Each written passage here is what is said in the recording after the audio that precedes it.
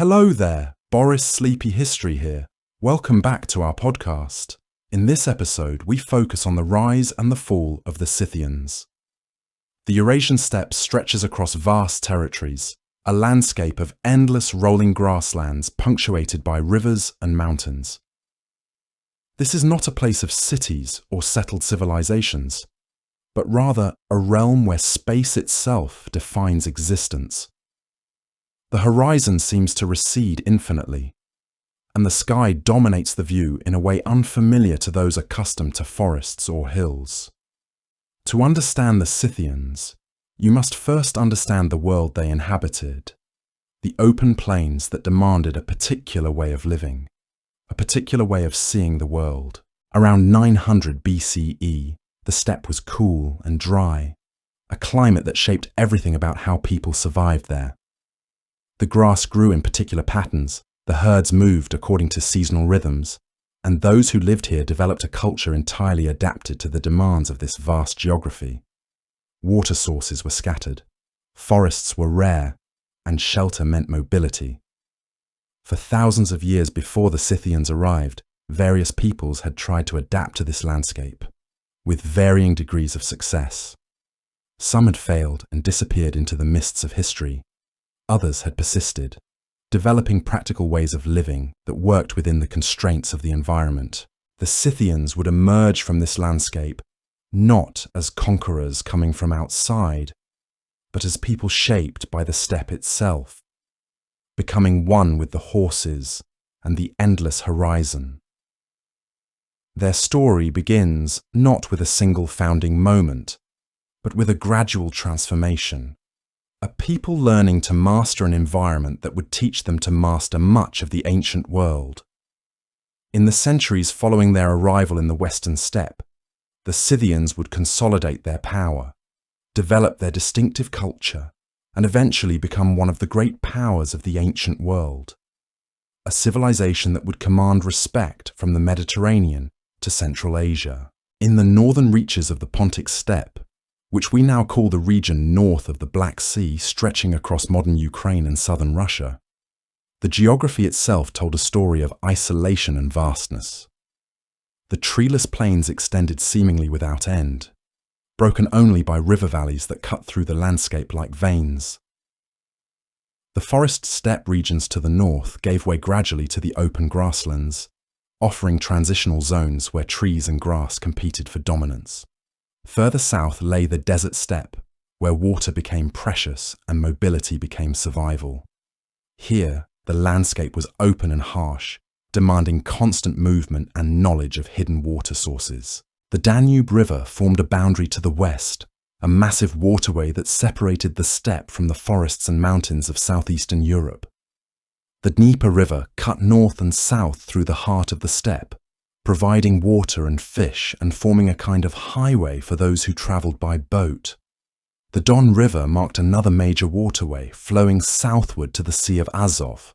The Caspian Sea marked the eastern reaches of this world, a vast inland sea surrounded by steppe and desert. The mountains of the Caucasus stood to the south, a dramatic wall of high peaks that separated the steppe from the warmth and prosperity of West Asia. Beyond these mountains lay the fertile lands of West Asia that would eventually draw Scythian warriors and merchants seeking wealth and dominance.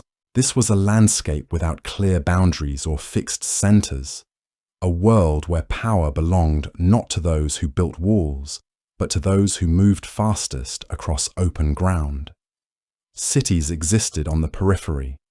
Greek colonies dotted the Black Sea coast. Agricultural peoples lived in valleys and river systems, but the heart of the steppe belonged to those on horseback, those who could cross vast distances, those who understood how to live with minimal permanent shelter and infrastructure. The climate of this period, from roughly 900 to 500 BCE, was relatively cool and dry compared to later centuries. These conditions meant that the steppe itself became a living resource, a vast pasture that could support enormous herds of cattle, sheep and horses if managed properly. The grass grew in waves across the plain, nourished by seasonal rains and melting snows from distant mountains. The steppe was not entirely homogeneous. Different regions had different vegetation.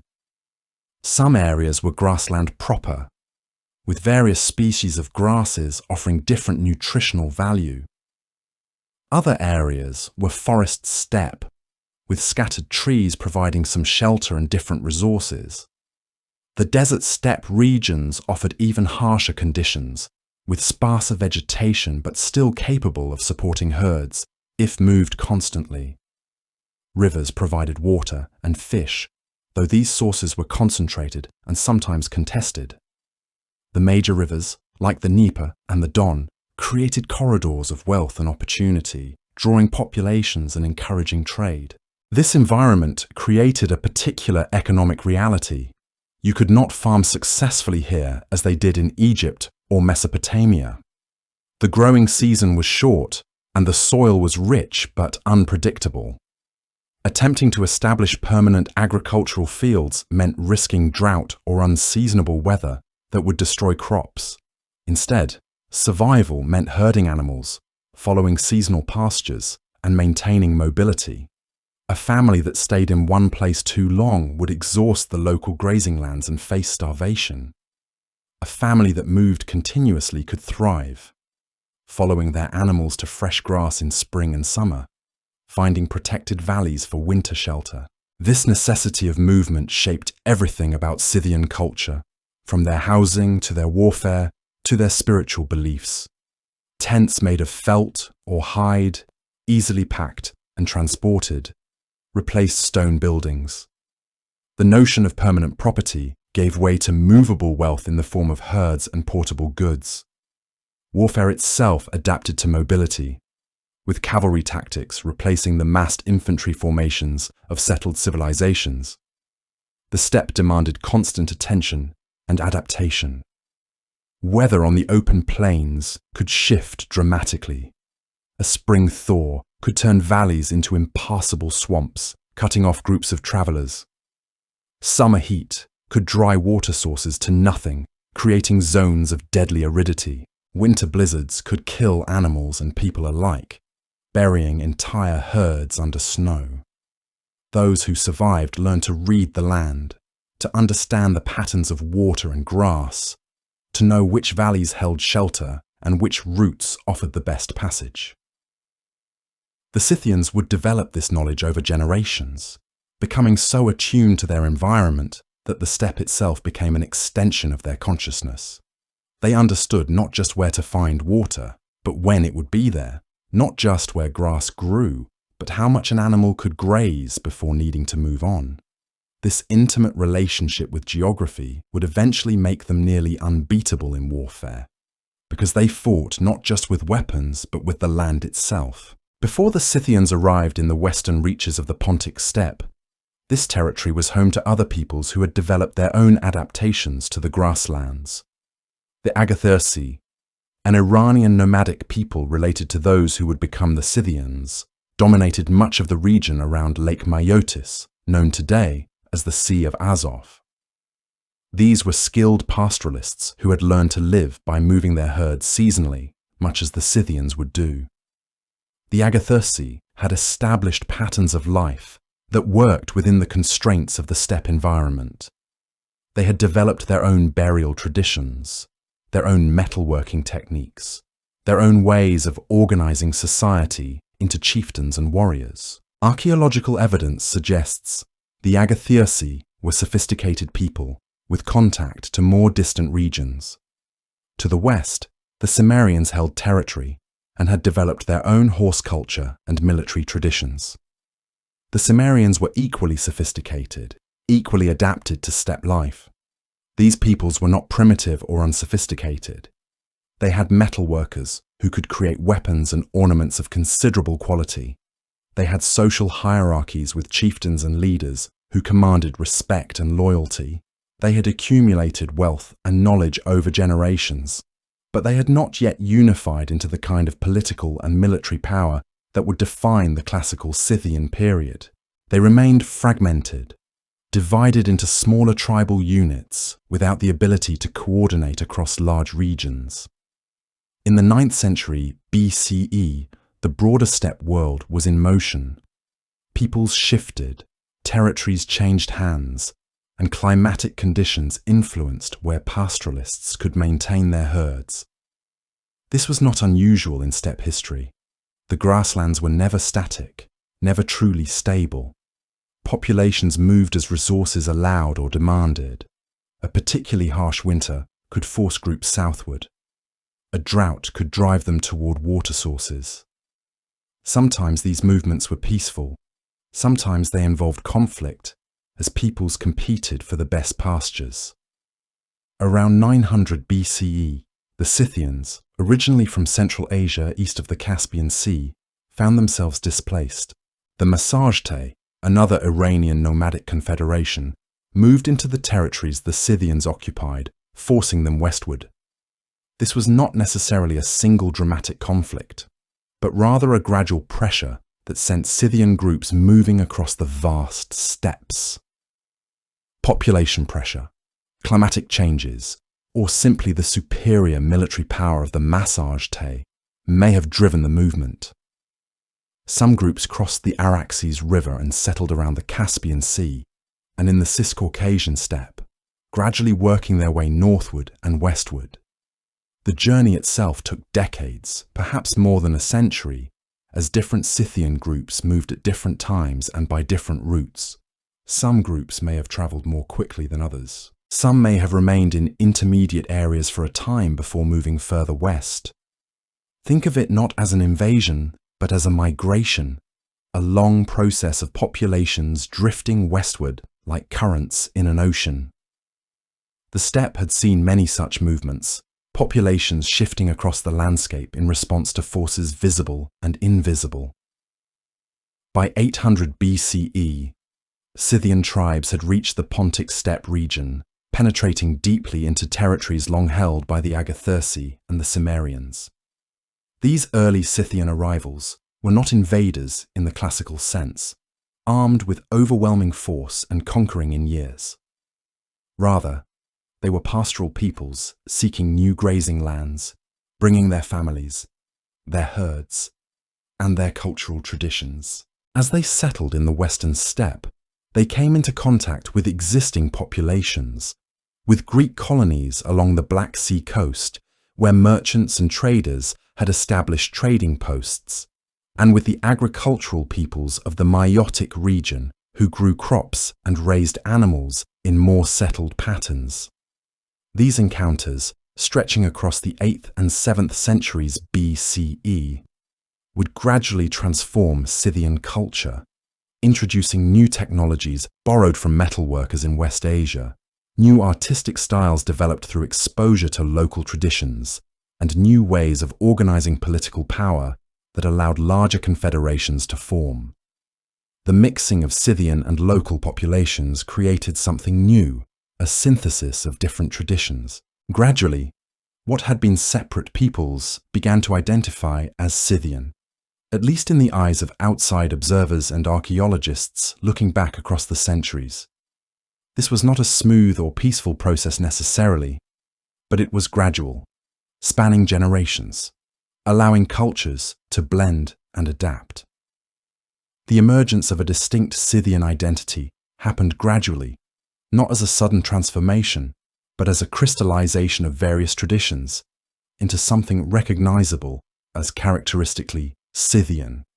In the late 9th and early 8th centuries BCE, as various nomadic groups from Central Asia spread across the Pontic steppe, they brought with them distinctive material culture, burial practices, and artistic traditions. Archaeological evidence from burial mounds, called kurgans, reveals that by around 800 BCE, a coherent Scythian culture was taking shape. These kurgans contained not just human remains, but also the bones of sacrificed horses, weapons, tools, and objects of gold and bronze, decorated in distinctive styles.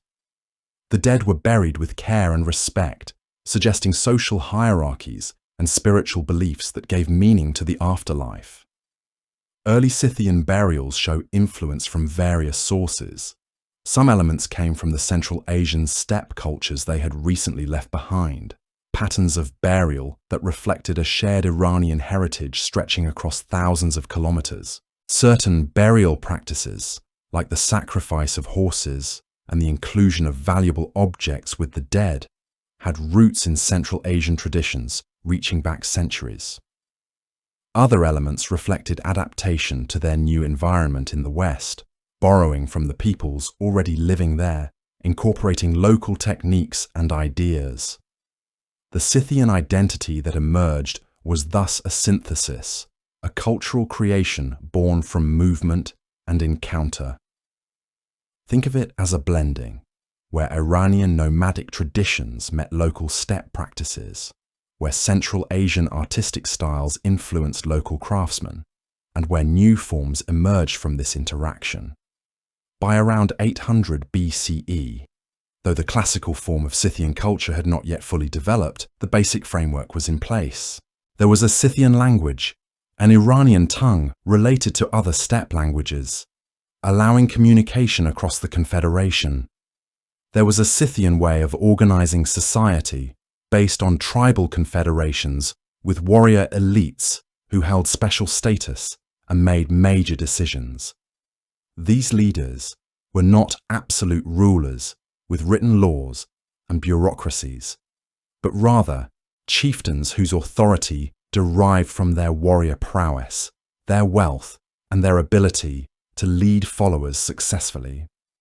There were Scythian artistic traditions, including distinctive ways of decorating weapons and horse gear that became immediately recognizable as Scythian.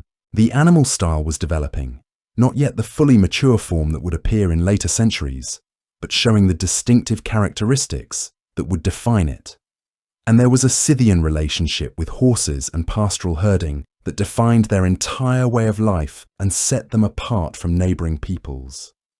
The royal Scythians, who would eventually dominate the Confederation and give their name to the entire people, were beginning to establish their prominence, though written records of this period are sparse and difficult to interpret. They may have been particularly successful warriors, individuals whose martial prowess made them stand out from their peers. Or they may have controlled particularly good territory with excellent grazing lands, resources that allowed them to build wealth and followers. Or they may have emerged as religious leaders, people who understood the spiritual world and could communicate with the gods on behalf of the people.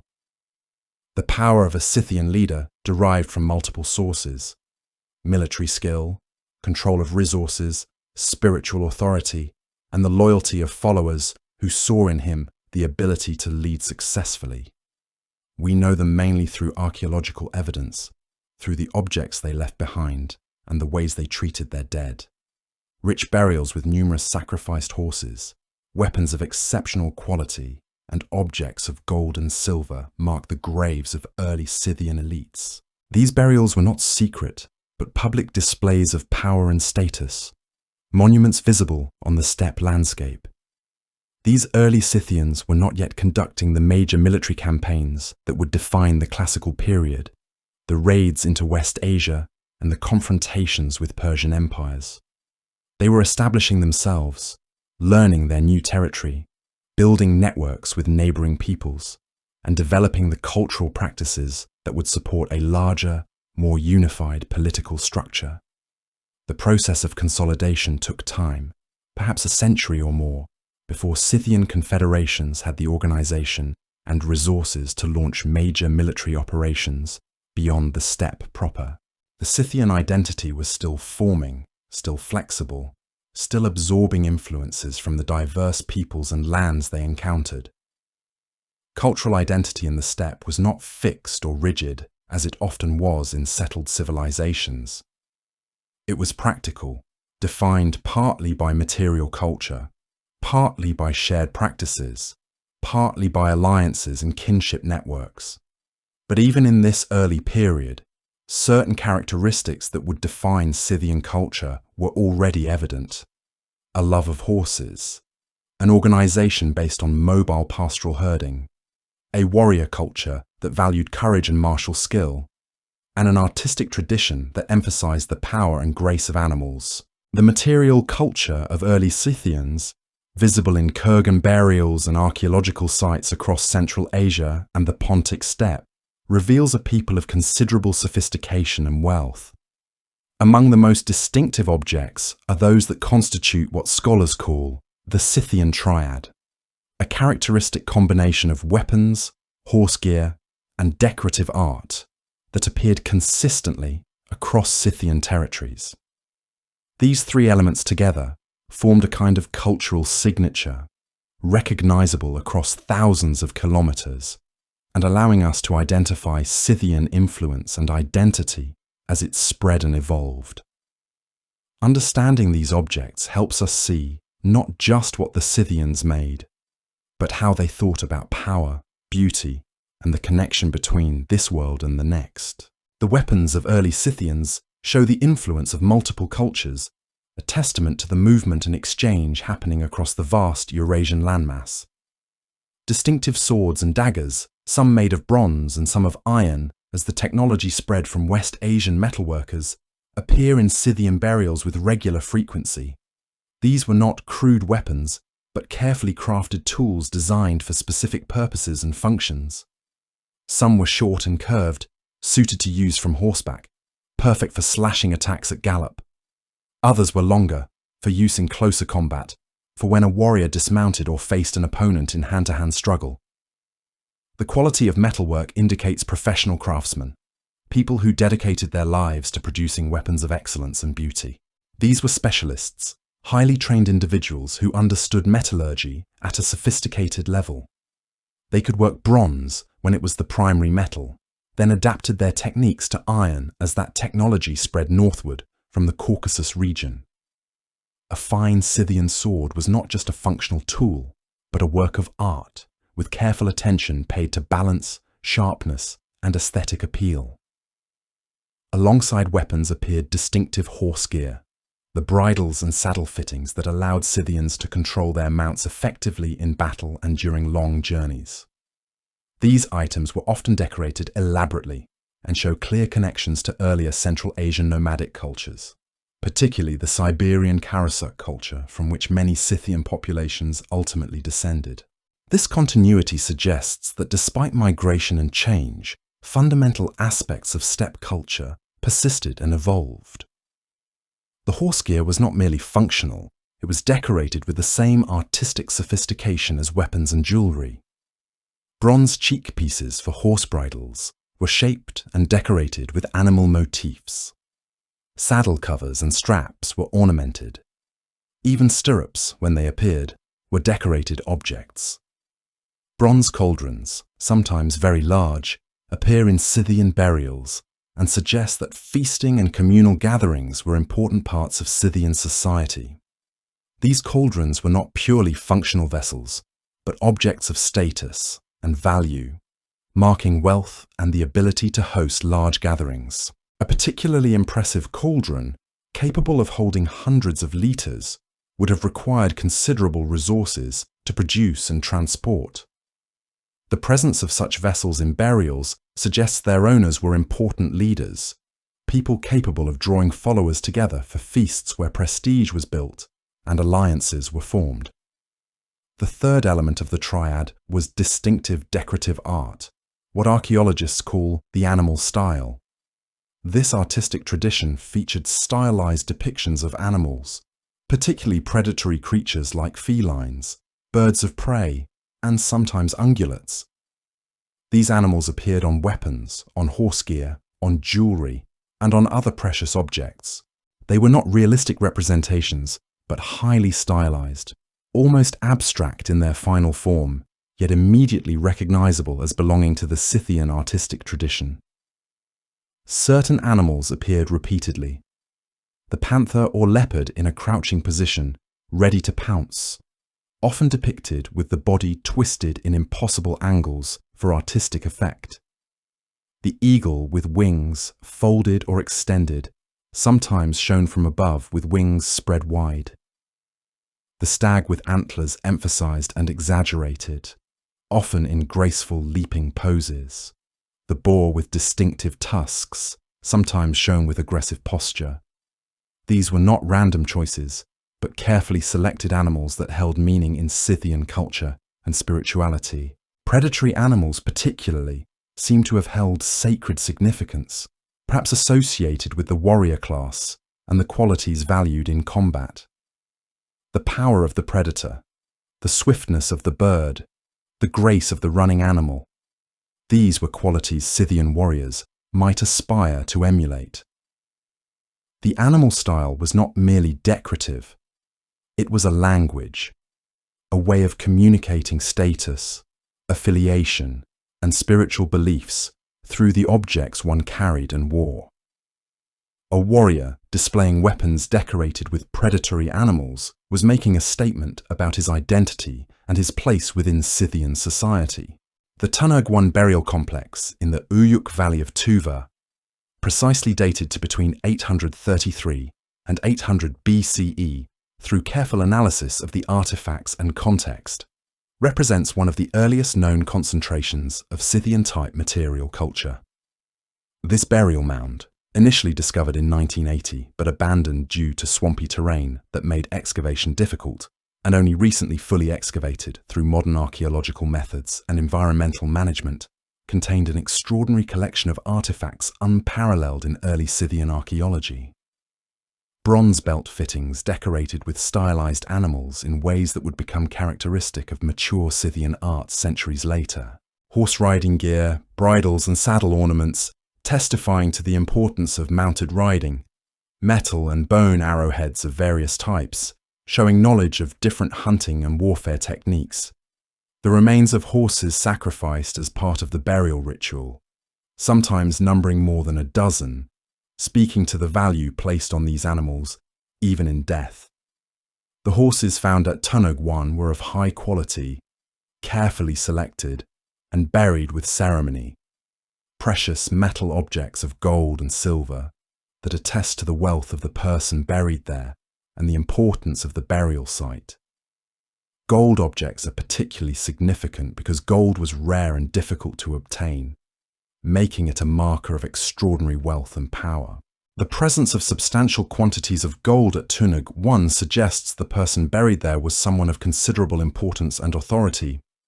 Researchers studying Tunug I believe it represents a society in the process of formulating its cultural and artistic identity, not yet settled into the classical Scythian forms that would be recognizable centuries later.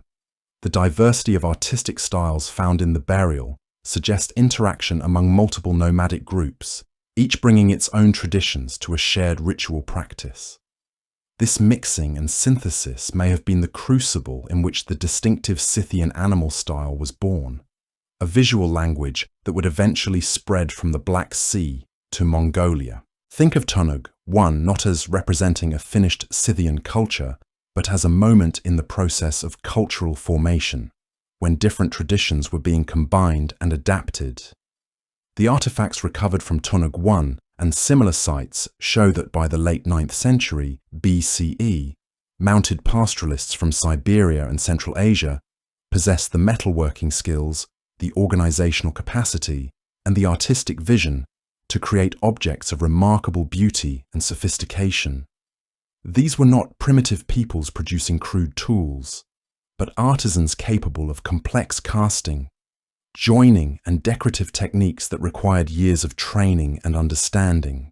The presence of sacrificed horses and elaborate burial practices indicates a spiritual worldview where the passage to the afterlife was important and deserved substantial investment of resources and effort. The material culture of early Scythians thus reveals not just a people of warriors, but a people of artists, craftspeople, and organized communities with the ability to produce works of enduring beauty and lasting significance. The horse was the foundation upon which Scythian power rested, the animal that made everything else possible. Without horses, there would have been no Scythian military dominance, no swift communication across vast distances, no raids into West Asia, no unique culture of mounted warfare that would define them in the eyes of the ancient world. The steppe itself could support great numbers of horses, and Scythian society organized itself entirely around the herding breeding, and training of these animals. Wealth in Scythian culture was measured partly in the number of horses one owned. A man with many horses was a man of importance and standing. A woman from a wealthy family would have horses as part of her dowry. A raid could be justified and honoured if it brought back many horses. A Scythian who did not ride well was almost unthinkable. A person of low status or deficiency.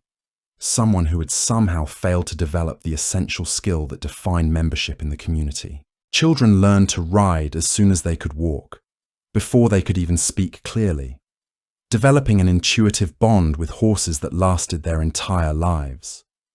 By adulthood, a Scythian warrior was, in many ways, an extension of his or her mount, able to shoot accurately while at full gallop, able to execute complex maneuvers at speed, able to fall and remount in seconds when needed. This integration of human and horse was not just physical, but psychological and spiritual, a unity that outsiders found both impressive and unsettling. Observers from settled civilizations found it almost miraculous, the way Scythians seemed to move as one with their horses, their bodies swaying in perfect synchronization with the animals' movements. This was not innate, but trained, learned through constant practice from early childhood. The horses themselves were carefully bred and trained through generations of Scythian expertise. Scythian horses were typically smaller and more compact than the large cavalry horses of later European traditions, standing perhaps 13 to 14 hands high compared to the 15 or more hands of later medieval destriers. But they were hardy, fast, and capable of sustained effort across long distances. Their hooves were strong, adapted to steppe terrain. Their metabolisms were efficient, able to extract maximum nutrition from grass and water. Steppe horses could survive on grass and water, requiring minimal care and supplementary feeding compared to grain-fed cavalry mounts of later centuries. A herd of Scythian horses could migrate across the steppe following the grass, requiring only the presence of riders to guide them and protect them from predators. They could cover vast distances without exhaustion and could recover quickly from exertion, allowing Scythian warriors to maintain high speeds across the grasslands for hours or even days if needed. These qualities made them ideal for the kind of warfare and pastoral mobility that Scythian life demanded.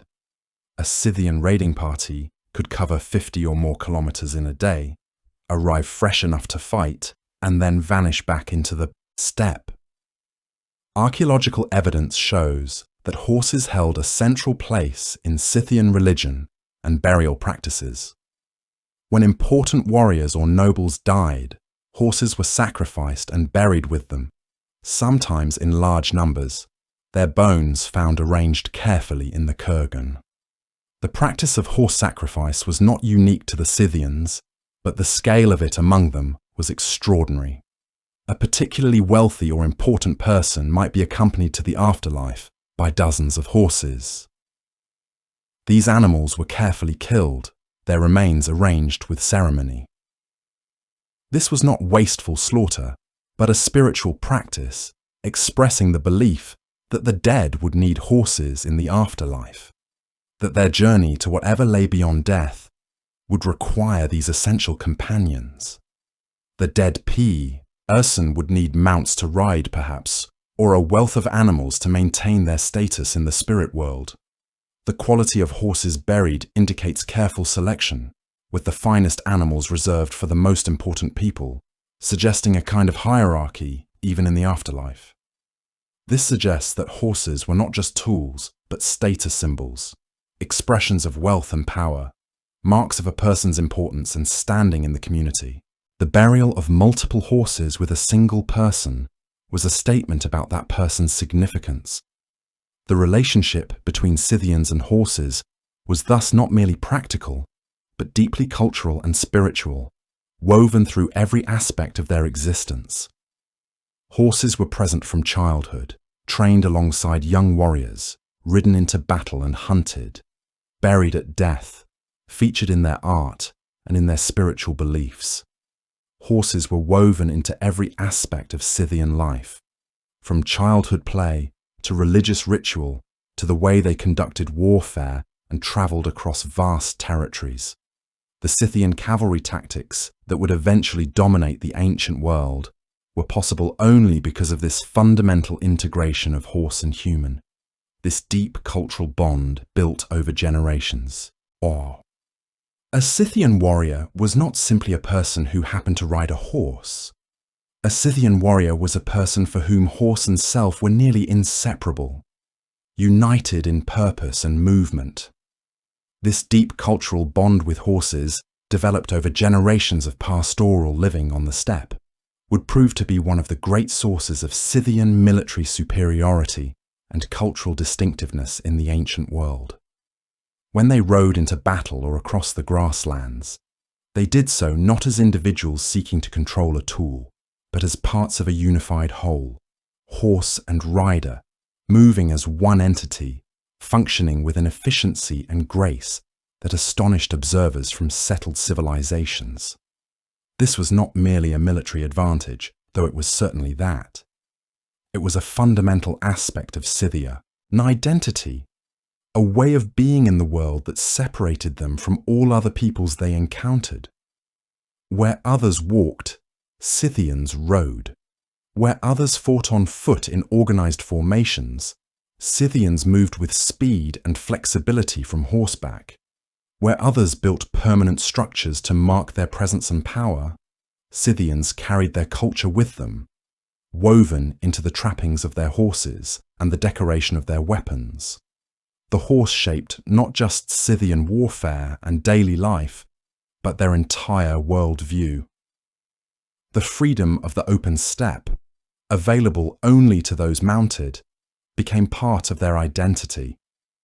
The speed and mobility that horses provided became central to how they understood themselves, and the practical knowledge gained from a lifetime spent around horses, understanding their needs and their capabilities, became the foundation upon which Scythian power and culture rested.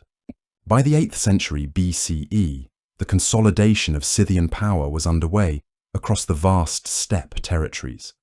What had been scattered migrations and tribal movements began to coalesce into something more organized, more unified, more deliberately expansionist.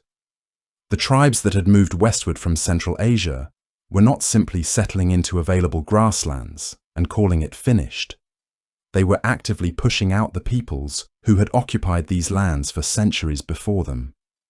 The Agathyrsi, who had held territory around Lake Maeotis, the inland sea we now call the Sea of Azov, found themselves under increasing pressure from the newly arrived Scythian confederations.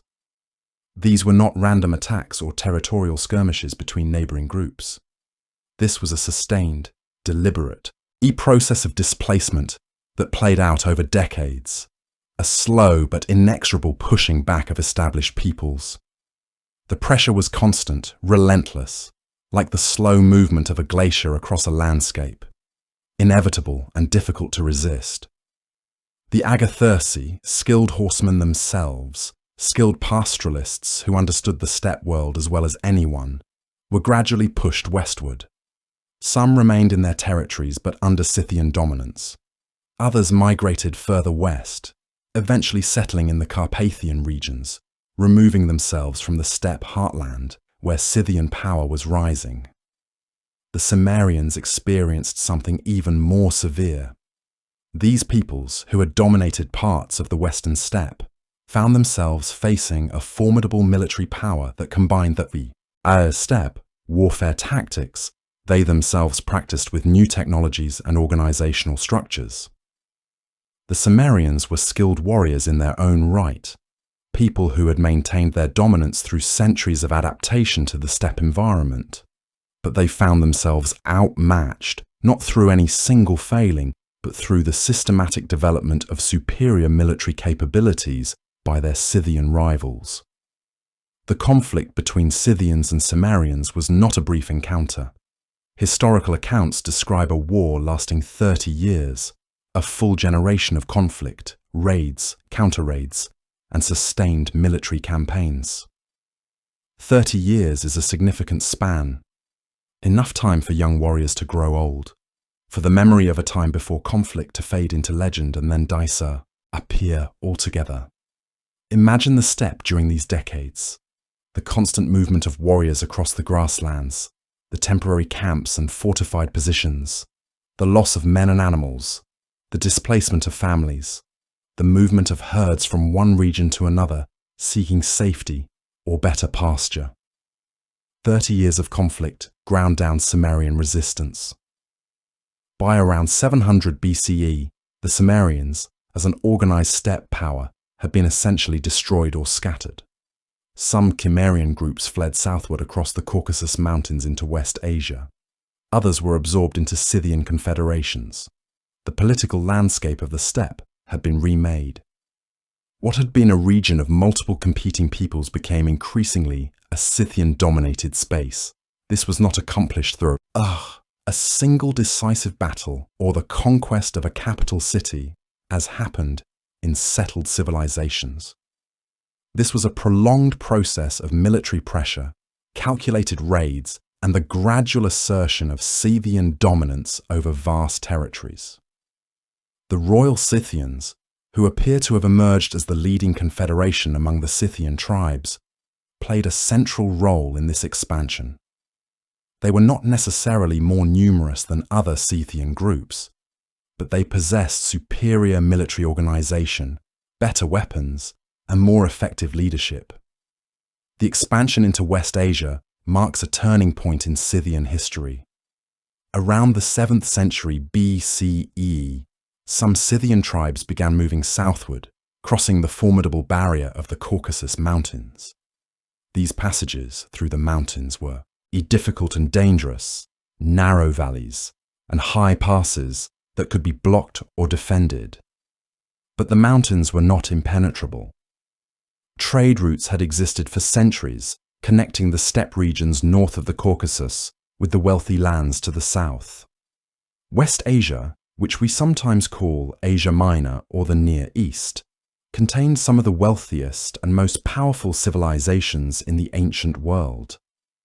The Assyrian Empire dominated much of this region, controlling vast territories through military might and administrative networks.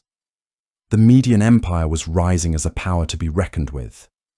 The Kingdom of Lydia controlled wealthy trade routes in Anatolia.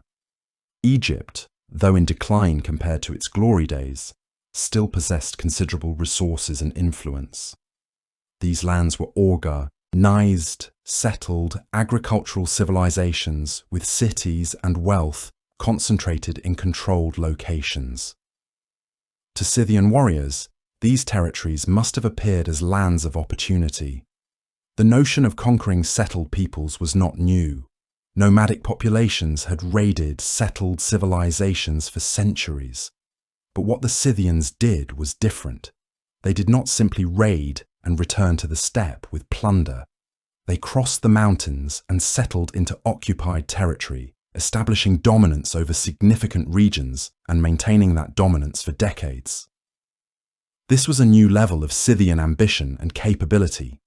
The Scythian incursion into West Asia brought them into contact with civilizations far more technologically advanced in certain ways than the peoples of the steppe. The West Asians possessed iron smelting and forging techniques developed over centuries. The steppe peoples, despite their sophistication in other areas, were still largely Bronze Age peoples when the Scythians first arrived in the West. Iron was harder, sharper, and more durable than bronze. It could hold an edge longer.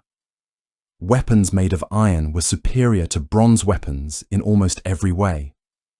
The Scythians, always pragmatic and willing to adopt useful technologies from neighboring peoples, began learning ironworking. They encountered war chariots, sophisticated vehicles with wheels and harnesses that allowed warriors to fight from a mobile platform. This technology had roots stretching back into Mesopotamian history. The Scythians, masters of mounted combat, saw the advantages that chariots offered and incorporated them into their military arsenal.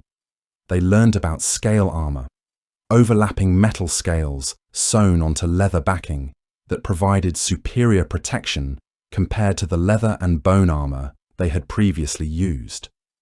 These technologies were not adopted blindly or hastily, but carefully incorporated into Scythian warfare, adapted to fit the mobile, mounted combat tactics the Scythians preferred. By the middle of the 7th century BCE, under leadership that later sources attribute to a king named Madius, Scythian power in West Asia had reached its peak. The territories under Scythian control extended from the Halys River in Anatolia in the west, stretching eastward to the Caspian Sea and the borders of the Media region. From the north in Transcaucasia down to the borders of the powerful Assyrian Empire. This was an enormous territorial expanse, hundreds of thousands of square kilometers under Scythian dominance or influence. The first written records we have of Scythian activity appear in Assyrian texts from this period. The Assyrians, accustomed to recording their own military campaigns and diplomatic activities, noted the arrival and actions of these steppe warriors with a mixture of respect and concern. Around 674 BCE, after a Scythian military victory, a Scythian king named Partatua married an Assyrian princess, a diplomatic marriage that formalized Scythian power and demonstrated their standing as equals, or nearly so, to the major powers of the Near East. This was remarkable. A steppe nomadic people, whose existence the Seti-led empires had barely acknowledged a generation earlier, was now married into the Assyrian royal family. This was not the action of conquerors imposing their will through force alone, but the diplomatic gesture of a significant power negotiating with other powers in the region. The Scythian presence in West Asia, though, was not peaceful or permanent. These were warriors, and the territories they occupied were not organized into formal administrative systems like the great empires maintained. There were raids and conflicts, Scythian forces fighting with local peoples, with Assyrian armies, with each other. The wealth extracted from these territories flowed back northward, enriching the Scythian confederations. Metalwork produced in West Asian workshops found its way into Scythian hands. Old and silver objects made by settled peoples were incorporated into Scythian treasure. The experience of sustained military campaigns in organized regions taught Scythian leaders valuable lessons in warfare, strategy, and political power. This engagement with West Asia was transformative. The Scythians were no longer purely steppe warriors operating on their native grasslands. They had demonstrated their capacity to maintain control over settled territories, to conduct military campaigns of significant scale and duration, to negotiate with major powers of the ancient world. The technologies and tactics they learned in West Asia would enhance their power even after they withdrew from these southern regions. For the Scythians who remained in the steppe, the wealth and prestige flowing from these southern campaigns elevated the status of the Scythian Confederation in the eyes of neighboring peoples. They were becoming known across the ancient world as formidable warriors, people to be respected and feared.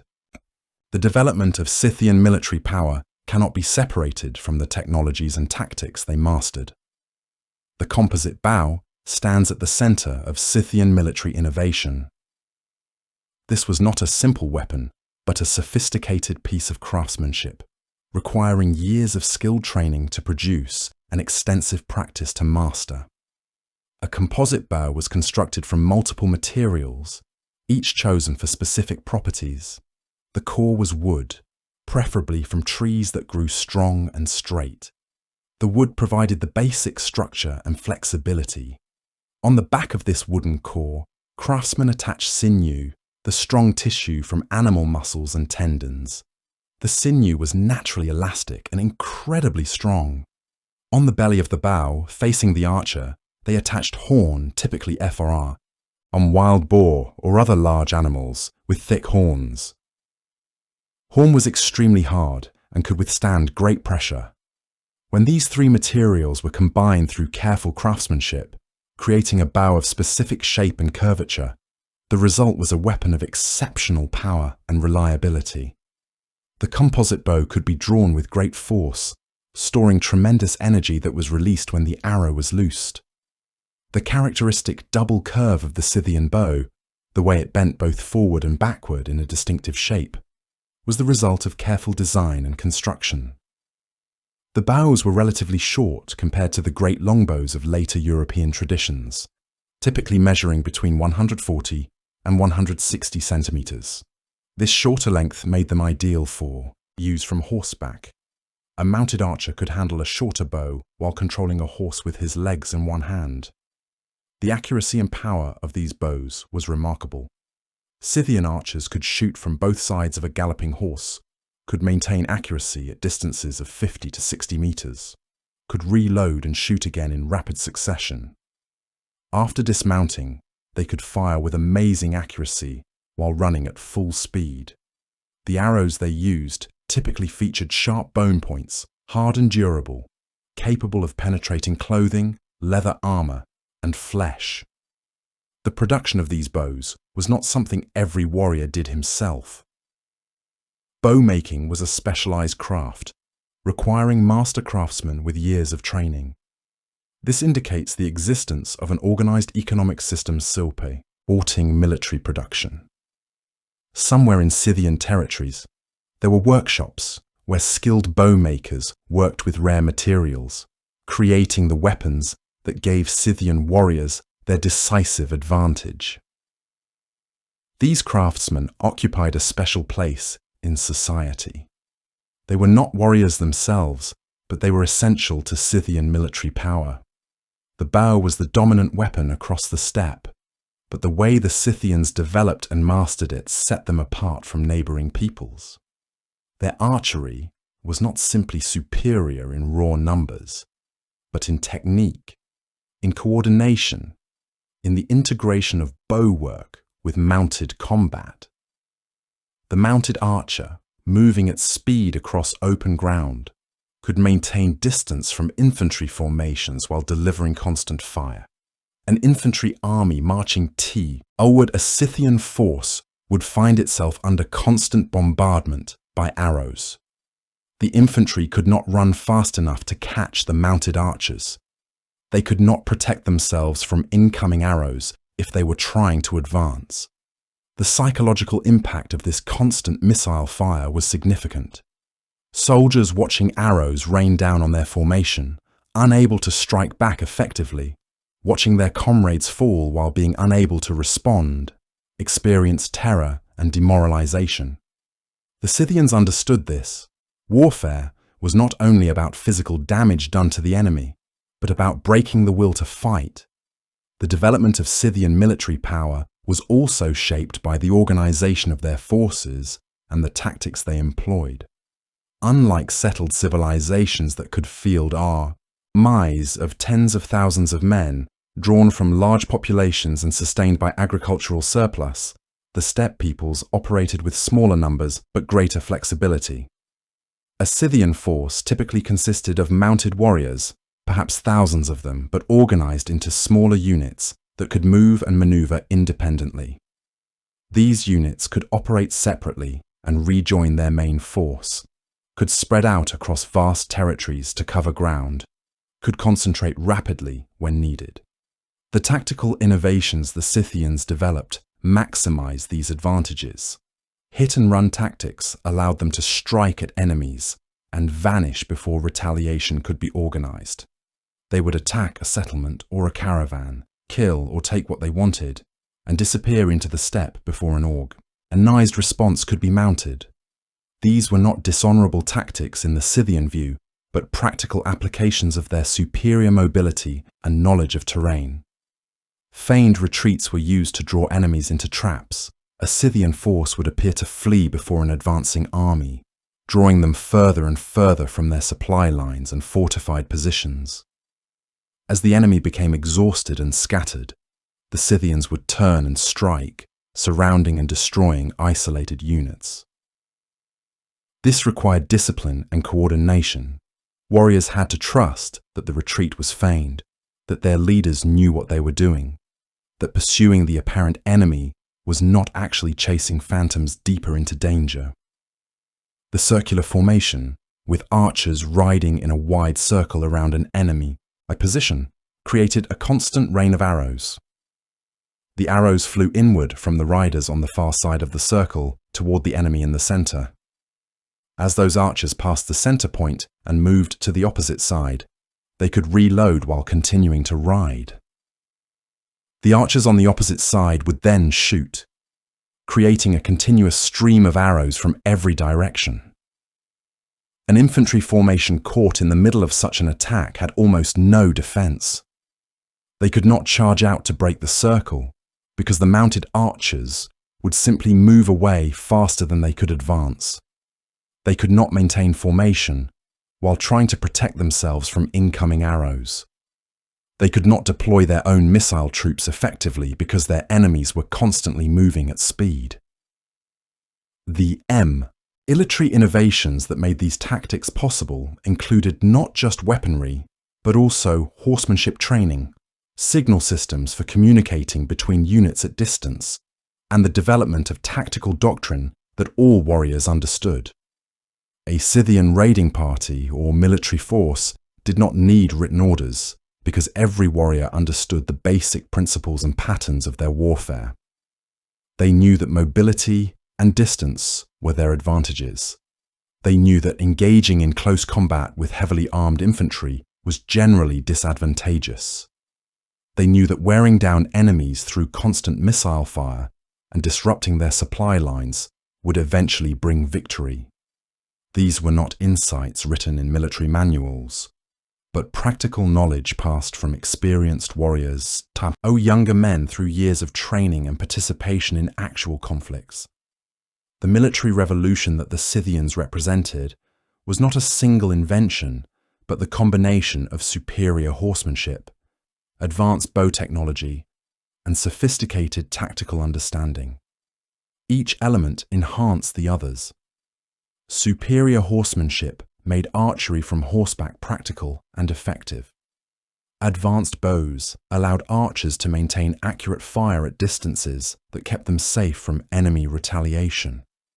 Sophisticated tactics allowed commanders to coordinate the actions of scattered units across vast territories.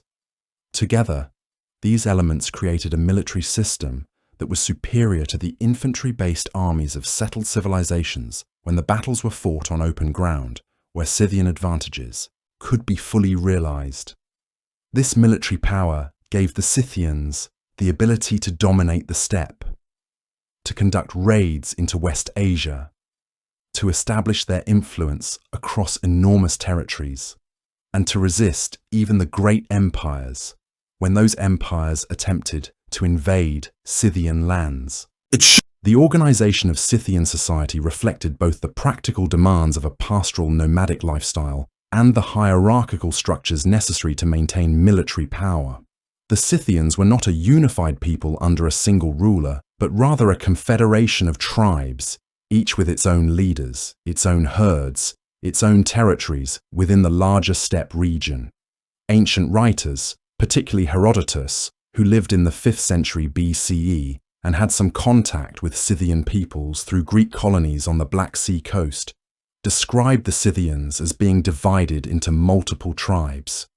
His account mentions at least 3 major tribal groups, though the total number was likely greater. The organization was complex and difficult for outsiders to understand, based partly on kinship ties that traced back to common ancestors, partly on geographical regions that different groups primarily inhabited, and partly on the specific leaders whose prestige and military success attracted followers.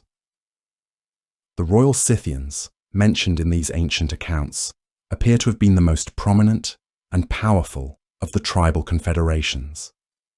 It is uncertain whether the term royal Scythians refers to a single tribe or a confederation of tribes, but they were certainly the dominant political and military force among the Scythian peoples by at least the 7th century BCE.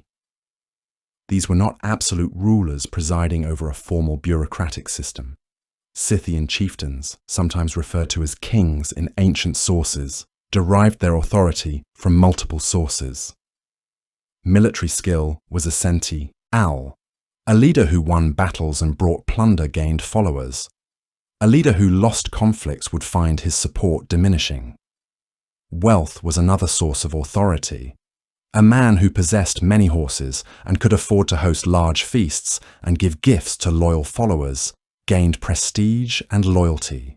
Spiritual authority was a third source. Leaders who were believed to have favor from the gods, who could interpret omens and conduct rituals, held special status. The transfer of authority typically passed from father to son, but this was not guaranteed.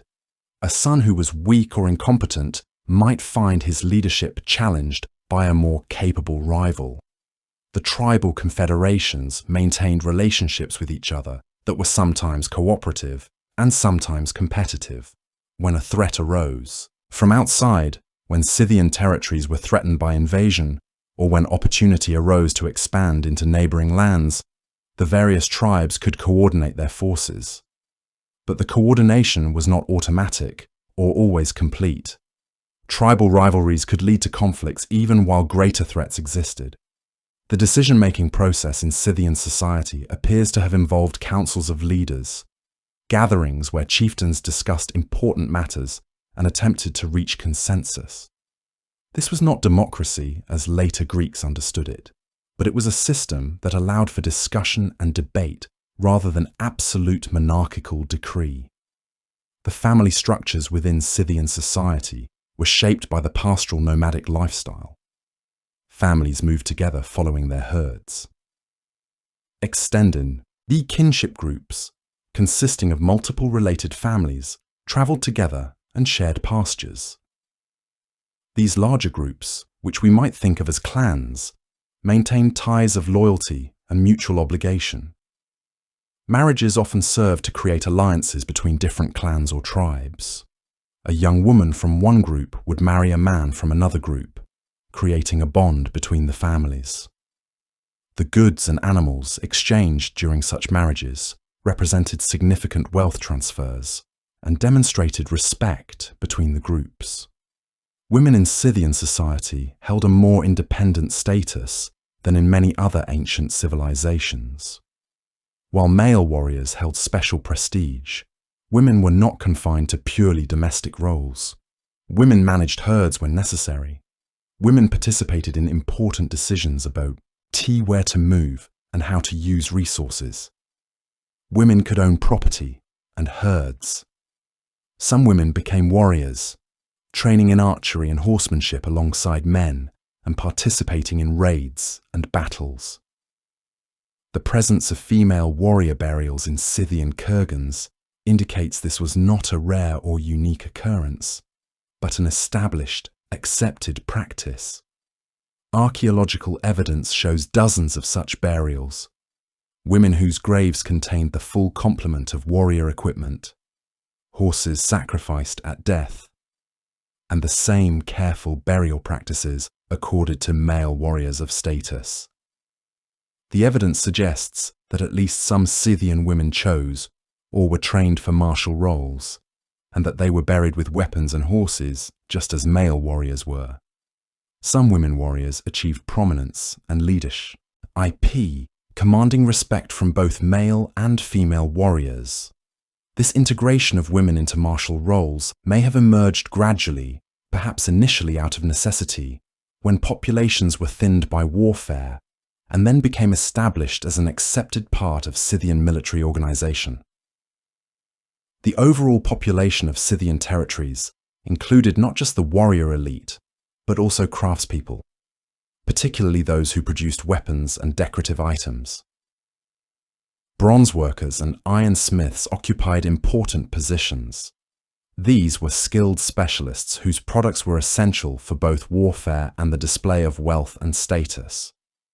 Some pottery production occurred within Scythian territories, though some items were obtained through trade with neighboring peoples. Herders constituted the major, ET of the population, men and women responsible for tending the vast herds that formed the economic base of society. Slavery existed within Scythian society, likely obtained through capture during raids and wars. Slaves performed various tasks, including herding, craft work, and likely domestic service for wealthy households. The exact status and treatment of slaves is unclear from available sources, but they were property owned by those wealthy enough to afford them. The religious specialists, shamans or priests who conducted rituals and claimed to communicate with the spiritual realm held special status.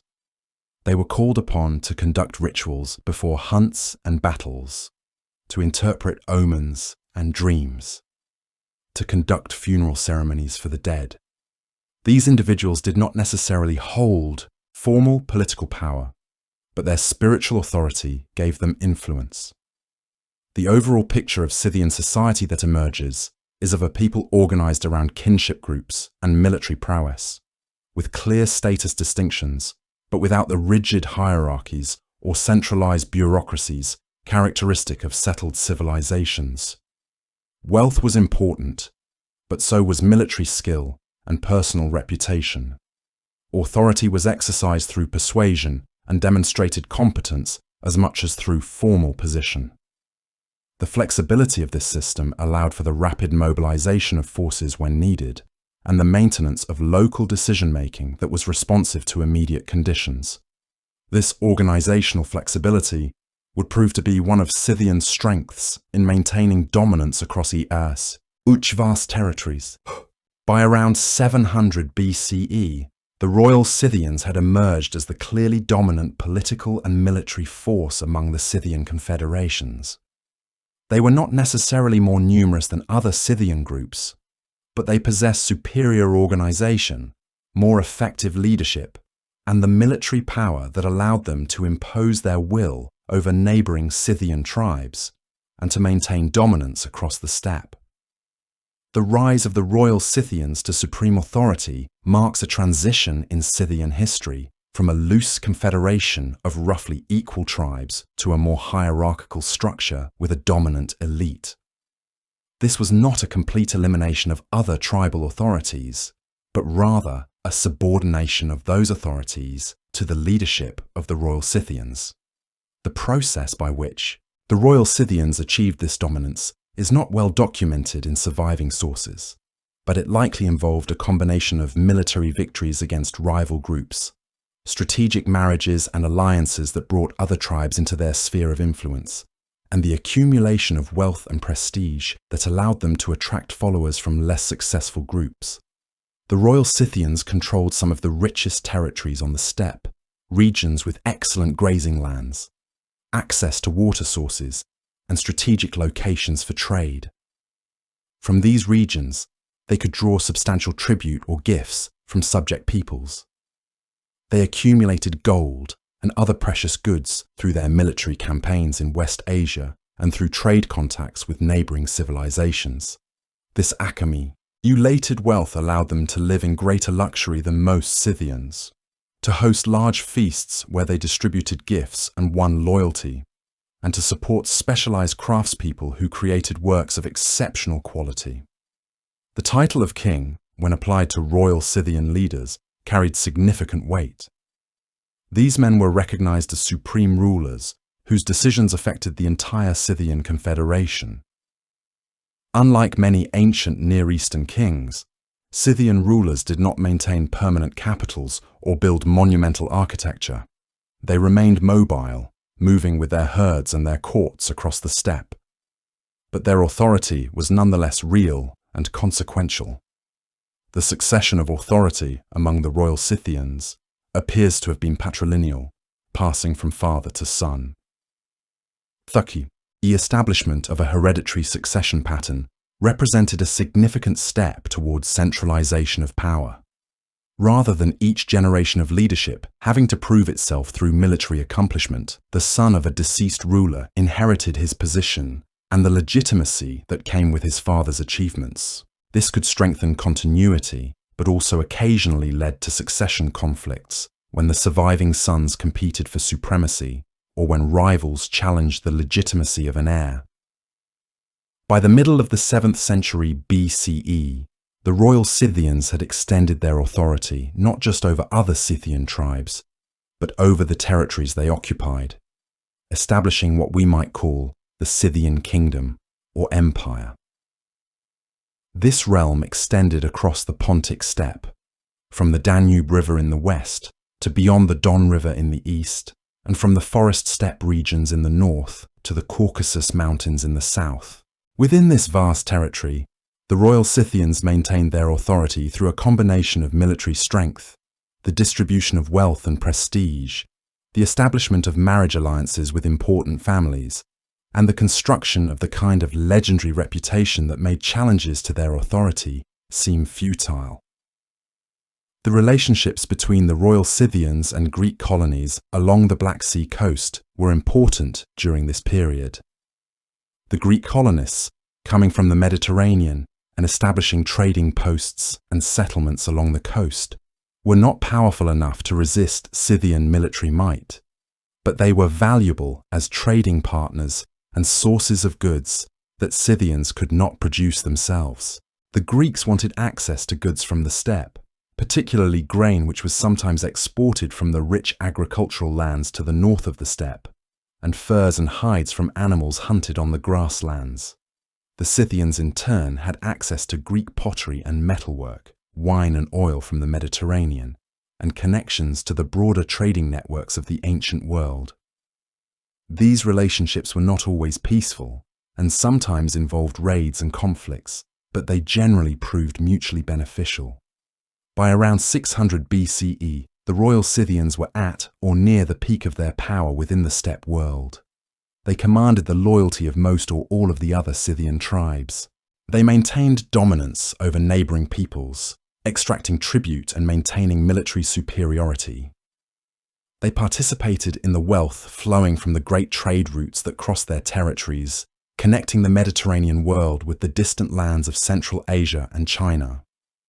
They were known throughout the ancient world as formidable warriors and a significant power to be reckoned with. The reputation they had built during the previous century was widely known. When an ambassador or trader from a distant land heard mention of Scythians, the image that came to mind was of skilled mounted warriors, fierce and unpredictable, warriors who lived by their own rules and submitted to no king's authority but their own. The tactical innovations that made Scythian warfare so effective cannot be separated from the landscape they fought in and the training that produced their warriors. The open steppe provided room for maneuver that would have been impossible in forests or mountainous terrain. Enemies could not hide or easily construct defensive fortifications. Vast distances meant that speed of movement was critical. The Scythian emphasis on hit-and-run tactics, on using superior mobility to strike and then vanish before the enemy could respond effectively, was not a lack of courage, but a sophisticated understanding of how to fight effectively on the steppe.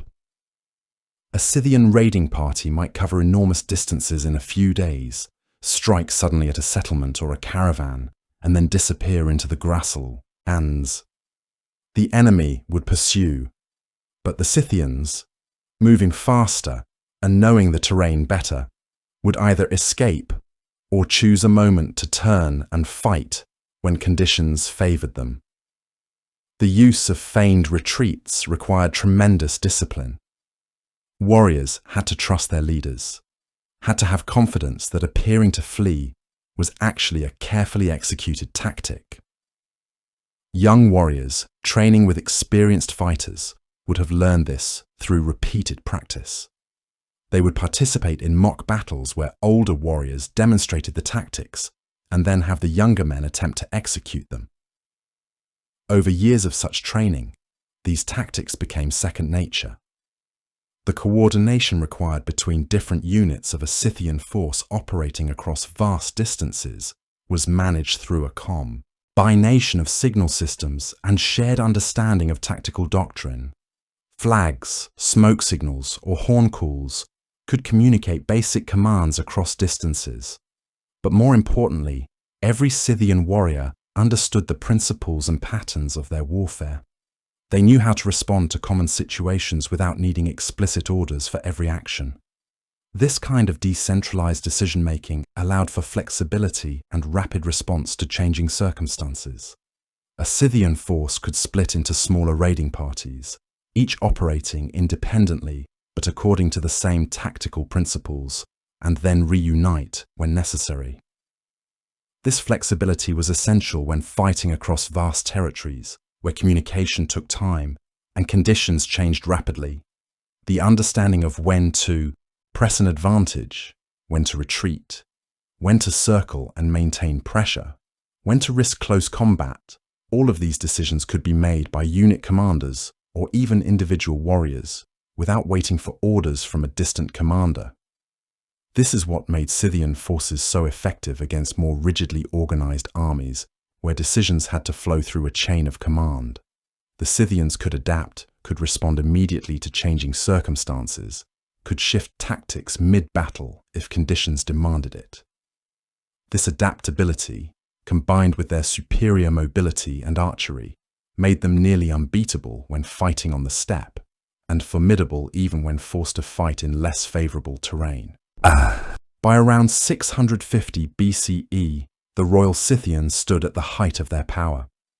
The consolidation of authority that had taken place over the previous century was now complete and secure.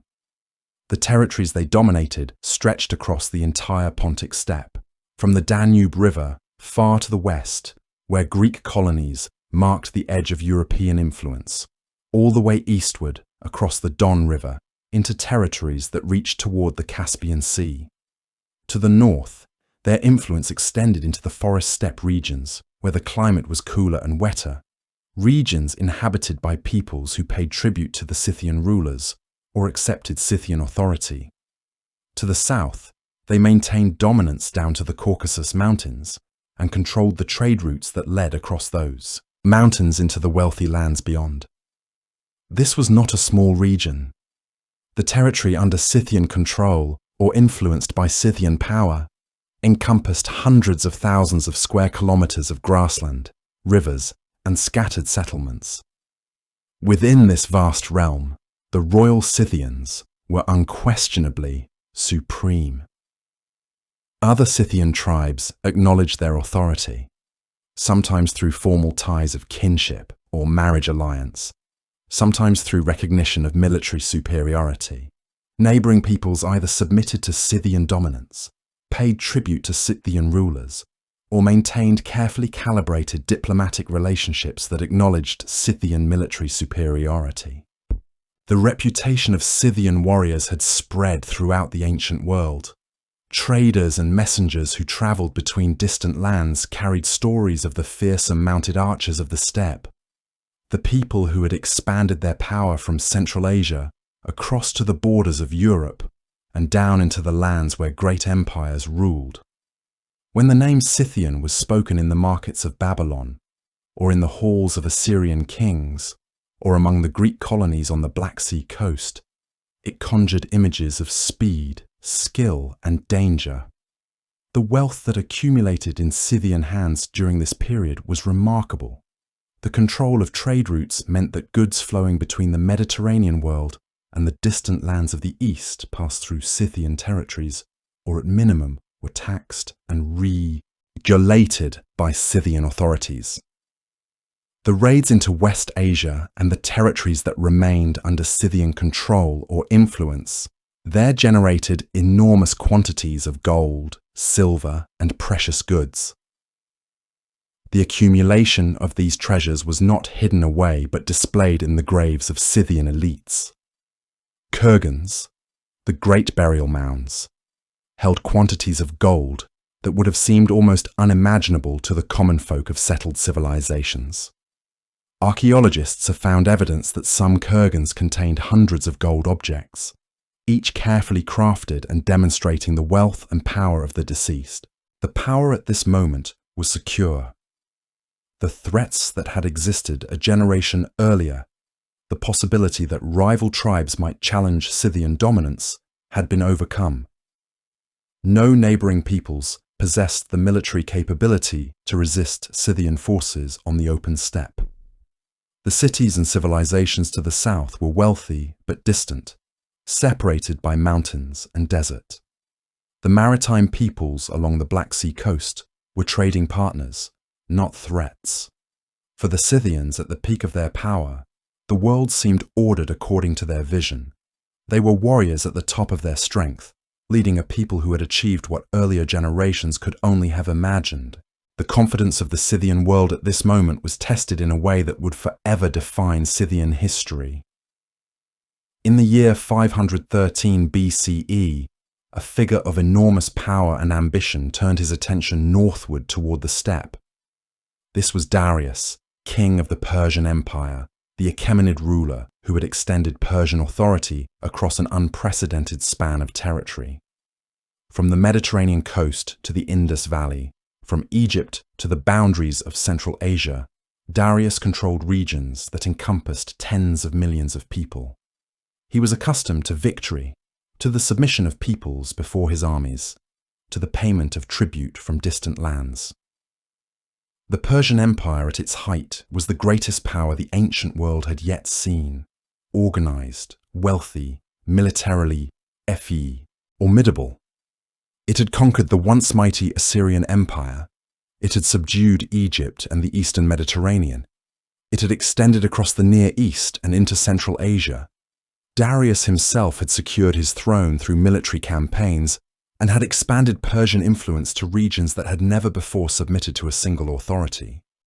Darius had long cast covetous eyes toward the steppe peoples beyond the Caucasus, the Scythians, who controlled territories that lay between the Persian Empire and the distant lands to the north and east. A successful campaign against the Scythians would extend Persian power into new regions, would demonstrate the supremacy of Persian arms, would bring under Persian dominion a people known for their military prowess. In 513 BCE, Darius assembled a massive army. The exact numbers are impossible to determine, but ancient sources suggest an enormous force, perhaps hundreds of thousands of men, moving northward across the Caucasus Mountains into Scythian territories. This was not a small raid, but a full-scale invasion, an attempt to conquer and subjugate the entire Scythian people. The Persian army included infantry armed with spears, archers equipped with sophisticated bows, cavalry mounted on horses, and supply trains carrying food and equipment. The logistics of moving such a force across vast distances and difficult terrain were staggering. This was warfare on an epic scale, the clash of the greatest empire of the age against the nomadic warriors of the steppe. Darius was confident that the scale and organization of his forces would overwhelm any resistance. He was not accustomed to failure. The Scythian response to the Persian invasion was not to meet Darius's army in a conventional pitched battle. Instead, the Scythians employed the tactics that had served them well for generations. They avoided direct engagement, instead using their superior mobility to harass the Persian forces, to strike at the edges of the army and melt away before the Persians could organize a response. The Scythians understood a fundamental principle of steppe warfare that Darius, despite all his experience and power, apparently did not fully grasp. An army marches on its belly, as the saying goes. Soldiers and horses require food and water.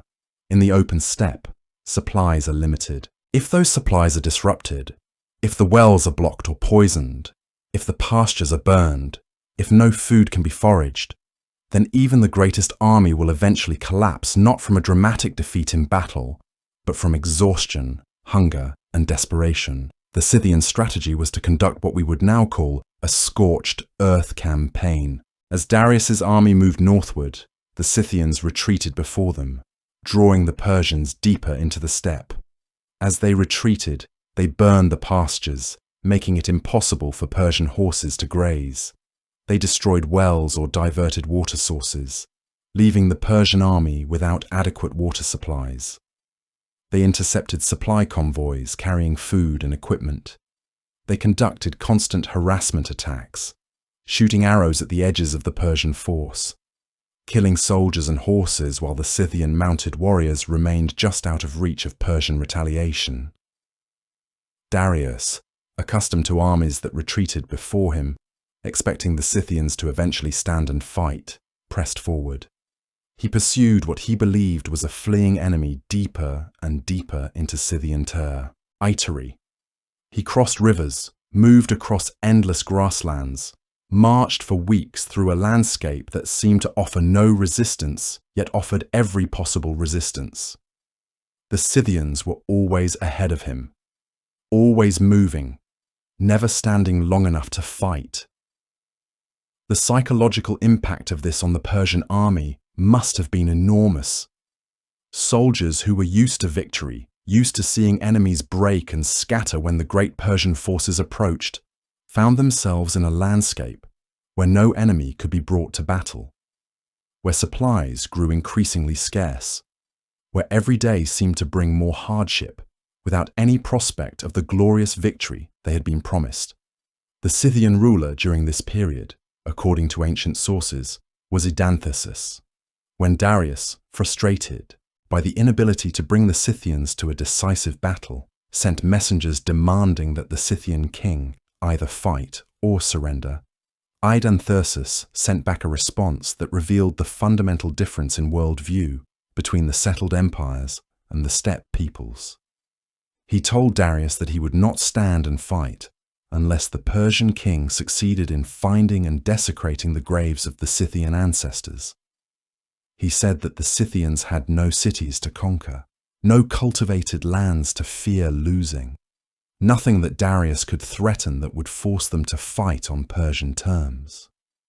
The Scythians would continue their strategy of retreat, of harassment, of allowing the land itself to defeat their enemies. This response was not arrogance, but an accurate assessment of the realities of steppe warfare. Darius could not threaten what the Scythians valued most. The Scythians did not depend on cities or on stored grain or on vulnerable supply lines stretching back to a homeland. They could move, could scatter, could survive on the land itself. They could wait for their enemies to collapse under the weight of their own logistics and their own exhaustion. As the campaign wore on, the situation became increasingly dire for the Persian army. Soldiers began to fall ill from hunger and exhaustion. Horses died from lack of forage. The supply situation became critical. Darius had hoped to achieve a quick, decisive victory and return to his empire. Instead, he found himself bogged down in an endless pursuit of an enemy that would not stand and fight. The longer the campaign continued, the more the advantage shifted to the Scythians. Eventually, after weeks of frustration and loss, Darius made the decision to withdraw. He turned his armies around and led them back southward toward the Caucasus Mountains and the safety of Persian-controlled territory. By any objective measure, this was a defeat for the greatest empire of the age. A king who had conquered much of the known world, who had subdued numerous peoples, who commanded hundreds of thousands of soldiers, found himself unable to force a pastoral nomadic people into submission. The Scythians had not won a single dramatic battle. They had not achieved victory through superior numbers or armaments. Instead, they had won through their understanding of their own landscape, through their willingness to avoid fighting on, terms that favored their enemies, through their mastery of the hit-and-run tactics and the strategic retreat. They had turned the vastness of the steppe into a weapon. They had turned their lack of cities and their lack of stored supplies from a weakness into a strength. The failure of Darius's campaign elevated Scythian reputation to new heights. Across the ancient world, people spoke of how the Scythians had defeated the great Persian Empire. The steppe warriors had proven that no matter how large an empire became, no matter how many soldiers it could field, there were limits to what military power could achieve against enemies who understood their own territories and refused to fight according to an enemy's expectations. The Scythian world at its height was not isolated from the broader ancient world, but intimately connected to it through trade networks that linked the Mediterranean, the Middle East, Central Asia, and the distant lands to the east. The control of these trade routes was a significant source of Scythian power and wealth. The most important of these routes was what would later be called the Silk Road, though of course the Scythians did not call it that. This was a series of trade connections linking the Mediterranean world with distant China and the lands in between.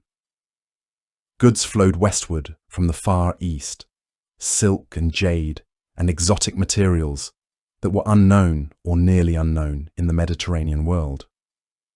These goods commanded enormous prices. A merchant in Athens or Alexandria who could obtain in Chinese silk, a fabric of extraordinary beauty and rarity, could sell it for wealth beyond measure. The very existence of such goods in the hands of Mediterranean merchants and elites depended on safe passage through the steppe. Equally important, goods flowed eastward from the Mediterranean and the Middle East. Wine and oil and products manufactured in settled civilizations that were valued in the distant lands. The Scythians, controlling the territories that lay between these different world regions, benefited enormously from this trade. Merchants traveling these routes could not move directly across the steppe without Scythian permission and Scythian protection. Caravans needed to be allowed to pass through Scythian territories, needed safe passage past the nomadic peoples who might otherwise raid them for their goods. In exchange for this safe passage, merchants paid tolls or tributes to Scythian authorities. The collection of these tolls was systematic enough to be noted by later writers and was apparently a significant source of revenue for Scythian rulers. Some goods were purchased by Scythian elites, goods that demonstrated their wealth and their connection to distant lands. But more importantly, the control of trade routes meant that Scythian leaders could accumulate enormous quantities of precious goods and luxury items.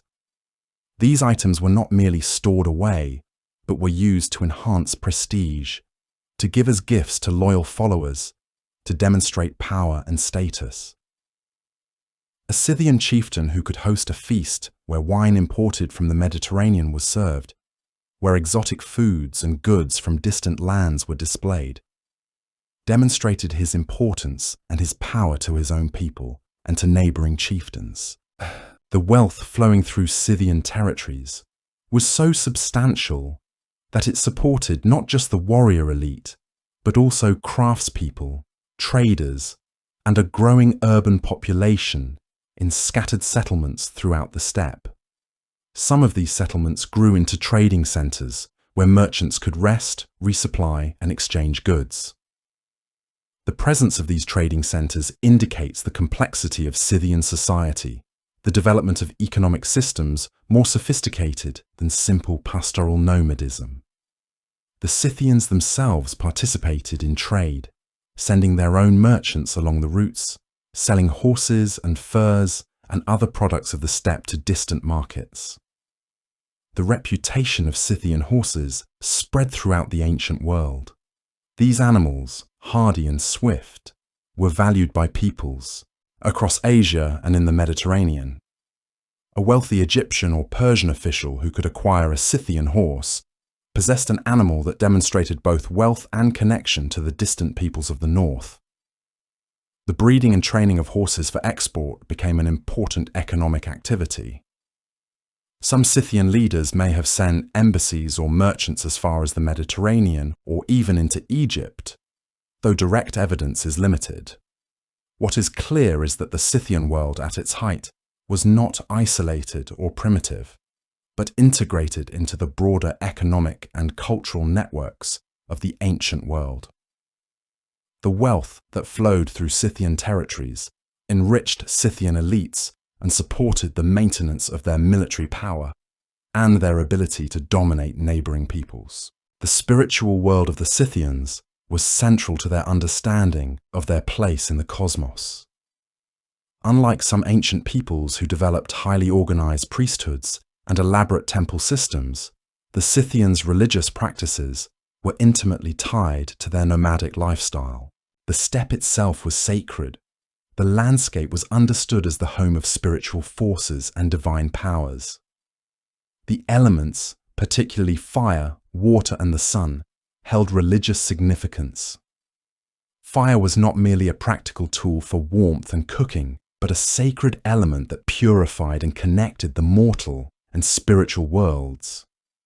Scythians appear to have used fire in rituals and ceremonies, allowing smoke to carry prayers and offerings upward to the heavens. Water in the steppe, whether in rivers or wells, was understood as the domain of water spirits and divine forces that needed to be respected and honored. The unpredictable nature of water in a landscape where it could be scarce made it particularly sacred, a source of both blessing and danger.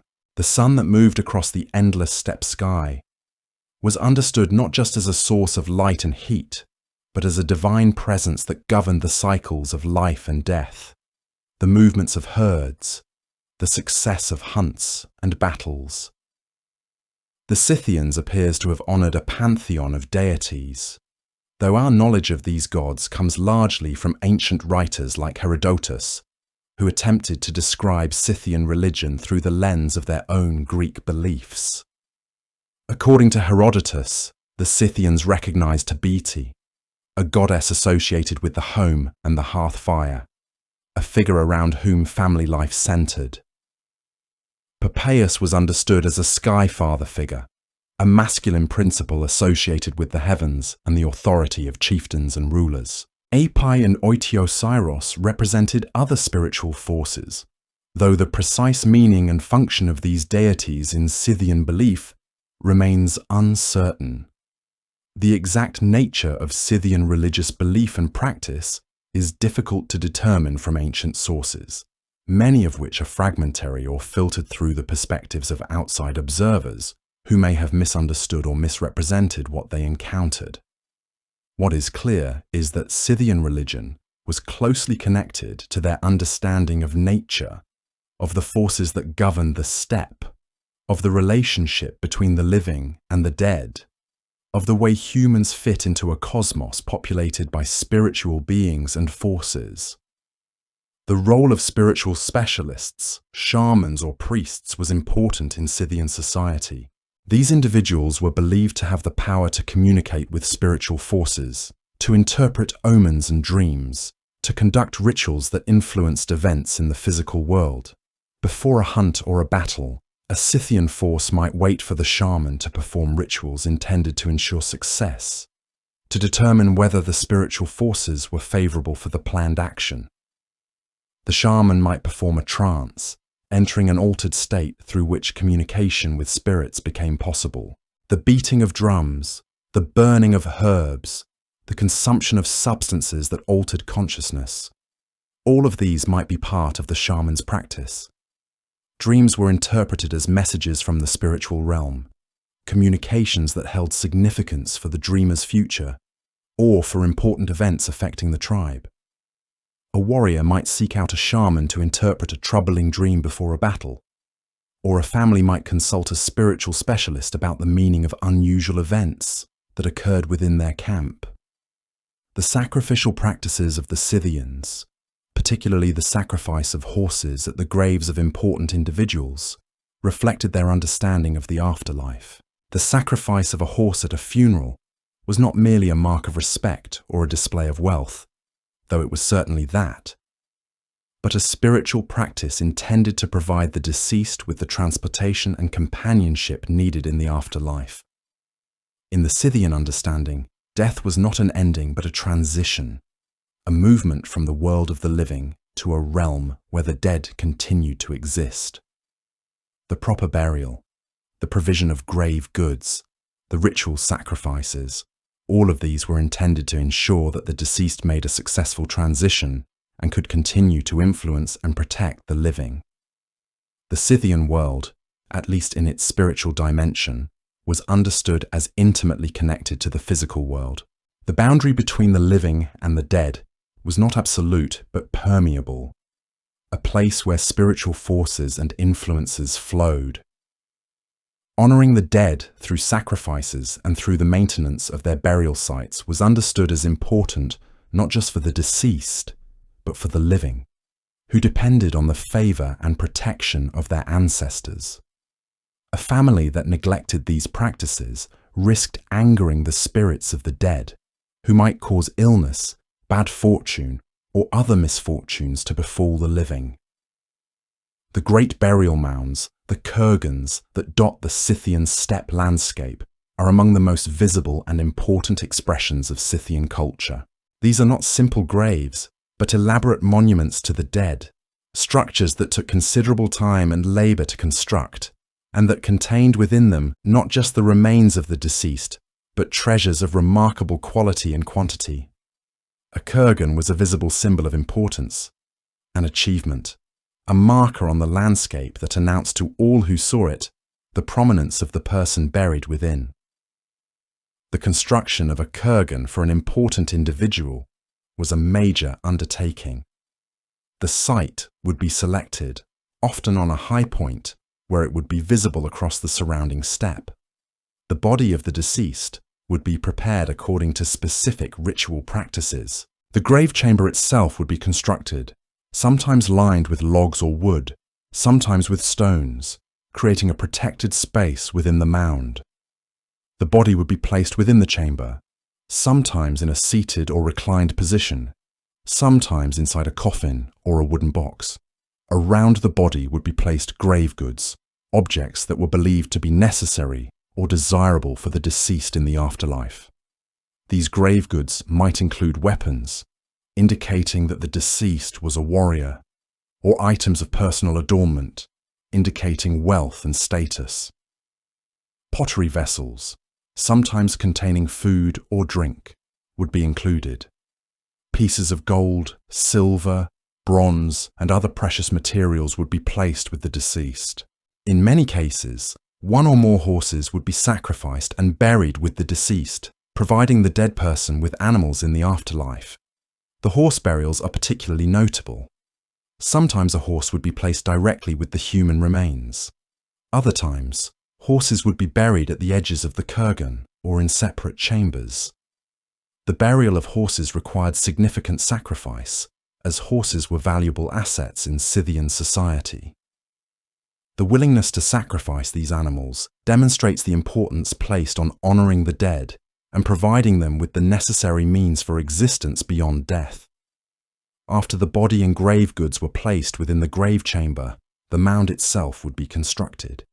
Earth would be piled up over the chamber, sometimes to enormous heights. Some kurgans reach 30 or more meters in height, creating distinctive landmarks that would have been visible from great distances across the flat steppe.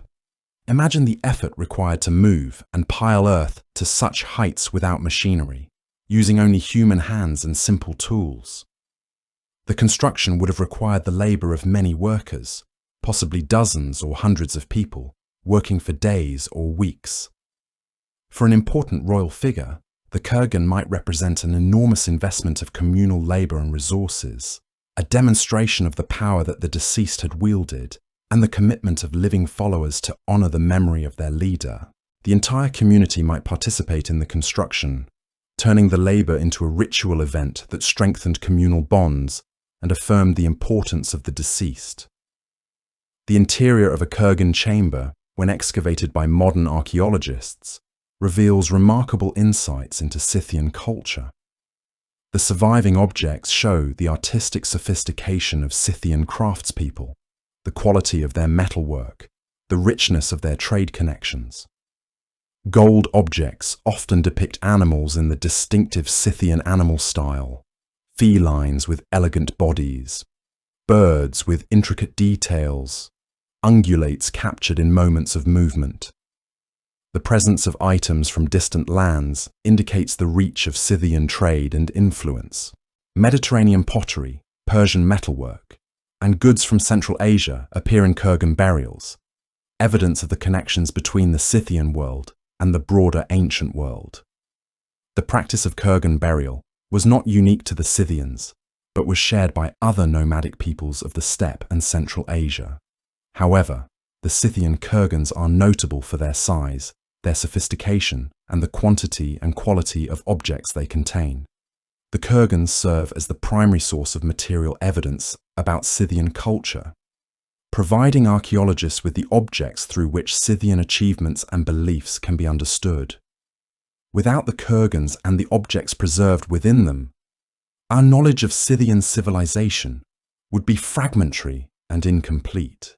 The daily life of ordinary Scythians on the steppe, the herders and warriors who formed the bulk of the population, was organized around the practical demands of pastoral nomadism and the seasonal rhythms of the steppe environment. The Scythian year was divided into seasons, each demanding different activities and different movements across the landscape. In spring, when grass began to grow on the steppe after the cold of winter, herds would be moved to fresh pastures where the new vegetation provided rich feeding. The newborn animals, calves and foals and young sheep, would begin to arrive, products of the breeding season that had occurred in the previous year. This season brought renewal and optimism, the sense that the difficult winter had passed and the year of abundance was beginning. Summer was a time of plenty, when herds flourished, when milk could be processed into cheese and other dairy products, when trading and diplomatic activities often took place. Warriors participated in raids and military campaigns that took advantage of the good weather and the condition of horses. The long daylight hours of summer allowed for extended travel and for herds to graze longer into the evening. Autumn was a time of preparation for the coming winter, when herds would be assessed and culling decisions made to preserve resources for the difficult season ahead. The move toward winter camps would begin as the days grew shorter and temperatures dropped. Winter brought hardship to the steppe. The grasslands were covered in snow. Temperatures dropped well below freezing. The herds had to be sustained on stored fodder or on the sparse vegetation available beneath the snow. Cokes, semi-nomadic settlements, provided shelter during the worst of winter. These might be temporary villages of yurts and structures that provided protection from wind and cold. Or they might be semi-permanent settlements used by particular groups year after year. The typical Scythian dwelling during the warmer months was the yurt, a portable felt-covered structure that could be erected and taken down relatively quickly. A yurt provided shelter from wind and weather while allowing for ventilation and light. The interior could be divided into sections for different uses: storage of goods, sleeping areas, living spaces. The felt covering could be adjusted to control temperature and ventilation. The structure was carried on wagons, or the felt could be rolled up and transported separately, making it ideal for nomadic existence. For an important figure, the yurt might be larger, perhaps with multiple sections, and more elaborately furnished than those of common people, with richly decorated textiles and comfortable furnishings that displayed wealth and status. The diet of ordinary Scythians was based primarily on the products of their herds. Milk and dairy products, milk curds and cheese provided essential nutrition and had the advantage of being storable for extended periods. Meat from animals, particularly from animals that were no longer productive or were no longer needed, provided protein. The meat could be preserved by drying or by salting, allowing food to be stored for use during the winter months when fresh meat was less readily available. Fermented mare's milk, a beverage called kumis, was consumed and also had preserved nutritional value. Grains, obtained through trade or through raiding in settled regions, supplemented the diet. These might be ground into flour for bread or cooked as porridge. Vegetables and gathered plants provided additional nutrition and variety, though these were less available in winter when the steppe was frozen. The clothing worn by Scythians was adapted to the steppe climate. Trousers, unknown or uncommon among sedentary peoples of the Mediterranean and Middle East, were standard among Scythian warriors and herders. This practical garment allowed for freedom of movement while riding and provided warmth. Long-sleeved tunics or jackets, often made of felt or leather, provided insulation and protection from wind and cold. Hats and caps protected against sun and cold. For warriors, scale armor made of overlapping metal scales provided protection in battle. For common people, simpler forms of protection might be used, or no armor at all. The decoration of clothing with animal motifs, with geometric patterns, and with symbols of status and identity was important. A man's clothing announced his position in society, his wealth, his tribal affiliation. Tattoos, visible on the bodies of some Scythian remains, also indicated identity and possibly tribal or military affiliation. The practice of tattooing the skin with animal designs and symbols suggests a cultural emphasis on marking the body as a display of identity and achievement. The daily activities of Scythian herders revolved around the care of animals. Horses had to be tended, groomed, trained for riding and for warfare. Sheep and cattle required daily oversight. The movement of herds, the selection of pastures, the management of breeding were constant concerns. The relationship between a herder and his animals was intimate and practical, a bond built through years of care and dependence. In addition to herding, men participated in hunting, pursuing deer, wild boar, and other game animals that inhabited the steppe and its forests. Hunting provided meat and also provided training in horsemanship and the use of weapons that was essential for warfare. The hunt was not merely a food-gathering activity, but also a sport and a test of skill and courage. Women participated in the work of maintaining the camps, processing milk and meat, creating the felt that covered the yurts, making clothing and other textiles. Some women also herded animals, particularly sheep. The division of labor between men and women was not absolute. Women could own property and herds. Some women participated in warfare. The evidence from burial sites suggests that while male warriors held special prestige, women were not relegated to purely domestic roles. The Scythian steppe world at its height was not one of absolute plenty, but one of constant attention to the demands of survival and prosperity. The herds required care. The landscape demanded respect and understanding. The seasons dictated the rhythm of life. Within these constraints, Scythian society maintained the cultural practices and artistic traditions that gave meaning to their existence and defined their identity as a people distinct from all others.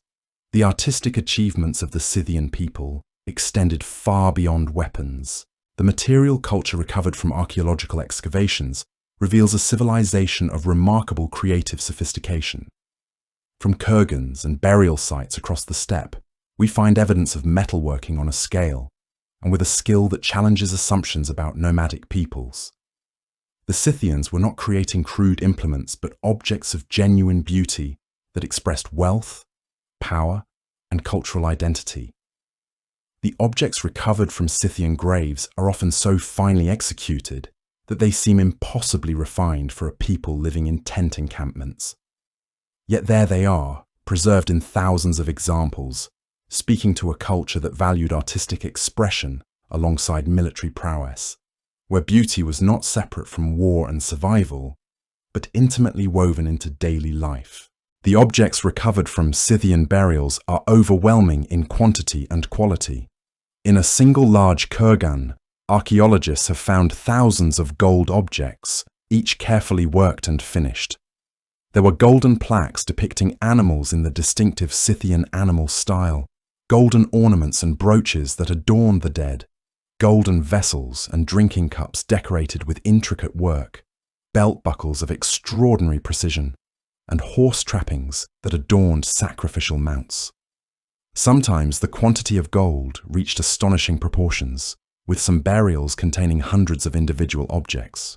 This demonstrates the tremendous wealth of Scythian elites and the existence of skilled craftspeople who understood how to cast, shape, and decorate gold with precision and artistry. These were not simple metalworkers, but trained artisans whose expertise was valued highly enough to support them. The animal style that emerged in Scythian culture represents one of the most distinctive artistic achievements of the ancient world. The style is immediately recognizable, with animals depicted in profile, their bodies twisted or curled, their limbs extended in dynamic poses. Anatomical details are abstracted, but capture the essence of each creature. A feline shows predatory nature through tensioned poses. A bird displays distinctive features. Ungulates are shown in movement. The animals appear on objects of all kinds, on weapons and armor, on horse trappings, on jewelry and vessels, on household items. The consistency of the style across vast distances, from the Altai Mountains to the Danube River, suggests a shared cultural aesthetic and worldview. When someone encountered an object decorated in the animal style, they immediately knew it was Scythian, carrying within its designs the cultural values of the steppe peoples. The origins of the animal style are not entirely clear, though archaeologists have devoted considerable effort to trying to trace them through the archaeological record. It appears to emerge from earlier Central Asian artistic traditions, possibly influenced by contact with the Siberian cultures and their own animal-based artistic practices that had developed over centuries in the regions of the Altai and beyond. The Tunug I burial site, dated to around 833 to 800 BCE, contains some of the earliest examples of this distinctive style, suggesting that it was already well developed by the 9th century BCE and possibly earlier. From these origins in Central Asia, the style spread westward with Scythian migration and expansion into the Pontic steppe. By the time of the classical Scythian period, several centuries after the emergence of the animal style was a defining feature of Scythian identity, instantly recognizable to anyone who encountered it, and widely imitated and adopted by neighboring peoples who wanted to align themselves with Scythian culture or who were influenced by Scythian power and prestige. The style was not static or frozen in time, but evolved and developed over the centuries, with different regional variations and developments appearing as Scythian culture expanded and encountered new influences from the peoples they conquered or traded with. Later examples of the animal style show influences from Persian art and from Mediterranean Greek art, suggesting that the Scythians were not isolated, but were actively engaged in cultural exchange, even as they maintained their own distinctive aesthetic. The production of objects in the animal style required not just artistic skill and vision, but also extensive technical knowledge and expertise in working with metals in all their complexity.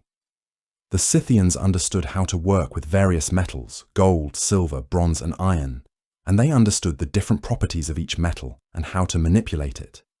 They knew how to cast objects in stone or clay molds, creating complex shapes and three-dimensional forms that would be difficult to produce through any other method. The casting process required understanding how metal behaves when melted, how to pour it into molds without creating flaws or impurities, how to allow it to cool properly so that it would have strength and durability.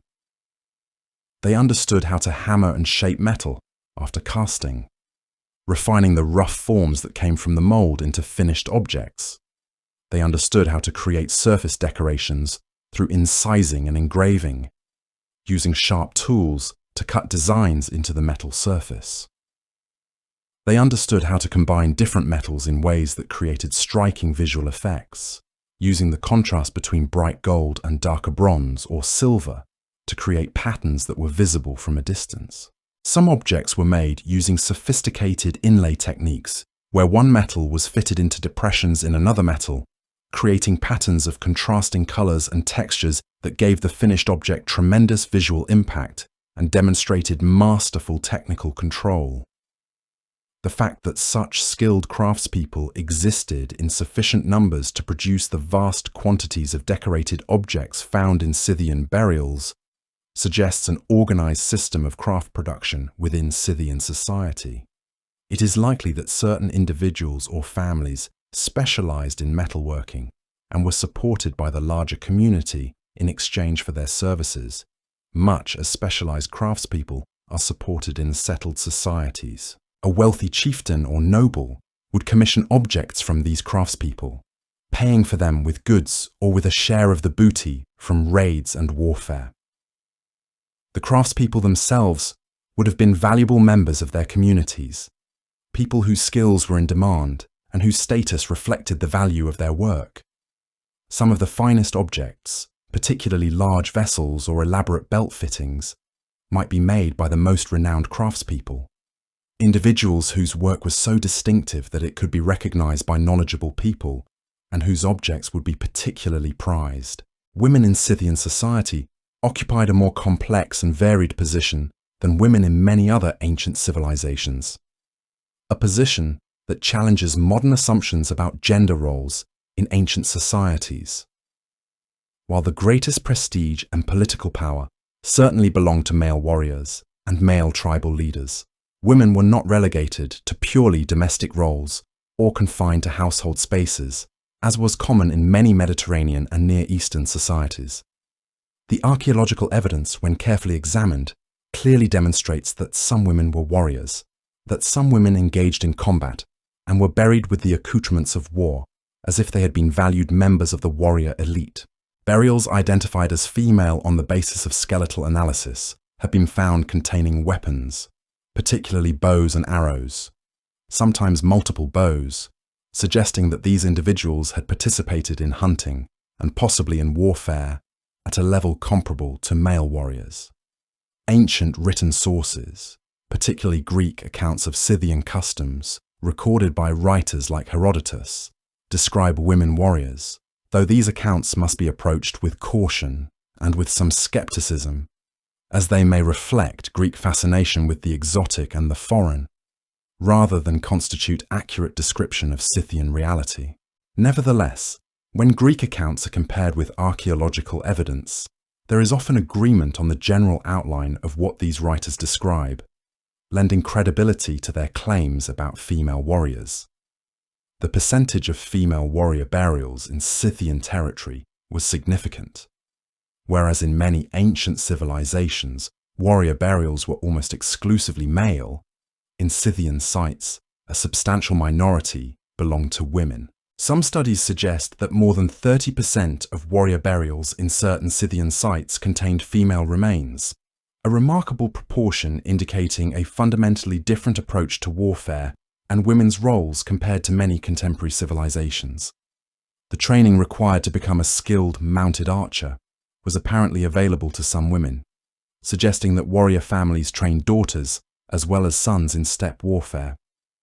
The physical strength required to use a composite bow effectively suggests these women underwent the same rigorous training as male warriors and developed comparable capabilities.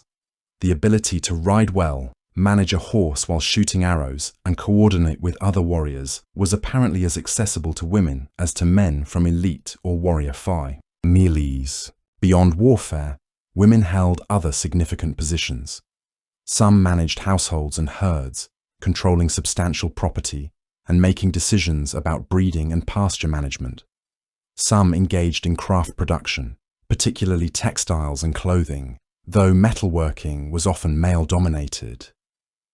Some served as priestesses or spiritual specialists. The practice of women's tattooing, indicated in Greek sources, shows women marked their bodies with designs expressing identity and status. Diplomatic marriages between elite families created bonds of alliance between tribes, with women carrying their cultural practices to new communities. The evidence suggests that Scythian society allowed for a greater degree of female autonomy and participation in warrior culture and in positions of authority than many other societies of the ancient world, certainly more than was typical in Mediterranean societies or in the ancient Near East. This difference may have been influenced by the practical demands of nomadic pastoral life, where women as well as men needed to be skilled riders, and where the loss of any potential fighter, male or female, would have had significant consequences for community survival and for the defense of the tribe. It may also reflect different cultural values regarding gender roles, values that assigned less significance to the segregation and control of women that characterized many settled societies, where concerns about inheritance and property control made strict control of female behavior important. Whatever the causes, the position of women in Scythian society appears to have been relatively high compared to contemporaries, though still subordinate to that of male warriors and male leaders who held the highest positions of authority and prestige. The Greek colonies established along the coast of the Black Sea, the cities of what the Greeks called the Pontus Euxinus, were in constant contact with Scythian peoples across the steppe hinterland and maintained complex economic and political relationships with the nomadic populations. The Greeks had founded colonies like Olbia near the mouth of the Dnieper River, Chersonesus in Crimea, and Pantikapaeum on the Bosporus, establishing trading posts and settlements that served as crucial conduits for trade between the wealthy Mediterranean world and the vast interior of the steppe. These colonies were outposts of Greek civilization, places where Greeks maintained their own cultural practices, their own religious traditions, and their own ways of life, even while living in close proximity to peoples with very different customs and ways of being. These Greek colonies depended absolutely on peaceful relations with the Scythians for their survival and prosperity, making the relationship between Greek colonists and Scythian rulers one of the most important diplomatic and economic relationships of the ancient world in this region. The Scythians controlled the hinterland, the vast territories from which grain and other agricultural products flowed to the Greek settlements, and this control gave them tremendous leverage in negotiations with the Greek cities. The Scythians also controlled the trade routes along which goods from Central Asia and the distant East flowed toward Mediterranean markets. The Greek cities, particularly those in the northern Black Sea region, were potentially vulnerable to Scythian attack and harassment. A hostile Scythian king with sufficient military force could blockade a Greek city, cutting off the trade on which it depended for prosperity and even for the food necessary to sustain its population. This created a relationship of mutual interest and mutual dependence, but also a relationship of tension and sometimes conflict, with power shifting, depending on the strength and ambitions of the Scythian rulers of the moment. The interaction between Greek colonists and Scythian peoples was not simple or easily described in any single way. The Greeks, with their literate culture and their strong tradition of recording their experiences and knowledge, left written accounts of the Scythians that provide invaluable information about these peoples. The most famous of these accounts comes from Herodotus, the Greek historian who, in the 5th century BCE, perhaps a century or more after the height of Scythian power, collected information about various peoples, including the Scythians, and organized it into his great work. Herodotus's account, the Histories, contains extensive descriptions of Scythian customs, religion, military practices, social organization, and many other aspects of their way of life. While Herodotus is often the primary written source through which modern scholars learn about the Scythians, supplementing what archaeology reveals, it is important to remember that his account was written by an outsider, filtered through Greek understanding and Greek values. Some of what Herodotus reports appears accurate when compared with archaeological evidence from burial sites and settlements, suggesting that his sources were reliable and his reporting careful. But some details may be exaggerations or misunderstandings, reflections of Greek fascination with exotic and foreign peoples rather than careful, ethnographic observation. Herodotus himself had not travelled extensively into Scythian territory, but gathered his information from traders, merchants, and other Greeks who had encountered Scythians during their business or travels. The trade relationship between Greeks and Scythians was mutually beneficial to both peoples, though it was also subject to disruption and tension when political relationships changed. Greek goods, particularly fine pottery vessels, used for storing wine and oil, wine itself, which was greatly valued on the steppe, and other Mediterranean products, flowed northward from the wealthy cities of Greece and the Mediterranean world toward the steppe. Scythian goods, particularly grain which was in great demand in the Mediterranean world, where population often outstripped local grain production, furs which were valuable luxury items, and possibly amber from the Baltic regions that reached the Mediterranean through intermediary traders, flowed southward toward the Mediterranean market. The Greek kolo. Niers along the Black Sea coast served as essential middlemen in this exchange, the places where these different goods met and were exchanged. Merchants from the interior of the steppe would bring their goods to the Greek colonies, trade them for Mediterranean products at prices that made the journey worthwhile, and return to their communities. Greek merchants would purchase steppe goods from Scythian traders at the colonies, bring them back to the colonial settlements, and ship them aboard merchant vessels to Greece and other Mediterranean destinations where they could be sold at considerable profit. The volume of this trade, at least during periods of peace and stable relations, was substantial enough to support the growth and prosperity of the Greek colonies, allowing them to expand, to construct temples and public buildings, and to maintain a distinctly Greek way of life far from the Mediterranean heartland. The relationship was not always peaceful, and it sometimes deteriorated into open conflict, or at least into periods of tension and hostility. Scythian kings sometimes placed explicit tribute demands on Greek cities, expecting gifts of goods or money that recognized Scythian power and authority.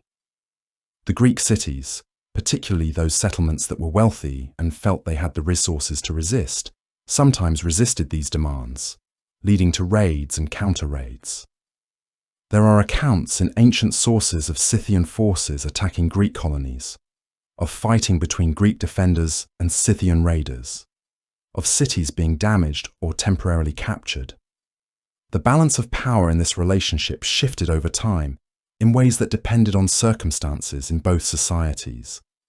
During periods the Scythians were united under a strong leader with sufficient authority to command the loyalty of multiple tribes. They could exercise considerable pressure on the Greek colonies, could demand tributes and concessions, could threaten force if their demands were not met. During periods when Scythian unity fragmented because of rivalries between different tribal leaders or because of succession crises in the royal family, the Greek cities could maintain more independence, could reduce the tributes they paid, and could pursue their own interests without as much interference. The Greek colonies, despite their vulnerability to Scythian attack, were often prosperous and vibrant communities. They functioned as trading centers, as cosmopolitan places where goods from distant regions could be obtained and where people from different cultures met and interacted. The wealth that flowed through them supported the development of these settlements and allowed the Greek colonists to maintain their distinctly Greek cultural practices, their religious festivals and ceremonies, their temples dedicated to Greek gods, their characteristic pottery with Greek designs and inscriptions, and their art forms that reflected Mediterranean rather than steppe traditions. Over time, intermarriage between Greeks and Scythians became common, at least at the elite levels where political alliances and family relationships determined the nature of inter-community relationships. Greek men married Scythian women from important families, seeking to create bonds of kinship that would cement peace treaties and trade relationships.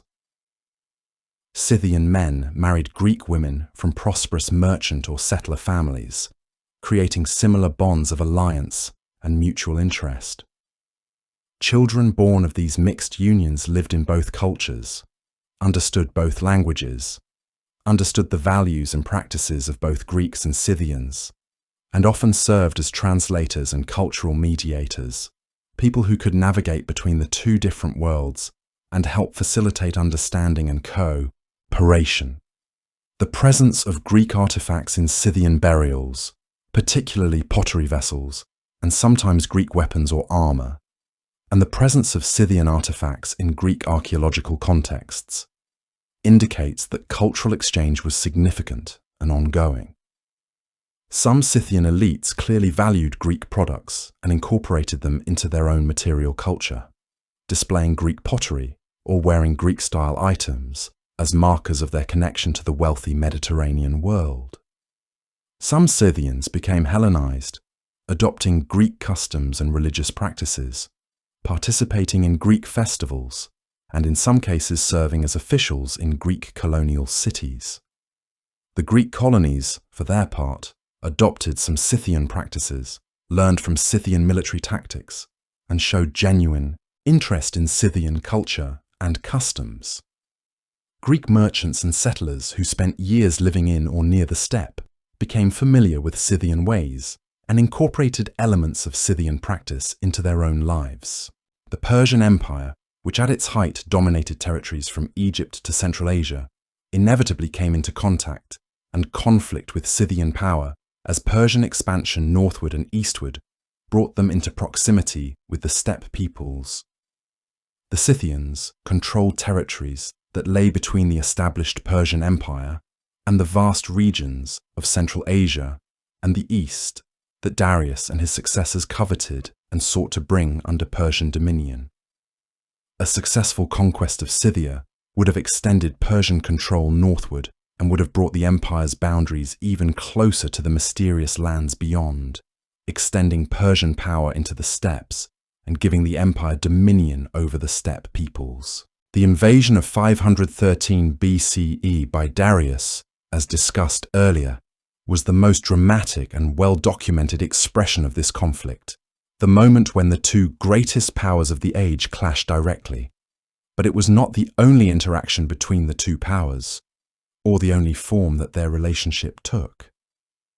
There were almost certainly raids and skirmishes along the borders between Persian and Scythian territories, with Scythian raiders penetrating into Persian-controlled areas, and Persian forces conducting punitive expeditions against Scythian groups.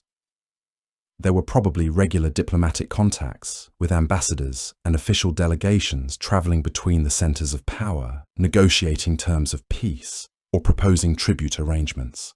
There were merchants and traders who moved goods between Persian cities and Scythian territories. The failure of Darius's invasion, despite the enormous resources he deployed, established the Scythians as a major power with which even the greatest empire of the age had to reckon, and the attempt to conquer them was one of the few major campaigns that Darius launched that did not result in Persian victory and the extension of Persian imperial authority. To the east of Scythian territories, beyond the Don River and toward the Caspian Sea and the steppes of Central Asia, lay the Massagetes and other nomadic peoples, ethnic groups with their own tribal organizations and their own ways of managing pastoral life on the steppe. These were distant cousins in cultural and linguistic terms, fellow inhabitants of the steppe with their own ways of life and their own traditions that had developed over centuries in response to the steppe environment. Relations with these peoples were often tense and competitive, and they sometimes involved direct conflict over pastures and resources, conflicts that could have serious consequences for the survival and prosperity of communities. Raiding and counter-raiding were apparently common along the boundaries between different groups' territories, with warriors making sudden attacks on rival herds or rival camps, and then withdrawing before a major battle could develop. The boundary between Scythian and other steppe peoples' territories was not a fixed line or a clearly marked border, but more of a fluid zone where different groups competed for favourable grazing lands and access to water sources. This zone could shift over time depending on the relative strength of the competing groups. Yet despite these tensions and conflicts, there was also trade and exchange across the steppe. Similar goods, particularly examples of the animal style art, appear in burials across vast distances, suggesting that despite the tensions and conflicts that certainly existed, there was also significant interaction and the movement of goods and cultural influences across steppe boundaries. Ideas spread along with goods, artistic styles were adopted and adapted, technologies were shared and refined. The discovery of Scythian remains and the systematic archaeological study of these artifacts and sites represents one of the great achievements of modern archaeology, a process that has transformed our understanding of these peoples from fragmentary and biased written accounts into a rich and detailed picture of a sophisticated civilization. For much of recorded history, the Scythians were known primarily through the accounts of ancient writers like Herodotus and through the incidental mentions in Persian and Assyrian administrative records and historical texts. The vast majority of written sources that existed came from outsiders, from people who viewed the Scythians from perspectives shaped by their own cultures and their own values and biases, perspectives that often emphasized the exot, I see, or the threatening aspects of Scythian culture. The archaeological study of Scythian sites, particularly the excavation of kurgans and burial sites that have been discovered across the steppe, has revealed a far more complete and nuanced picture of Scythian civilization, a picture that shows a society of greater complexity and achievement than earlier understanding had suggested. The objects preserved within the kurgans, protected from decay and from the destructive forces of weathering by the sealed conditions within the burial mounds, have provided direct and tangible evidence of Scythian achievement, skill, and way of life. Evidence that does not depend on the interpretations of outside observers, but speaks directly to the abilities and values of the Scythian people themselves. The Unwind site in Siberia, as discussed earlier, represents one of the most important excavations for understanding early Scythian culture and the origins of distinctive Scythian traditions. The precise dating of the site, using scientific methods like radiocarbon dating that allow archaeologists to determine the age of organic materials preserved in the burial, has allowed scholars to establish when distinctive Scythian cultural practices emerged and how they developed over time. The discovery of the animal's style in contexts that can be reliably dated to the 9th century BCE has helped establish that this artistic tradition, which would become so characteristic of Scythian civilization, and which is instantly recognizable to anyone who studies the ancient world, emerged quite early in Scythian history. The analysis of the materials and techniques used to create the objects found at Unwind, including gold and bronze objects with animal designs, has provided valuable insights into Scythian craft knowledge and skill in this early period.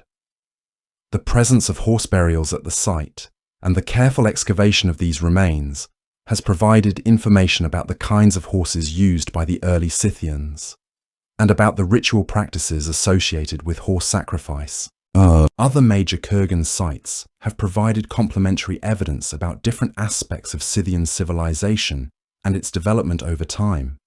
The Pazyryk burials in the Altai Mountains, excavated in the 20th century by Soviet archaeologists, have revealed Scythian burials that were preserved in ice, the result of water seeping into the burial chambers and freezing in the cold climate, a natural process that created conditions of remarkable preservation. In these burials, organic materials like leather, wood, textiles, and even food have survived in remarkable condition, providing evidence of aspects of Scythian life that normally decay and disappear. These burials have provided evidence of the kinds of clothing that Scythians wore, of the materials used and the styles preferred, of the kinds of wooden structures used to create grave chambers and protect the bodies of the dead, and of the nature and extent of horse sacrifices, with multiple horses sometimes buried with important individuals. The analysis of bodies found in these burials has provided information about Scythian diet, based on studying bones and teeth and analyzing what they reveal about nutrition, about health and disease, about injuries and how they healed, about the physical characteristics of Scythian peoples in terms of height and build and bone structure. The study of the isotopes in human bones, ratios of certain chemical elements that vary based on diet and geographic origin, has provided information about migration patterns and the movement of peoples across the steppe, showing how individuals move, ed from one region to another and revealing the connections between distant sites. The kurgans of the Pontic region, the heartland of classical Scythian civilization in the territories north of the Black Sea, have yielded immense quantities of gold and other precious objects, creating some of the richest archaeological assemblages known from the ancient world. The sheer abundance of these objects in some burials, some of which contain hundreds or even thousands of gold items, suggests the tremendous wealth and resources that the most powerful Scythian leaders could command and felt entitled to take with them into the afterlife. The study of these objects, their materials, their techniques of manufacture, and their distribution across time and space has provided valuable insights into the development of Scythian society, the emergence of powerful leaders capable of accumulating such wealth, and the consolidation of political authority in the hands of royal families and the tribal elites. The presence of similar objects and similar styles in burials separated by hundreds of kilometers, from the Pontic region in the west to the Altai region in the east, has provided evidence of extensive trade networks and cultural connections across the steppe, showing that the steppe was not an isolated frontier, but a connected region with active exchange of goods and ideas. These trade networks and cultural connections help explain how distinctive styles like the animal style art could emerge in one region and spread across such vast distances, carried by merchants and warriors, and adopted by peoples across the steppe. The Scythians, at the height of their power around the year 500 BCE, represented a remarkable achievement of human organization and adaptation across the vast landscape of the Eurasian steppe. From their origins as scattered pastoral nomads migrating westward from Central Asia, they had successfully organized themselves into a confederation of tribes capable of fielding powerful armies and projecting power across vast distances. They had developed distinctive and immediately recognizable artistic and cultural traditions that expressed their identity and values and communicated their presence across the known world. They had accumulated tremendous wealth through their control of trade routes and through their military conquests in West Asia and the borderlands. They had created a way of life adapted with remarkable precision to the steppe environment, one that allowed them to thrive and prosper in a landscape where settled peoples could not easily survive. The reputation they earned was justified by their actual achievements. They were fearless and skilled warriors, accomplished in the arts of warfare as practiced on the steppe.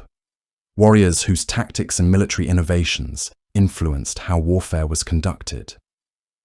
They were skilled craftspeople, particularly metalworkers, capable of creating objects of genuine beauty and artistic sophistication.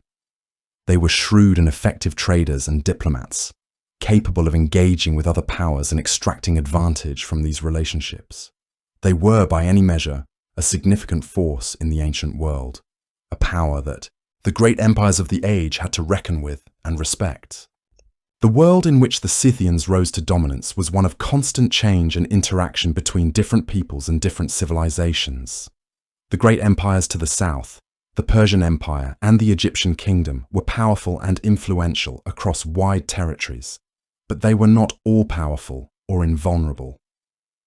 The smaller but fierce and mobile peoples of the steppe could challenge them, could resist conquest and subjugation, could impose their own will on others. The Scythians exemplified this capacity of nomadic peoples to achieve power and prestige through military skill, through intimate understanding of their own landscape, and through effective organization and discipline. The legacy of Scythian achievement would extend far beyond their own time and their own civilization. The tactics they pioneered, the hit-and-run attacks, and the strategic use of terrain would be adopted and adapted by later nomadic peoples who would themselves rise to prominence on the steppe. The art styles they developed, particularly the animal style, would influence artistic traditions across Asia. The organizational structures they created, the confederation of tribes under a royal family, would be imitated by later steppe peoples. The memory of Scythian power would be preserved in the writings of ancient historians like Herodotus and in the physical remains of kurgans and artifacts scattered across the steppe. The Scythian era represented a moment in history when the balance of power in the ancient world included a significant role for peoples who did not live in cities or practice agriculture, peoples whose way of life was intimately tied to the steppe and to the horse. In the centuries to come, this balance would shift. settled civilizations would grow progressively more powerful and would eventually come to dominate the steppe peoples and their way of life.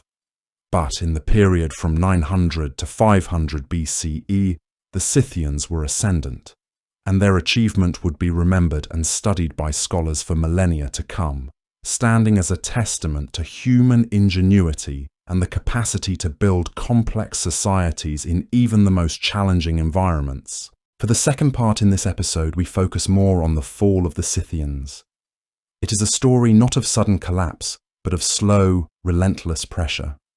A story about a people who once commanded the greatest open spaces on earth, who ruled the windswept steppes with the speed of their horses and the skill of their archers. We are speaking of the Scythians, and specifically, we are speaking about their decline. Not their rise, not their glory days, but the centuries that followed, when everything they had built, everything they had won through generations of warfare and cunning, began to slip away. The Scythians did not disappear overnight. They did not vanish in a single catastrophic battle. Instead, they faded. Slowly, steadily, they lost ground to new peoples, faced pressure from organized empires, watched their territory shrink, their power diminish, and their way of life transform into something unrecognizable. This is a process that took centuries. It unfolded across 500 years, from around the year 500 BCE until roughly 100 BCE, when they ceased to exist as a unified political force. It is a story of military pressure, economic displacement, cultural absorption, and the relentless march of history that even the greatest powers cannot hold back forever. But decline is not the whole story. Decline is what happens when power begins to shift, when the circumstances that allowed a people to dominate start to change. To understand decline, we must first understand dominance. Before we step into the slow fading of Scythian power, we need to see what they had built at their height. We need to understand the Scythians at their zenith, in the centuries before the pressure mounted. We need to see them as they saw themselves. And then gently, we can watch as that confident world began to crack around them. The cracks did not appear all at once. They appeared slowly, almost imperceptibly at first. A new people here, a shift in military technology there, a change in climate, the rising power of a neighbor. Each one alone might have been manageable. Together, over time, they became irresistible. This is the story of how a people who could defeat the greatest armies on earth could not defeat the slow, grinding pressure of history itself. It is a story that teaches us something important. Sometimes empires do not fall because they are conquered. They fall because the world changes faster than they can adapt. By 700 BCE, the Scythians had already established themselves as the dominant force across the vast Pontic steppe.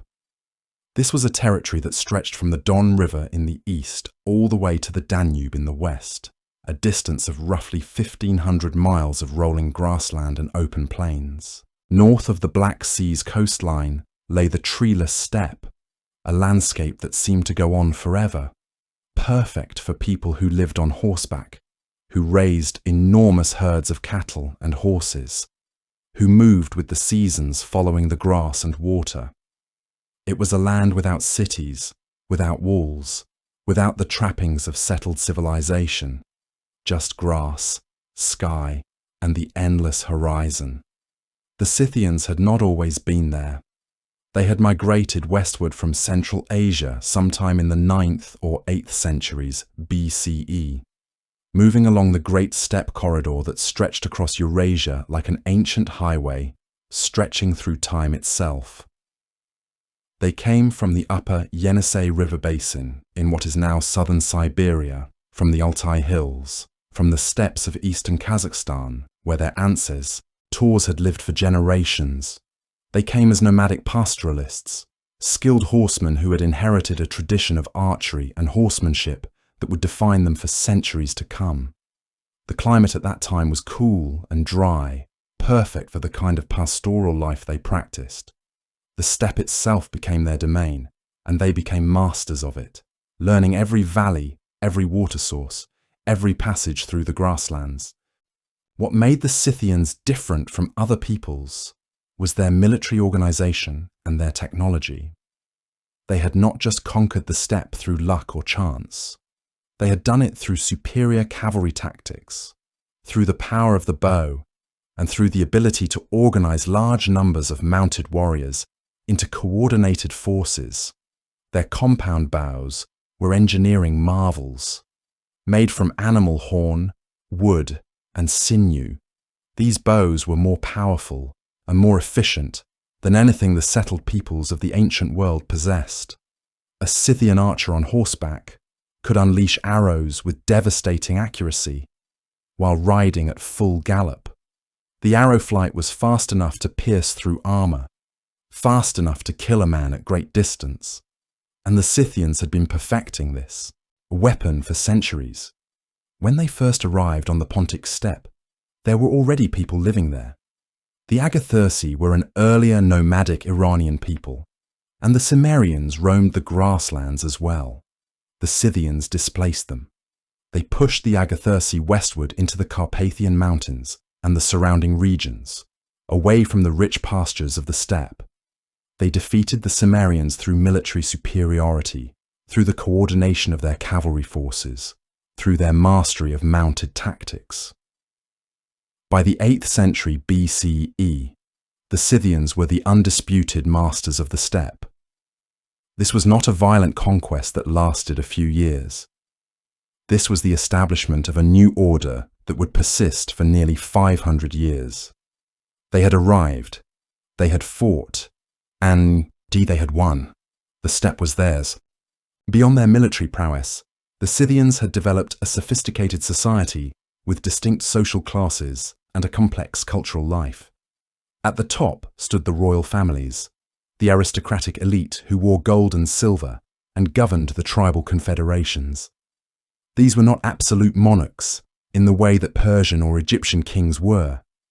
Rather, they were the leaders of loose confederations of tribes, bound together by kinship, tradition, and shared interests. Archaeological evidence reveals the richness of this aristocracy through the elaborate kurgans or burial mounds that were built for the elite members of Scythian society. The 4th century BCE saw the construction of the most magnificent of these kurgans.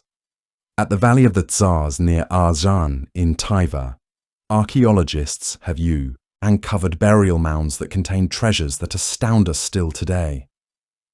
Gold ornaments worked with incredible skill and artistry, pieces of jewelry showing horses and animals, and hunting scenes carved with precision and care, beads of turquoise and carnelian and amber imported from distant lands, weapons decorated with precious metals and semi-precious stones, elaborate drinking vessels, the remains of multiple sacrificed horses arranged in formal patterns.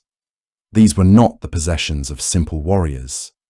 These were the marks of wealth and power and cultural sophistication. A single royal burial could contain thousands of pieces of worked gold, evidence of the accumulated wealth of a tribe. The Scythians spoke an Indo-European language belonging to the Iranian linguistic family. They developed a distinctive material culture that combined their own nomadic traditions with influences from the peoples around them. They tattooed their bodies with elaborate animal designs, marking themselves as part of a community, a tribe, a confederated people. These were not casual decorations. The animals they chose, often horses, big cats, and fantastic creatures that mixed features of several animals, had symbolic meaning. They helped define identity and status. The Scythians loved music and dance. Instruments made from bone and wood have been found in archaeological sites. They had religious practices involving the veneration of natural elements given human form, gods of thunder and water and earth. They honored ancestors and practiced ritual sacrifice. particularly the sacrifice of horses at important ceremonies and funerals. They had a code of honor that governed behavior between men and between tribes. They were in many ways a complex and culturally rich people, capable of fine artistic work and sophisticated social organization, even while maintaining their nomadic lifestyle. They were not barbarians in any sense. They were warriors, yes, but warriors with culture and tradition and meaning behind their actions. By the 7th century BCE, the Scythians' power extended far beyond the steppe itself. They crossed the Caucasus Mountains and began raiding into West Asia. They struck at Media, the region that is now northern Iran. They reached as far south as Palestine and Egypt, regions that had never been threatened by nomadic warriors before. These were not mere raids for plunder, though there was certainly plunder to be had. These were military campaigns that demonstrated the reach and power of Scythian mounted forces. To the great empires of the Near East, the Scythians were both fascinating and terrifying. The Assyrians, who had conquered vast territories and built an empire that stretched across Mesopotamia, found themselves dealing with mounted archers who appeared seemingly from nowhere, struck with devastating force, and then disappeared, back into the steppe. Around 672 BCE, a Scythian king named Partatua even entered into a formal alliance with the Assyrian Empire, one of the greatest military powers of the ancient world. He asked for the hand of the Assyrian king Esarhaddon's daughter in marriage, and the two powers agreed to terms. This was diplomacy at the highest level. This was not a nomadic people on the fringes of civilization. This was a major power that could negotiate with emperors and kings, a people whose warriors were valued as allies and feared as enemies. In the decades that followed, Scythian dominance in West Asia reached its peak. They ruled portions of Media, the region that would soon rise to challenge the Median Empire itself. According to the ancient Greek historian Herodotus, the Scythians controlled this territory for 28 years, from sometime around the end of the 7th century into the 6th century BCE. They defeated the Medes in battle. They plundered wealthy cities and caravan routes. They collected tribute and booty from peoples who could not stand against their mounted archers. It was a remarkable period of power and expansion, perhaps the height of Scythian ambition. But nothing lasts forever in the ancient world. The Medes, a people as skilled in warfare as the Scythians themselves, grew stronger and more organized, edited. They developed better defenses against nomadic cavalry. They learned tactics to counter the Scythian archers, and they eventually turned the tables on their rivals. Herodotus tells a dramatic story that is probably exaggerated in its details, but which carries an essential truth about what happened. He says the Medes got the Scythians drunk at a feast and killed many of them in battle. Whether it happened exactly that way or not is less important than the fact that Scythian dominance in West Asia came to an end. By the 6th century BCE, they had been expelled from the region by the rising power of the Medes and their allies. The great Assyrian Empire fell apart in the early 6th century, destroyed in a coalition assault that included Scythian warriors. But when the Assyrian power grew, MBLed, the Scythians found themselves without allies, without the strategic position they had held for decades. After generations of campaigning in West Asia, living far from their steppe homeland, the Scythians withdrew. They turned their horses westward and rode back toward the grasslands they knew, back to the territory where they had first established their power. This withdrawal from West Asia marked a turning point in Scythian history, though they could not have known it at the time. They had tasted imperial ambition. They had commanded armies that could march thousands of miles, raid great civilizations, and hold territory far from their homeland. They had lived like kings and conquered like conquerors, but they could not sustain it. Their power was fundamentally tied to the steppe, to the vast grasslands where their horses could graze, where their way of life could flourish indefinitely in the way they understood it. ruling settled lands, managing agricultural peoples, maintaining garrisons and supply lines across hundreds of miles, collecting taxes from permanent populations, organizing bureaucracies and temples and civic institutions. This was not the Scythian way. They were nomadic warriors, not empire builders in the traditional sense. Their strength came from mobility, from the ability to appear anywhere on the steppe within days, from the skill of their archers and the speed of their horses. When they tried to hold settled territory, they were playing a game by someone else's rules. They were strong as raiders and mobile warriors. They were weaker as administrators and empire builders. They learned this lesson through generations of campaigning in West Asia, and eventually the lesson became clear. So they came home. They turned their horses back toward the Pontic steppe and rode back to the grasslands where they had begun, back to the world they understood and could control.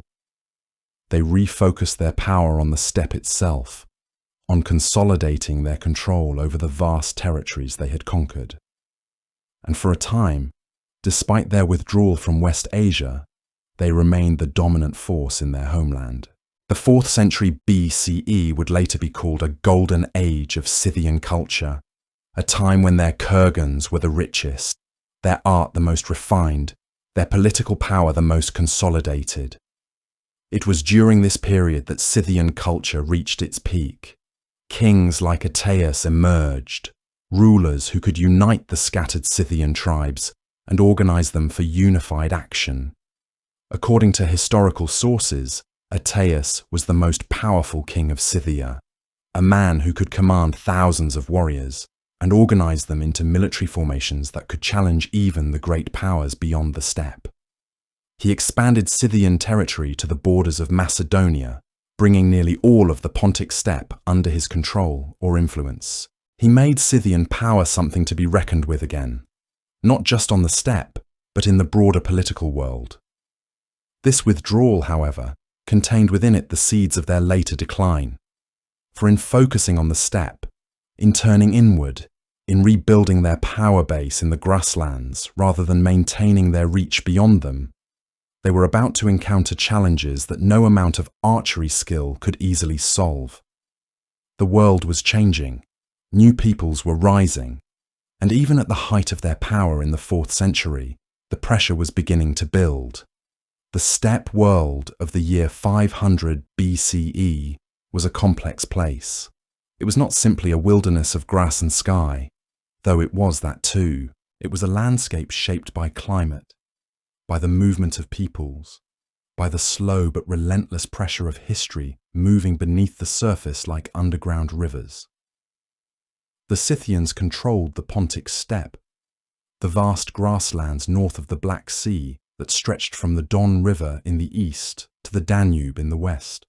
It was a territory of perhaps 200,000 square miles, a space so enormous that a rider could travel for weeks and still not reach the edge of Scythian lands. The treeless steppe itself, immediately north of the Black Sea coast, was the heart of their domain. This was where the best pastures lay, where the herds of horses and cattle could graze on abundant grass, where the Scythians could live their nomadic life following the seasons. To the north of this treeless steppe lay the forest steppe, a region of more vegetation where settled peoples had begun to establish agriculture. The Scythians controlled this region as well, though the peoples living there were more sedentary than the pure nomads of the open steppe. But around them, in every direction, other peoples pressed against the boundaries of Scythian territory. To the west, beyond the Danube River, lay Europe, a land of forests and settled kingdoms. To the south, the Greek city-states had established colonies along the Black Sea coast, small but wealthy outposts of Greek civilization in a foreign land. These colonies, like Olbia and Panticapaeum, were not mere trading posts. They were full cities with temples and markets, and all the institutions of Greek life transplanted to the edge of the steppe. They had been founded beginning in the 7th century BCE, starting with Borysthenes on the island of Berezan, at the mouth of the Dnieper River, around 646 BCE. Other colonies followed, establishing themselves at strategic points along the coast. Over generations, these colonies had grown wealthy and powerful. They bought and sold goods with the Scythians. They traded Greek wine and olive oil and manufactured goods for fish, furs, grain, and the other products of the steppe and the surrounding lands. Young Greeks came north to these colonies to make their fortunes in this frontier world. The trade was profitable for both sides, and relationships developed that were generally peaceful. Some historians believe that the Scythian royal families even had dynastic ties with the rulers of these Greek colonies, cementing political and economic alliances through marriage and shared interest. Over time, the Greek colonies grew wealthier and more influential. They began to shape Scythian culture, at least the culture of the Scythian elite. Greek art styles, Greek ideas, Greek luxury goods, all began to penetrate Scythian society. Scythian aristocrats who had contact with the Greeks began to adopt Greek ways. They wore Greek clothes alongside traditional Scythian garb. They commissioned artists trained in Greek styles to create their artwork. They ate from Greek pottery and drank Greek wine. They became familiar with Greek philosophy and Greek stories. This process, which scholars call Hellenization, was gradual but profound in its effects. It did not erase Scythian identity.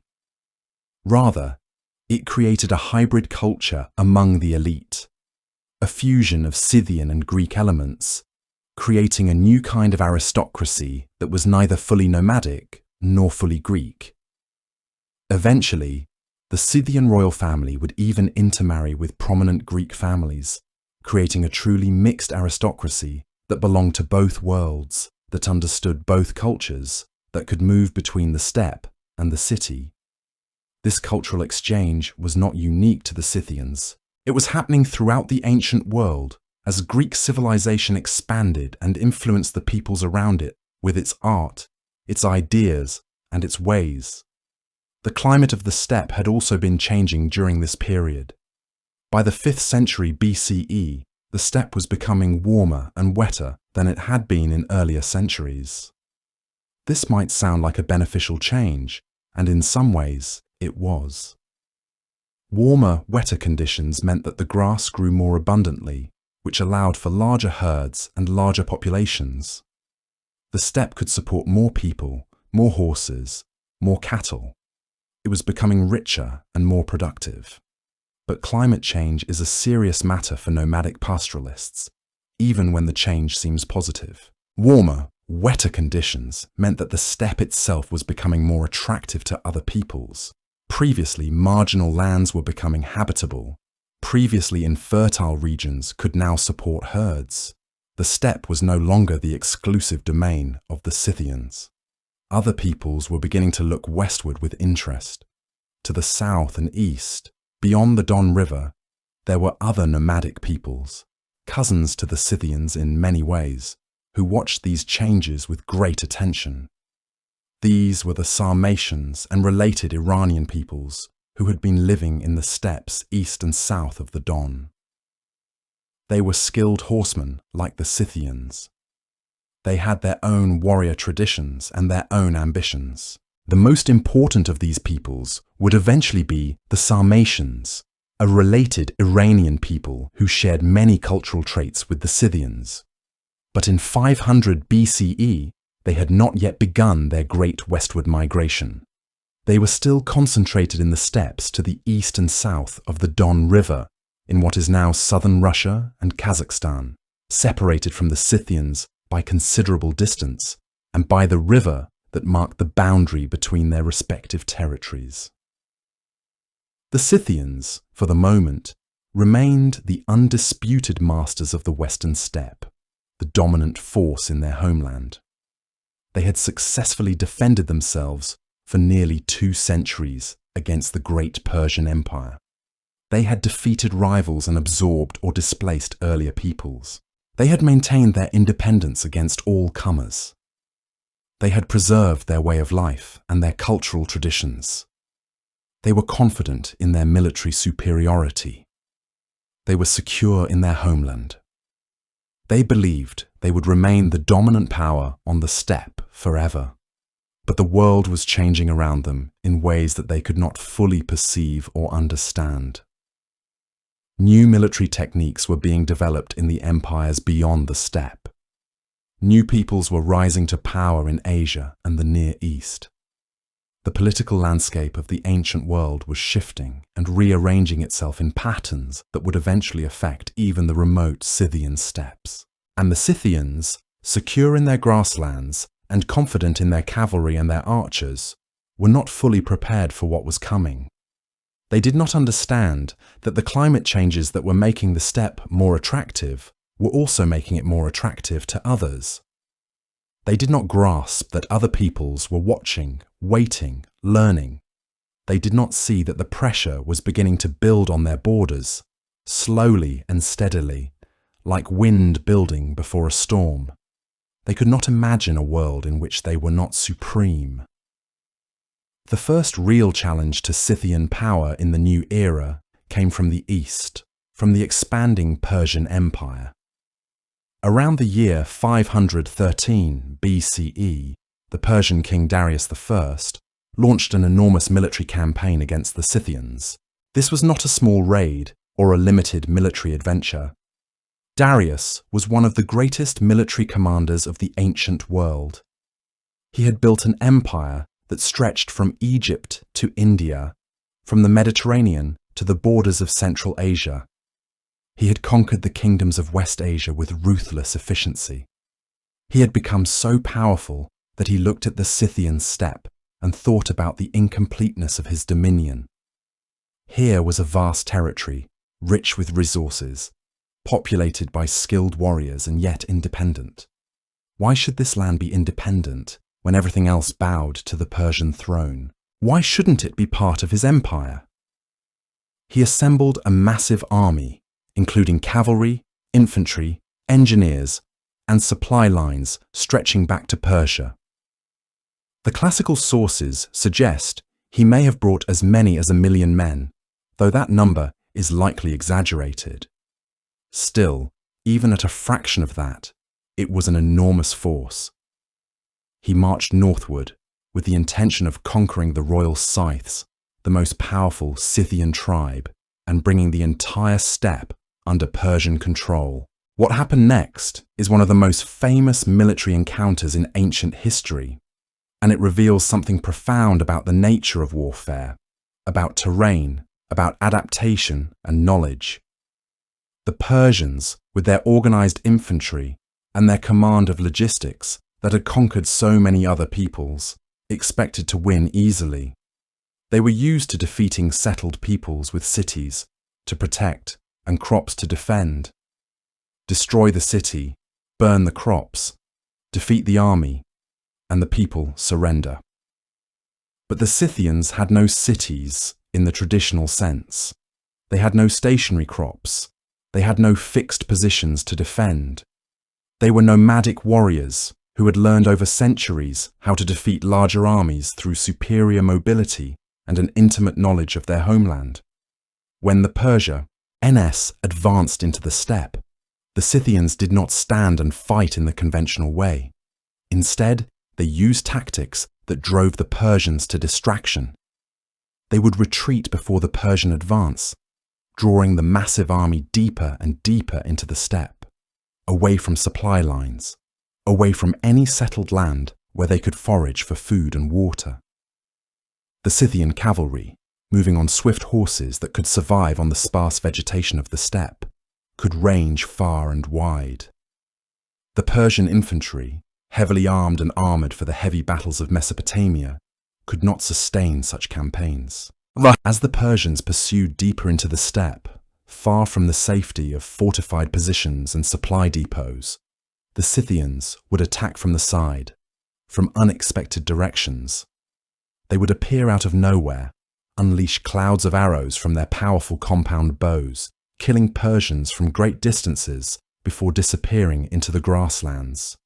The arrows came from bows that had a range and power far exceeding anything the Persians expected. A skilled Scythian archer could hit a target 100 yards away while riding at full gallop, something that seemed nearly impossible to the Persian soldiers who had never faced such tactics before. When the Persian cavalry tried to charge and engage them in direct combat, the Scythians would scatter instantly, ride away at incredible speed, whooping on the far side of the Persian army to attack from a completely different direction. It was a strategy of harassment and attrition, the complete opposite of the large-scale set-piece battles that Persian generals were trained to fight. It was designed not to win a single decisive battle, but to wear down the enemy gradually, to exhaust them, to sap their will, to make them question whether victory was even possible in this vast and inhospitable land. This went on day after day and night after night, week after week. The Persians would march forward, pushing deeper into the unknown, and then find themselves under arrow attack. They would organize a pursuit, and the Scythians would vanish into the distance. Supplies grew short. Food was hard to find in this land of grass and sky. The landscape grew more desolate and empty. The Persians grew exhausted and frustrated, their confidence draining away with each day that passed. Darius realized that he was not going to catch the Scythian army and force them into the kind of decisive battle where Persian infantry and Persian tactics would dominate. He realized that the steppe itself was defeating him, that the land was working against his ambitions. The vast distances, the lack of supply, the nomadic enemy who refused to stand and fight on Persian terms, these were enemies he could not overcome with numbers or conventional military organization. The Scythians knew how to use the steppe as a weapon, and against that weapon, Persian power was diminished. Finally, frustrated and worn out, Darius ordered his army to retreat. The Great Persian Empire, master of so much of the known world, withdrew from the Scythian steppe in defeat. The Scythians had defeated the greatest military power of the ancient world through superior tactics and an incredibly intimate knowledge of their homeland. This victory was a moment of triumph for the Scythians. It confirmed their status as the undisputed masters of the steppe. It showed that even the Persian Empire, vast and powerful as it was, could not conquer them through military force alone. Word of this victory spread throughout the ancient world. Greek cities heard about it. The peoples of the Near East heard about it. The Scythians became known as warriors who could not be defeated on their own terrain, as a people invincible at home. Their reputation for military prowess grew even greater. Darius attempted no further invasions of Scythian territory. The Persian Empire, for all its vast resources and military organization, recognized that the conquest of the Scythian steppe was not worth the cost in lives and supplies.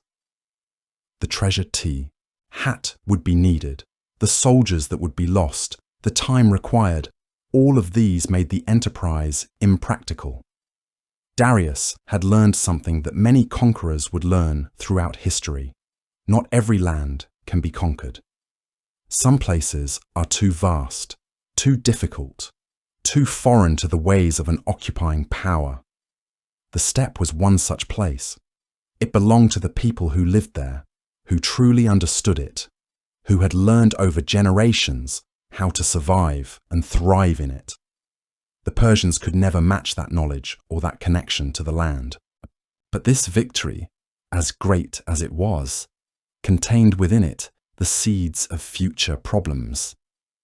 For in defeating Darius, the Scythians had proven that their way of life was sustainable, that their military tactics were superior to those of the great empires, that the steppe itself could be weaponized against any invader. This confidence, this certainty in their own power, created a kind of complacency. They believed absolutely in their superiority. They believed that as long as they remained on the steppe, they could not be defeated. They had repelled the greatest power of the age, and they had done so by being what they were. They had not needed to change or adapt fundamentally. They had simply used the skills and tactics that had defined them for generations. Who else could possibly threaten the Amem? What other great power in all the world might attempt to conquer them? This victory may have made them slow to recognize the changes that were beginning to overtake the steppe. Changes that were not about one dramatic military campaign, but about slow, relentless transformation. They had won a great triumph against one enemy, against one great power that came from the west. But there were other enemies, other peoples, other forces at work that they could not simply ride away from or defeat with arrows. The pressure was building from new directions. The climate was changing. Peoples were moving. Technology was shifting.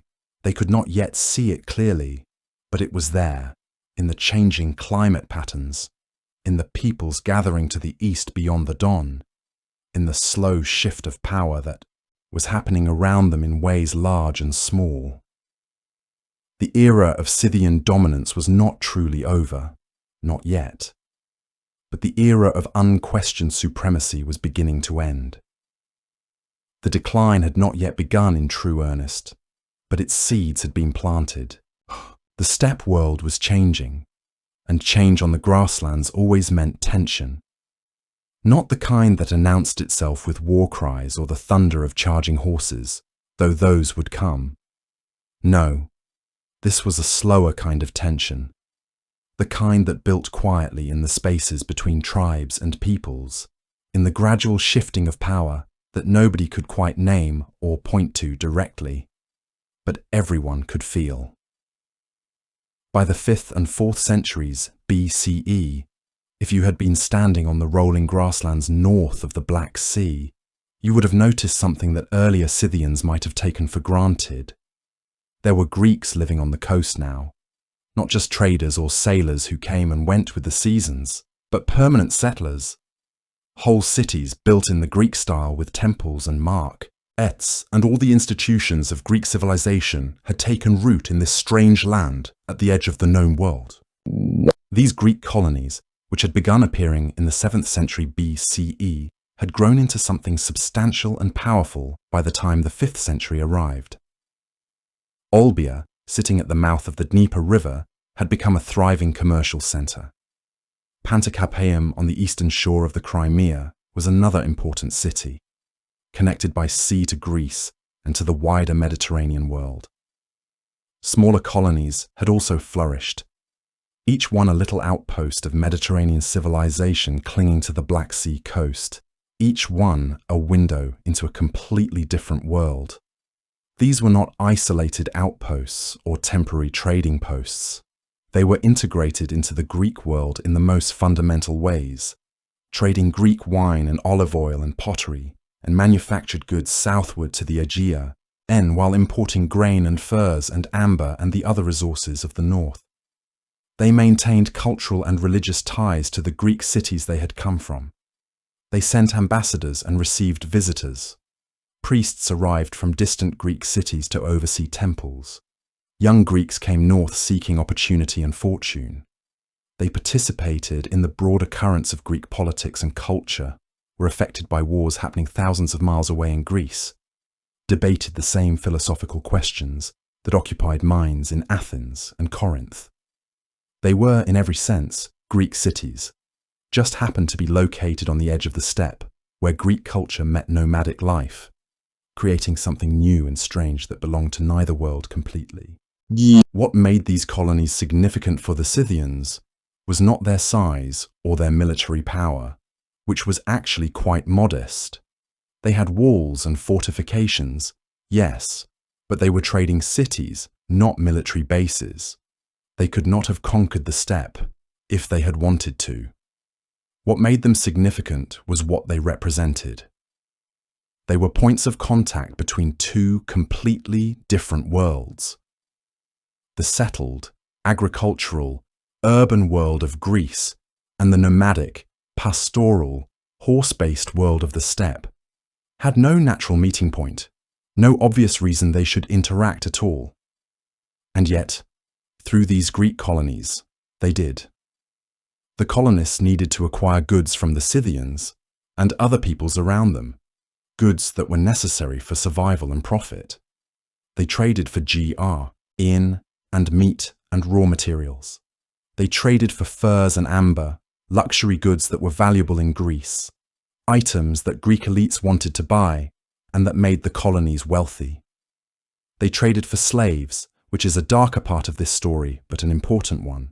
The Scythians provided many of these goods, and in exchange received Greek manufactures, Greek wine that was more sophisticated than anything made in the steppe, Greek pottery with beautiful paintings on them that showed scenes from Greek mythology, Greek ideas that filtered northward along with the physical goods. The Greeks even employed Scythian warriors as mercenaries by the 6th and 5th centuries, hiring their skilled mounted archers to serve in Greek armies. Recognizing that Scythian cavalry was superior to anything the Greeks could produce themselves. This created a kind of economic integration, a mesh of mutual dependency, but it was an integration that was unequal in some important ways, with the Greeks often able to dictate terms and prices because they controlled access to the sea and the wider Mediterranean markets. The Greek colonies grew wealthier as trade increased. They prospered decade after decade. Scythian aristocrats, the people who could afford to trade with the Greeks and acquire luxury goods, became increasingly wealthy too, benefiting from the sale of their resources to merchants who could transport them to wealthy Mediterranean markets. They gained access to wine and fine pottery and jewelry and ideas from the broader Mediterranean world, things that marked them as educated and cosmopolitan. As the centuries passed, particularly from the 5th century onward, Greek culture began to influence Scythian elite society in ways that were both positive and destabilizing. Young Scythian nobles were exposed to Greek ideas about art and beauty and politics, ideas that were sophisticated and compelling and made the old nomadic ways seem crude by comparison. The best Greek artists were hired to create works for Scythian clients, commissioned to decorate royal tombs and create prestige objects that demonstrated the wealth and power of Scythian rulers. Greek artistic styles began to influence Scythian art in fundamental ways, with animal motifs and designs that had characterized Scythian art for centuries, gradually giving way to Greek styles, or mixing with them to create something hybrid. Greek religious ideas and gods became known to Scythian elites, mixed with their own religious traditions in ways that sometimes created confusion about which gods to honor and how. The local Scythian deities began to be identified with Greek gods, creating a kind of syncretism where old and new mixed together. By the 4th century, the Hellenization, as scholars call this process, had gone deep into the fabric of Scythian elite culture. The Scythian royal families, the aristocracy, had begun to adopt Greek customs, marry Greek people, use Greek titles and Greek artistic styles in ways that reflected their education and sophistication. Some kings surrounded themselves with Greek philosophers and advisors. They commissioned Greek-style artwork. They built fortifications using Greek architectural principles. They were becoming a hybrid culture, neither purely Scythian nor purely Greek, but some combination of both. And this hybrid identity, while bringing them wealth and cultural refinement, was also beginning to separate them from the common people of the steppe. This Hellenization of the Scythian elite was not inherently destructive, at least not in the short term. It brought cultural sophistication, it brought wealth through trade, it brought new ideas, but it also created a kind of separation. The elite were increasingly separated from the pastoral peoples who lived deeper in the steppe, far from the Greek cities and their influences. The values and worldviews of the Greek cities, with their emphasis on settled life, on city life, on permanent institutions and written laws and philosophical argument, These were deeply different from the values of nomadic pastoralists living on the grasslands. An elite Scythian king who spent time in Greek cities, who married into Greek families, who commissioned Greek artists and surrounded himself with Greek luxury goods, was increasingly different from the common Scythian warriors and herders who had no contact with the Greek world. This created a kind of cultural fracture within Scythian society, a split between those who were being pulled toward the Greek world and those who remained tied to traditional steppe ways. The Greek colonies themselves began to pose a different kind of problem for Scythian power as well. These were wealthy cities with their own military forces and their own political agendas. They were not subject to Scythian control, though they had good relations with Scythian rulers. But as they grew wealthier and more powerful, they began to want more autonomy and influence. In the 4th and 3rd centuries, the Scythian kings Scilurus and Palacus attempted to extend their control over these Greek cities to bring them more directly under Scythian authority. This represented a shift in Scythian policy. Rather than simply trading with the Greeks and tolerating their independent cities, the Scythian rulers wanted to incorporate them into their political sphere. This met with resistance from the Greeks, who had their own ideas about independence and self-governance. The tensions that emerged were not openly hostile at first, but they were real. The Scythians wanted to dominate the Greeks and control their wealth. The Greeks wanted to maintain their independence while continuing to benefit from trade. This was an unresolved contradiction that would contribute to Scythian problems later.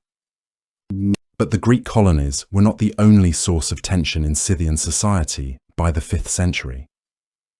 Perhaps just as important, if not more so, were the tensions within the Scythian Confederation itself. The Scythians had never been a unified political state in the way that Egypt or Persia were, never built a centralized bureaucracy, or developed the kind of administrative apparatus that allowed large empires to function across vast territories. They were organized as a confederation of tribes, loosely united under the leadership of a powerful king or coalition of kings, but fundamentally composed of independent pastoral groups who maintained much of their autonomy, even while recognizing a common leader. This system had worked surprisingly well during the centuries of Scythian expansion and dominance, when threats from outside were clear and when the benefits of unified action were obvious to everyone. A powerful enemy like Darius and his Persians forced Scythian tribes to work together, to set aside local grievances and differences, and focus on the common threat. The prospect of wealth and plunder in West Asia gave them a common goal, something worth cooperating for, wealth to divide among the tribes. But by the 5th century, the situation was fundamentally different. The Scythians had withdrawn from West Asia. They were no longer pursuing empire and conquest beyond their borders. They had settled back into their homeland, focused on maintaining their control over the steppe and integrating the wealth they had gained through trade and tribute. Under these new conditions, centrifugal forces within the Confederation, the things that pushed different tribes toward independence and separation, began to pull it apart. Without an external enemy to unify against or distant conquests to pursue together, the tribes had less reason to subordinate their interests to a central authority. Different Scythian tribes had different interests and different relationships with the Greek colonies, and these differences reinforced existing divisions within the Confederation. Some tribes lived closer to the coast and had more direct contact with the Greeks. Others lived deeper in the steppe and had minimal contact with the Greek cities, maintaining a more traditional way of life that had characterized Scythian society for generations. Some tribes had benefited greatly from trade with the Greeks and wanted to continue it on favorable terms, wanted to maintain good relations and access to Greek goods. Others felt that the Greeks were taking advantage of Scythian resources and wanted to control or limit trade, wanted to prevent the Greeks from growing wealthier at Scythian expense. Some tribes wanted to maintain traditional ways and actively resisted the Hellenization that was affecting the elite, wanted to keep the old gods and the old customs and the old values. Others, particularly the noble families, were embracing Greek culture enthusiastically and wanted more contact with Greek cities, wanted their children educated by Greek tutors, and wanted to marry into Greek families. These different interests created factions and competing power bases within the Scythian Confederation, different groups pushing in different directions. A king who wanted to unify the tribes and coordinate policy faced the challenge of balancing these different interests, satisfying different tribes with competing demands, maintaining authority without having the means to enforce it absolutely. Scythian kings ruled by consensus and personal prestige, not by command and coercion. They had to maintain the support of the tribal aristocracy. When that support fractured, their power fractured with it. The example of King Ateas in the 4th century shows both the possibility and the limits of unified Scythian power during this period. Ateas was a strong leader, a man of considerable military ability and political skill, who was able to unite the scattered Scythian tribes and expand his territory significantly. Greek and Roman historians, writing after his death, described him as the most powerful king of Scythia, suggesting that his authority was substantial and widely recognized across the Confederation. He became so powerful that he dared to challenge Philip II of Macedon, one of the greatest military commanders of the ancient world. Under his leadership, the Scythian Confederation achieved something approaching a unified state structure, something it had never quite achieved before. He extended Scythian territory to the borders of Macedonia, bringing more land and more peoples under Scythian control. He organized the Confederation for coordinated action on a larger scale than had been common.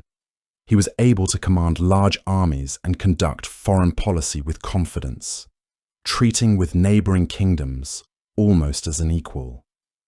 His reign represented the last flowering of Scythian power and political centralization, a moment when it seemed possible that the nomadic confederation might transform into something more like a traditional kingdom or empire.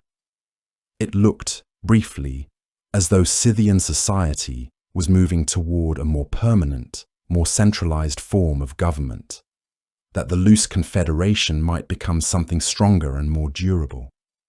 But when Ateas died in 9 BCE, defeated by Philip II of Macedon in a military encounter that showed the limits of Scythian power when confronted by professional Macedonian armies, the unified structure he had built began to collapse almost immediately.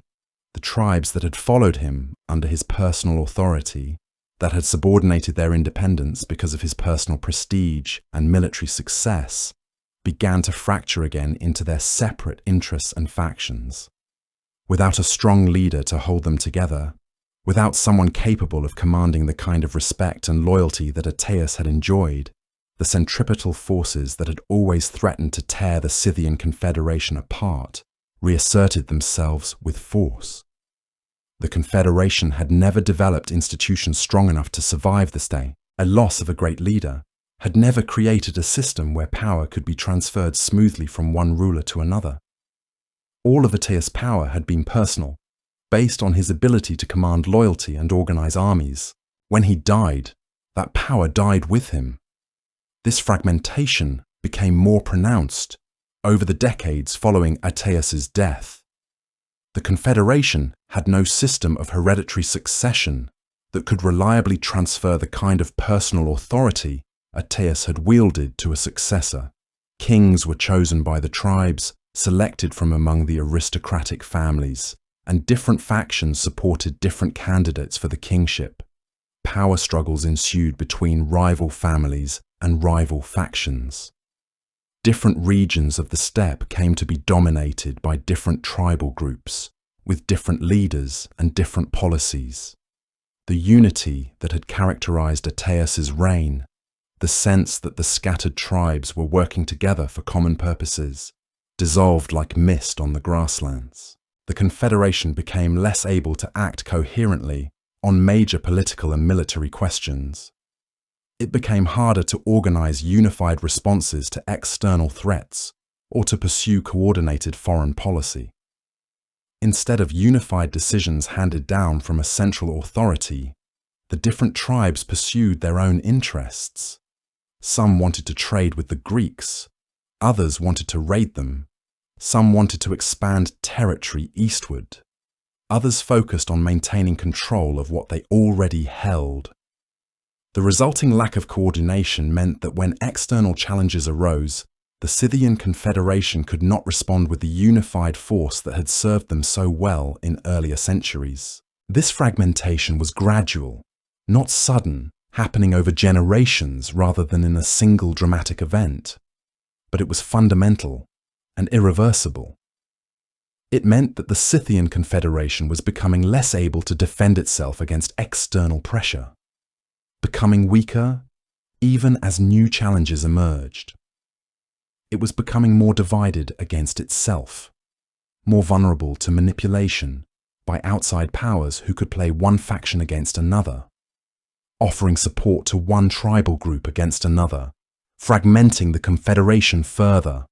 The problem was compounded by the fact that even as internal divisions grew, external pressures were also mounting. The threat from Macedonia had been real. Philip II had defeated Ateas and demonstrated that Scythian military power, while still formidable on the steppe itself, was not invulnerable. His son Alexander the Great inherited Philip's ambitions and eventually built an empire that stretched across 3 continents. Though Alexander himself did not personally invade Scythian territory, his armies and those of his successors represented a new kind of threat. The Macedonian kingdoms that emerged after Alexander's death controlled territories that pressed against Scythian lands from the west. There was also pressure from other settled peoples and kingdoms to the south and west. The political landscape of the Mediterranean and Near East was shifting, with new powers rising and old powers declining. Into this shifting landscape, the Scythian Confederation, increasingly divided internally, was forced to maintain its position. It was becoming harder for them to do so. East of the Don River, beyond the boundaries of traditional Scythian territory, other nomadic peoples watched these developments with great interest and growing hope. The Sarmatians, a related Iranian people who shared cultural and linguistic ties with the Scythians, shared similar languages and similar origins, had been living in the steppes and semi-desert regions to the east and south of the Don River for centuries. They occupied territories that were somewhat drier and more marginal than the prime grasslands of the Pontic steppe that the Scythians controlled. They were skilled horsemen like the Scythians, knew how to ride and fight on horseback, knew how to manage herds and live a pastoral life on the grasslands. They had their own warrior traditions and their own social structures, though these were in many ways similar to Scythian patterns. They had observed Scythian power and Scythian wealth for generations, watched the Scythians grow wealthy through trade and war, saw them dominate the steppe and the peoples around them. Now, as they watched the Scythian Confederation begin to weaken and fragment, watched the killing of Ateas and the dissolution of unified Scythian power, they began to consider new possibilities. Perhaps the time had come when they could no longer be content with their marginal territories. Perhaps the great power to the west was vulnerable. Perhaps they could improve their lot by moving westward. The pressure on the Sarmatians from peoples to their east, particularly the Saka and the Dahar, powerful nomadic groups who controlled territories further into Central Asia, was beginning to increase.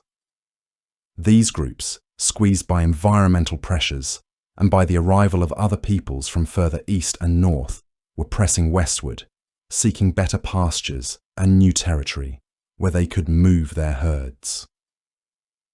The Sarmatians found themselves under pressure from the east, pushed westward, forced to move or be displaced from territories they had occupied for generations. As they considered their options, they looked west toward the Pontic steppe, the greatest grasslands in all of Eurasia, rich with pasture and opportunity. And they began to see that the great power that had dominated the steppe for nearly 500 years, was beginning to stumble, was beginning to fragment, was beginning to weaken under internal pressures. The first Sarmatian peoples began to cross the Don River sometime around the late 4th or early 3rd century BCE, moving westward in small groups and larger bands that tested the resolve of Scythian defenders. This was not a sudden invasion or a coordinated military conquest, not a unified assault designed to overthrow Scythian power in a single campaign. Rather, it was a gradual migration, a slow movement of peoples from the east, seeking new pastures and new opportunities, seeking to escape the pressure from even more distant peoples who themselves were pressing westward. The earliest movements brought pastoral groups who began to settle in the regions between the Don and the Dnieper, gradually pushing deeper into territory that had long been under Scythian control. Territory where Scythian tribes had grazed their herds and built their kurgans for generations. These early Sarmatian migrants were not numerous enough to immediately threaten Scythian dominance on the steppe, not numerous enough to force a dramatic military confrontation, but they represented the beginning of a demographic shift that would eventually transform the entire steppe, a shift that would take generations to complete, but that was relentless and irreversible. The Sarmatians brought new military techniques that would prove superior to Scythian tactics in the long run, techniques that had been developing in Sarmatian society even before they began moving westward. They pioneered and perfected the use of heavily armoured cavalry, cataphracts as they came to be called, where both rider and horse were protected by scale armour, overlapping metal plates that could turn aside arrows and cut down mobility only slightly. These cataphracts fought with lances and heavy swords and maces, rather than relying primarily on the bow, preferred the devastating impact of a coordinated charge to the archery tactics that dominated Scythian warfare. This was a fundamentally different approach to cavalry warfare, one that emphasized heavy shock tactics and concentrated force, rather than the light archery approach that the Scythians had perfected over centuries, and that had made them masters of the steppe. Where Scythian warriors were lightly armed, swift, devastating with the bow but vulnerable in close combat, Sarmatian cataphracts were heavily armoured, slower individually, but capable of breaking through enemy formations with the shock of their coordinated charge, shattering defensive lines like arrows, shattering brittle targets. In open combat between light cavalry and heavy cavalry, the outcome depended greatly on circumstance and tactics, on terrain, and on the skill of individual commanders. The light cavalry had advantages in speed and maneuverability and archery from distance. The heavy cavalry had advantages in direct combat and in breaking through formed ranks. But over time, as Sarmatian groups became more numerous and more established in Scythian territory, as more and more Sarmatian families moved westward across the Don River, the military balance began to shift subtly but inexorably.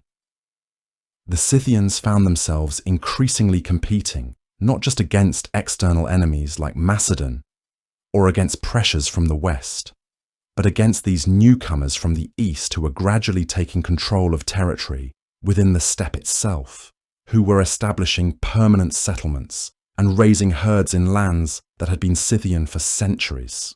The fragmented Scythian confederation, weakened by internal divisions and by the losses of authority that had followed Ateas's death, had difficulty organizing unified responses to this new threat.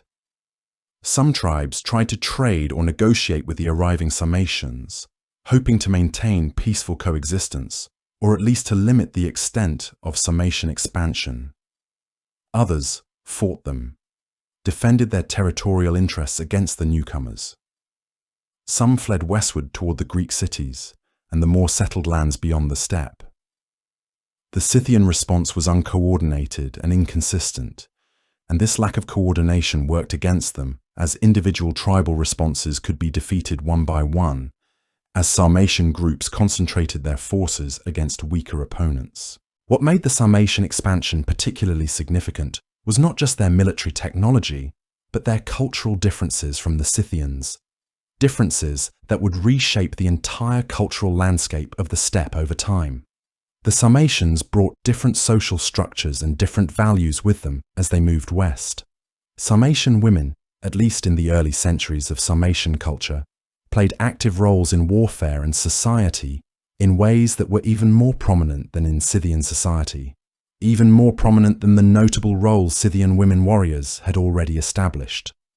Female warriors fought alongside men in battles, hunted and rode with the herds, and some took leadership positions in tribal hierarchies.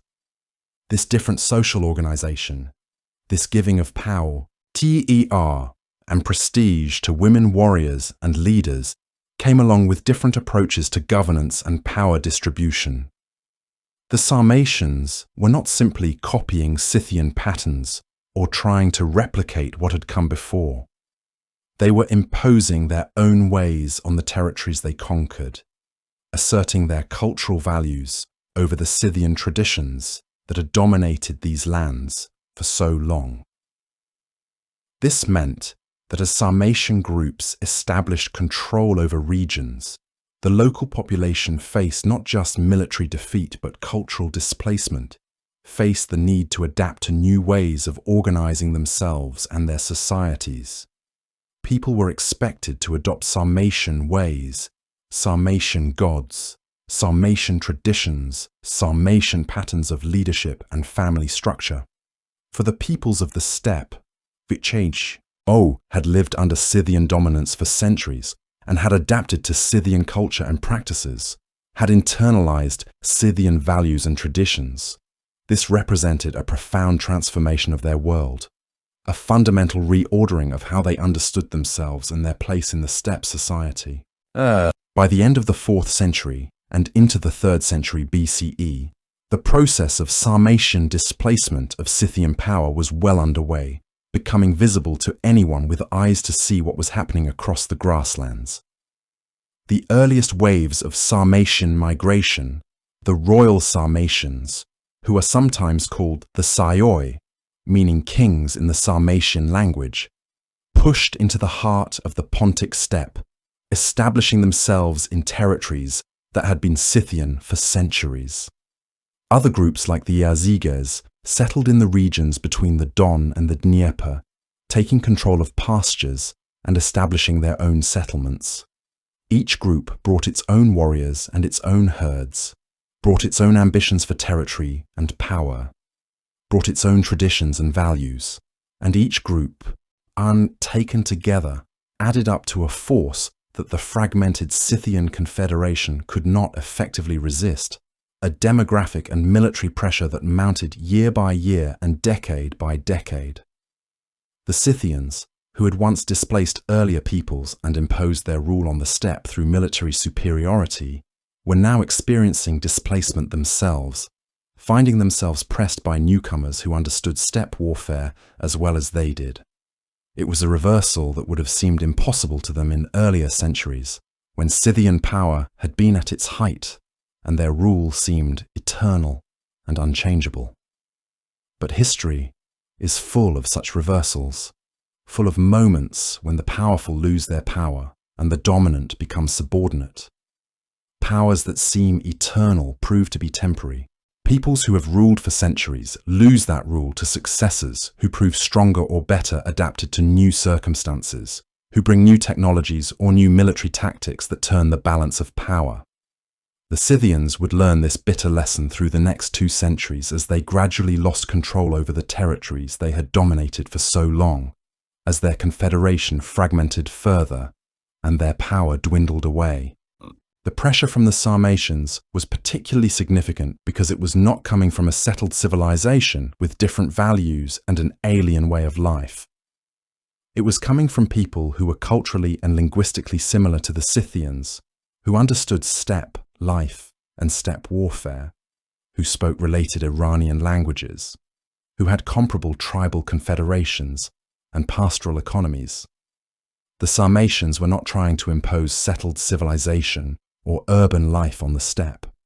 They were trying to replace Scythian control of the steppe with their own.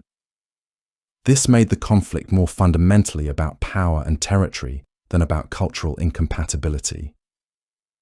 It was a competition between 2 nomadic peoples for control of the same grasslands. And in this competition, the Sarmatians had several advantages.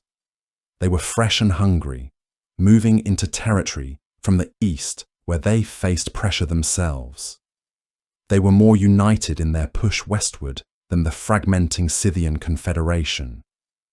They had military innovations, particularly the cataphract cavalry tactics that proved effective against the Scythian approaches.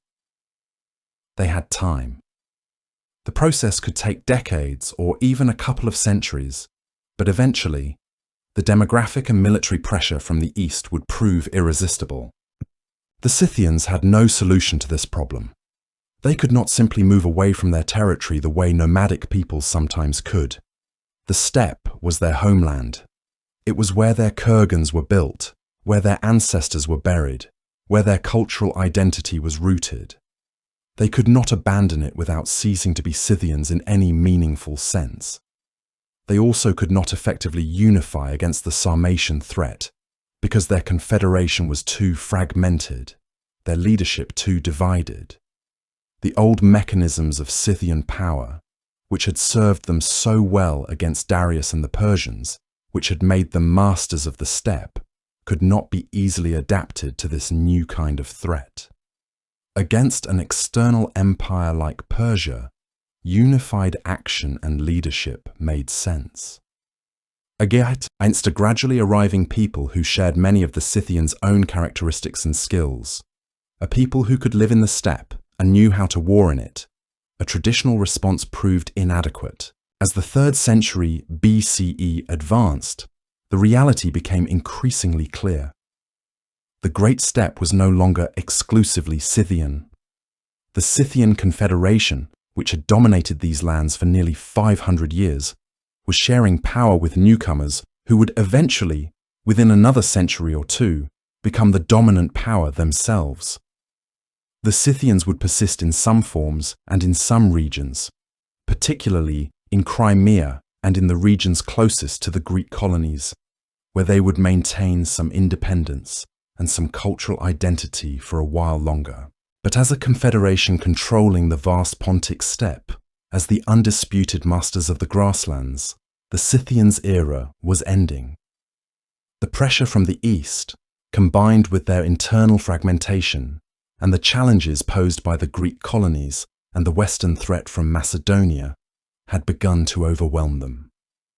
The relentless grinding of history, the slow but inexorable movement of peoples and power across the steppe, was beginning to push them towards the margins, toward displacement and cultural absorption, into the peoples who would replace them. The decline that had begun with the first Sarmatian crossings of the Don was a decline that would not be reversed. The first Sarmatian peoples began to cross the Don River sometime around the late 4th or early 3rd century BCE, moving westward in small groups and larger bands that tested the resolve of Scythian defenders. This was not a sudden invasion or a coordinated military conquest, not a unified assault designed to overthrow Scythian power in a single campaign. Rather, it was a gradual migration, a slow movement of peoples from the east seeking new pastures and new opportunities, seeking to escape the pressure from even more distant peoples who themselves were pressing westward. The earliest movements brought pastoral groups who began to settle in the regions between the Don and the Dnieper, gradually pushing deeper into territory that had long been under Scythian control. Territory where Scythian tribes had grazed their herds and built their kurgans for generations. These early Sarmatian migrants were not numerous enough to immediately threaten Scythian dominance on the steppe, not numerous enough to force a dramatic military confrontation. But they represented the beginning of a demographic shift that would eventually transform the entire steppe. A shift that would take generations to complete, but that was relentless and irreversible. The Sarmatians brought new military techniques that would prove superior to Scythian tactics in the long run. Techniques that had been developing in Sarmatian society even before they began moving westward. They pioneered and perfected the use of heavily armoured cavalry, cataphracts as they came to be called, where both rider and horse were protected by scale armour, overlapping metal plates that could turn aside arrows and cut down mobility only slightly. These cataphracts fought with lances and heavy swords and maces rather than relying primarily on the bow, preferred the devastating impact of a coordinated charge to the archery tactics that dominated Scythian warfare. This was a fundamentally different approach to cavalry warfare, one that emphasized heavy shock tactics and concentrated force rather than the light archery approach that the Scythians had perfected over centuries, and that had made them masters of the steppe. Where Scythian warriors were lightly armed, swift, devastating with the bow but vulnerable in close combat, Sarmatian cataphracts were heavily armoured, slower individually, but capable of breaking through enemy formations with the shock of their coordinated charge, shattering defensive lines like arrows shattering brittle targets. In open combat between light cavalry and heavy cavalry, the outcome depended greatly on circumstance and tactics, on terrain, and on the skill of individual commanders. The light cavalry had advantages in speed and maneuverability and archery from distance. The heavy cavalry had advantages in direct combat and in breaking through formed ranks. But over time, as Sarmatian groups became more numerous and more established in Scythian territory, as more and more Sarmatian families moved westward across the Don River, the military balance began to shift subtly but inexorably. The Scythians found themselves increasingly competing not just against external enemies like Macedon or against pressures from the west, but against these newcomers from the east who were gradually taking control of territory within the steppe itself, who were establishing permanent settlements and raising herds in lands that had been Scythian for centuries. The earliest waves of Sarmatian migration, the royal Sarmatians, who are sometimes called the Saioi, meaning kings in the Sarmatian language, pushed into the heart of the Pontic steppe, establishing themselves in territories that had been Scythian for centuries. These were not conquered peoples or displaced refugees. They were warriors and pastoralists moving deliberately westward, taking control of territories through military superiority and demographic advantage. Other groups, like the Eurasians, settled in the regions between the Don and the Dnieper, taking control of pastures and establishing their own settlements. Between these two major Sarmatian groups and various smaller groups, the entire steppe world was being reshaped. Each group brought its own warriors and its own herds, brought its own ambitions for territory and power, brought its own traditions and values, and each group, taken together, added up to a force that the fragmented Scythian confederation could not effectively resist, a demographic and military pressure that mounted year by year and decade by decade. The Scythians might defeat one Sarmatian group in battle, but another would arrive from the east to take its place, or to push into a different territory. The invaders seemed endless, seemed to keep coming, to keep pressing westward. The process accelerated in the 3rd century BCE as more Sarmatian peoples crossed the Don River. They were not a single unified force, but rather a series of related tribal groups, each moving for its own reasons, but all following the same general trajectory westward.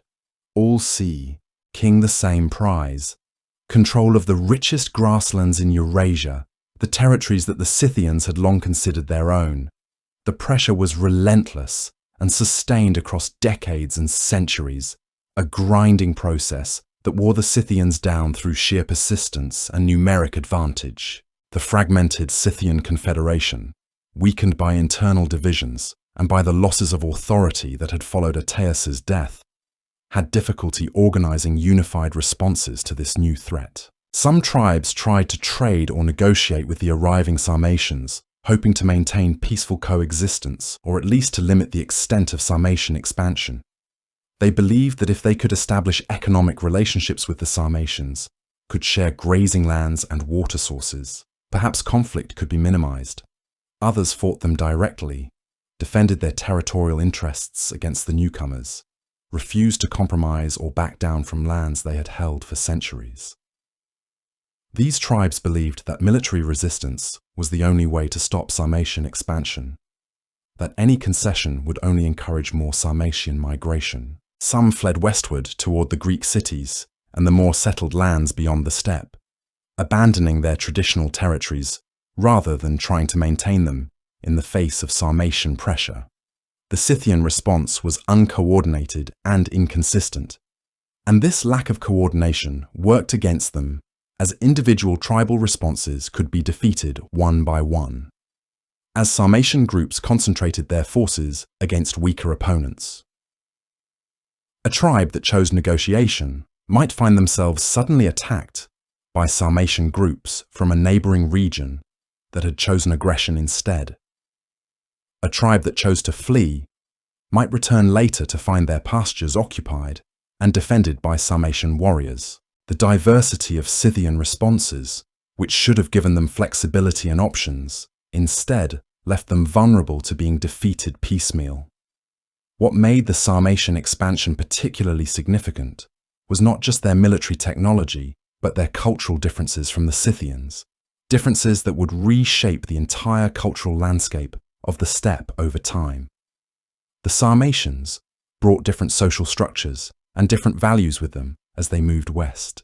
Sarmatian women, at least in the early centuries of Sarmatian culture, played active roles in warfare and society in ways that were even more prominent than in Scythian society, even more prominent than the notable role Scythian women warriors had already established. Female warriors fought alongside men in battles, hunted and rode with the herds, and some took leadership positions in tribal hierarchies. This different social organization, this giving of power and prestige to women warriors and leaders, came along with different approaches to governance and power distribution. The Sarmatians were not simply copying Scythian patterns or trying to replicate what had come before.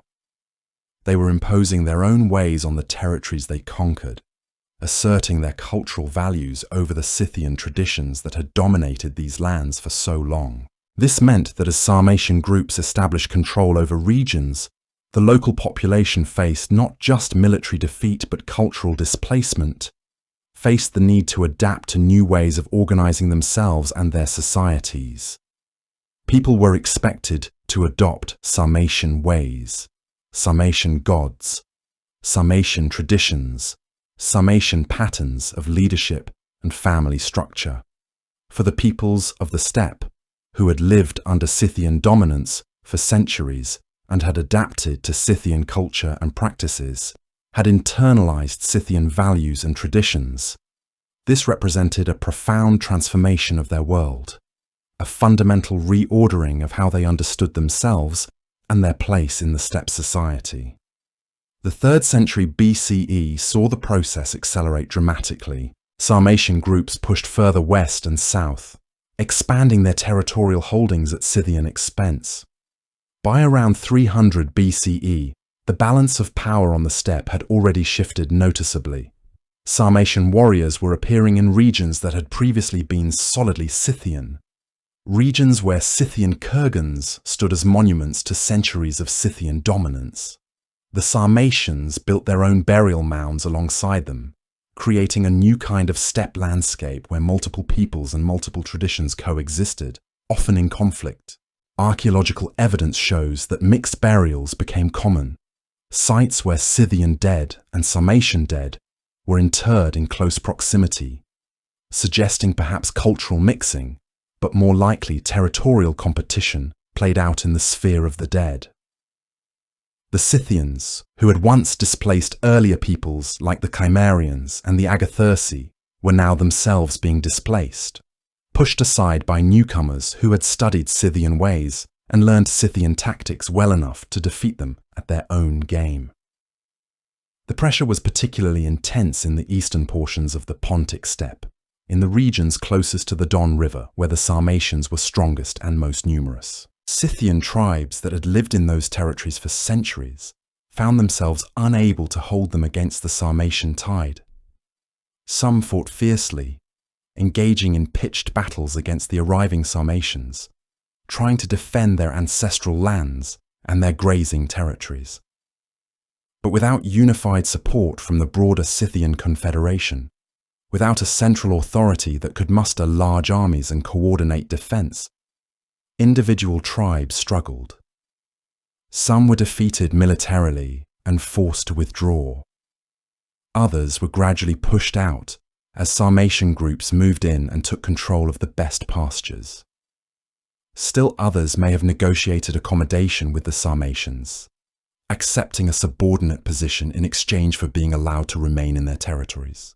The details are obscure because our sources for this period are limited. The Greek historians and geographers who had written so much about the Scythians had less interest in the Sarmatians and less access to information about them. The result is that the process of Sarmatian expansion and Scythian displacement is known to us in broad outline, but without the detailed narrative that would allow us to see exactly how each tribe responded and what happened to each Scythian group that was pushed out of their homeland. What we do know is that by the end of the 3rd century BCE and into the 2nd century BCE, the Scythian presence on the steppe had been reduced substantially. The royal Sarmatians, the Yazidis, and other Sarmatian groups now controlled vast territories that had been Scythian. The Scythians were no longer the dominant power of the steppe. They had lost the military advantage they had held for so long. They had lost control of territory after territory.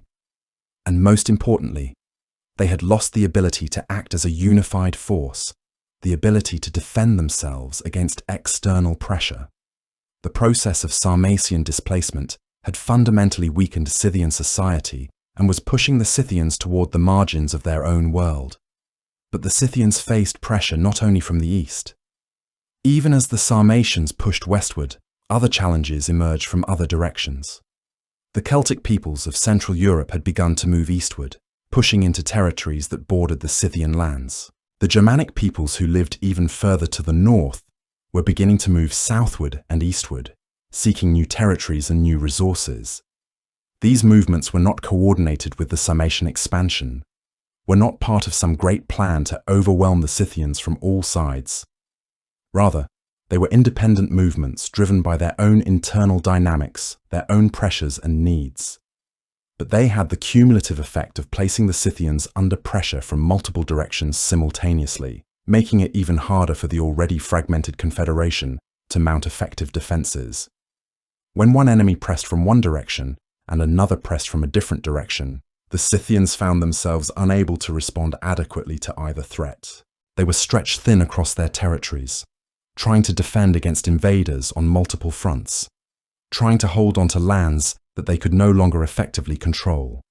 The Celtic movements into territories adjacent to Scythian lands began around the late 4th and early 3rd centuries BCE, roughly the same time as the first Sarmatian crossings of the Don River. The Celts were experienced warriors and skilled in their own forms of cavalry warfare. They had iron weapons and sophisticated military organization. They were expanding outward from their heartland in Central Europe, seeking new territories where they could settle and raise their herds and families. The Celtic world had been experiencing its own transformations and pressures, demographic shifts and resource scarcities that forced populations to move outward in search of new lands where they could maintain their way of life. Some Celtic groups pushed southward into the Balkans and the territories that would eventually become Greece, engaging in campaigns and raids that brought them into conflict with Macedonian rulers and Greek city-states. Others pushed eastward, moving into territories on the steppe's western borders, into regions that had long been within the Scythian sphere of influence. The Celts were not numerous enough to completely displace the Scythians from these regions, but they were strong enough to challenge Scythian dominance, to create pockets of Celtic settlement and control within territories that had been solidly Scythian. These Celtic movements meant that the Scythians now faced the possibility of military pressure from the west, at the same time they were struggling against pressure from the east and dealing with internal fragmentation. It was a situation that no confederation, no matter how well organized, could easily manage. The Celtic warriors that appeared on the western borders of the steppe were formidable opponents.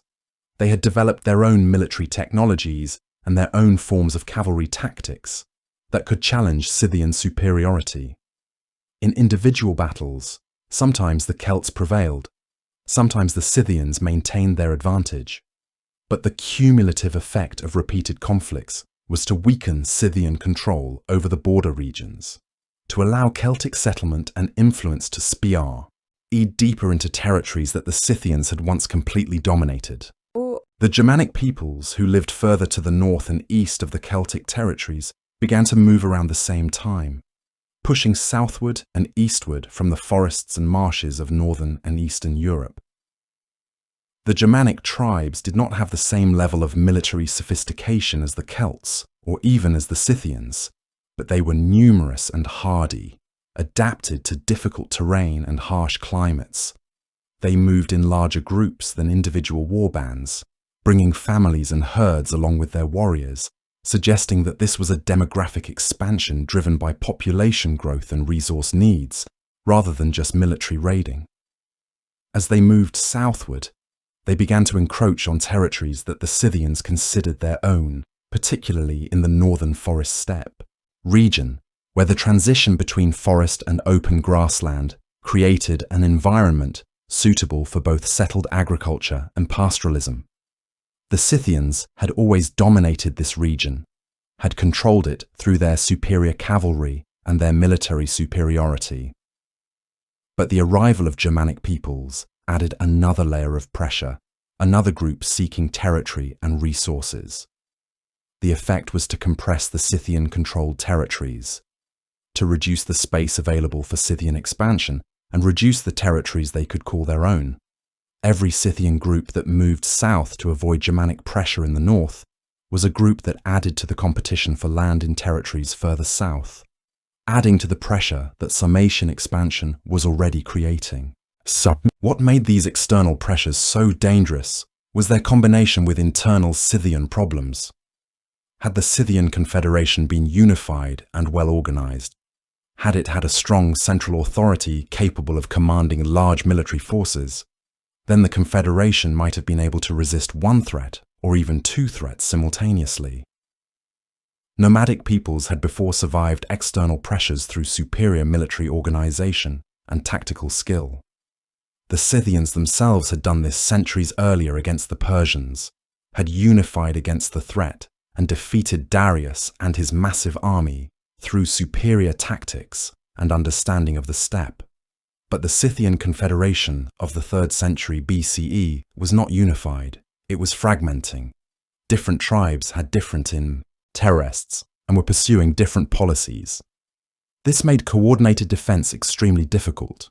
The result was that while the Scythians were strong enough in many individual encounters, strong enough that they could defeat Celtic or Germanic warriors in battle, they lacked the overall military superiority and the political unity necessary to push back the tide of invaders and maintain control of their territories.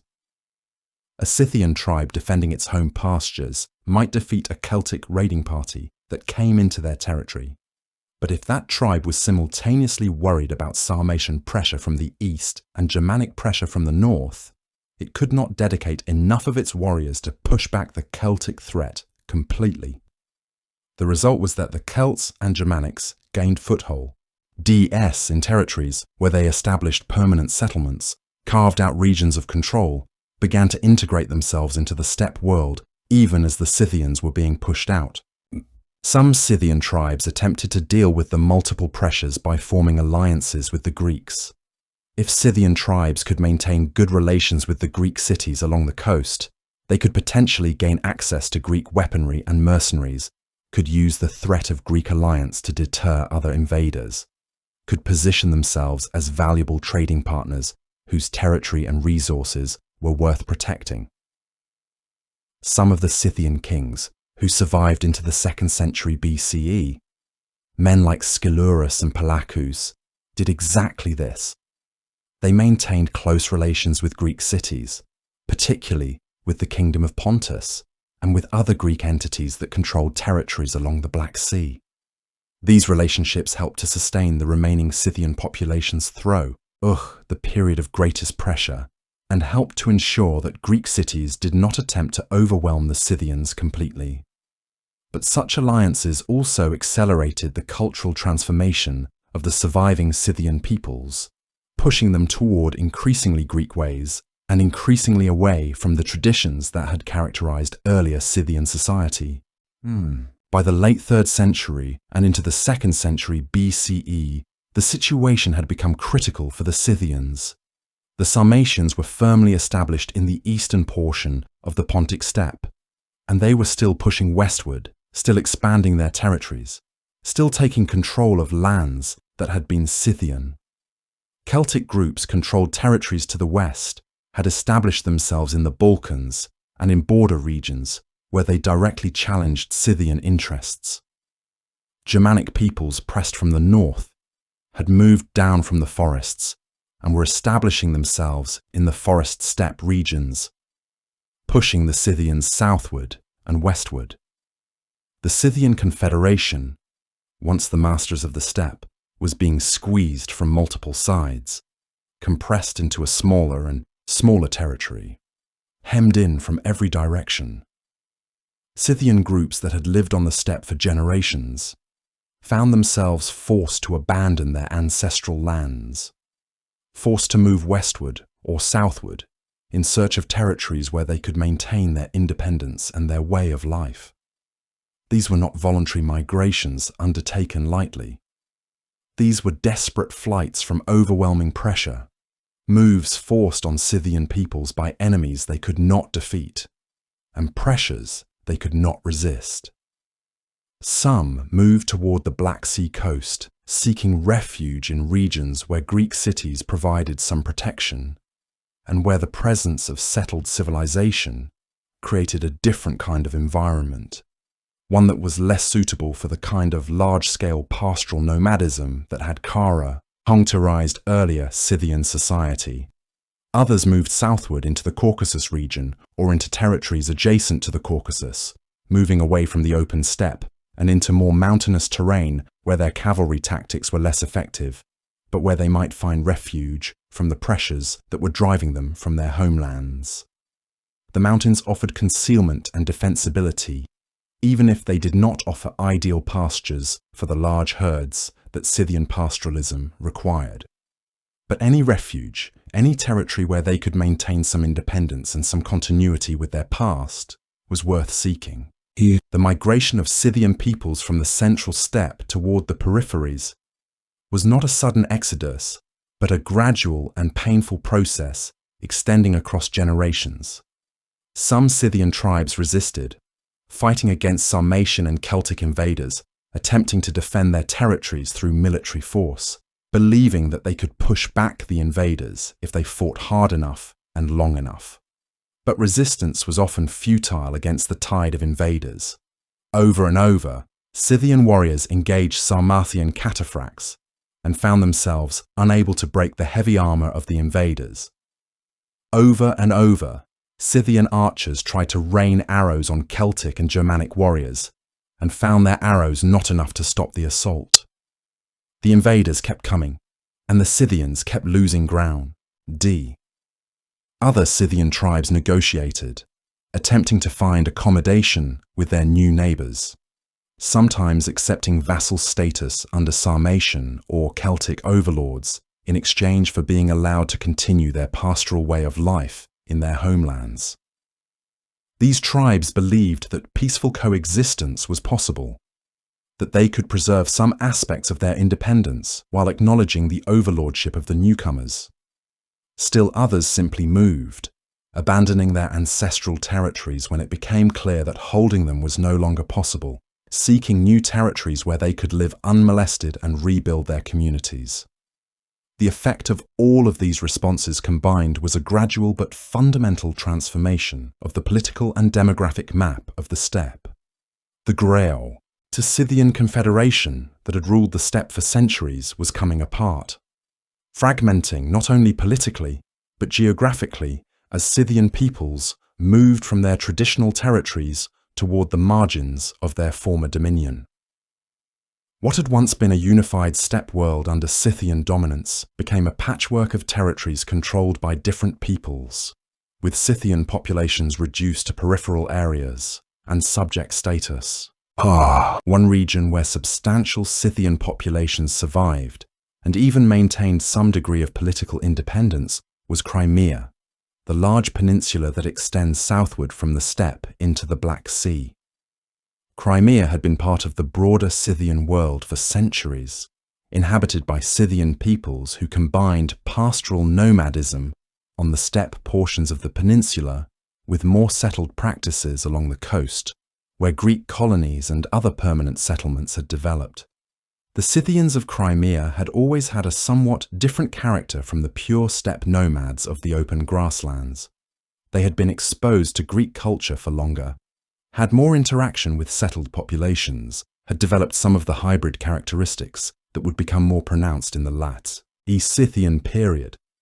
As the pressures on the steppe increased, as Sarmatian expansion pushed westward and Celtic and Germanic movements compressed Scythian territories, Crimea became an increasingly important refuge for Scythian peoples. The peninsula was more difficult to access than the open steppe. The terrain was more varied, with mountains and forests that made large-scale cavalry operations more difficult. The presence of Greek cities and the more settled character of the coastal regions made it possible for Scythian refugees to find safety and, in some cases, to negotiate accommodation with Greek authorities who were willing to tolerate Scythian presence in exchange for peace and trade. A Scythian fleeing from Sarmatian invaders on the steppe could find refuge in the Crimean mountains, or in the territories adjacent to Greek settlements, where the invaders could not easily reach and where local populations would tolerate their presence if they did not threaten stability. The retreat to Crimea and the regions of the lower Dnieper River, the territories closest to the Black Sea coast, represented a fundamental shift in Scythian power and in Scythian strategy. The Scythians were no longer attempting to maintain control of the vast steppe.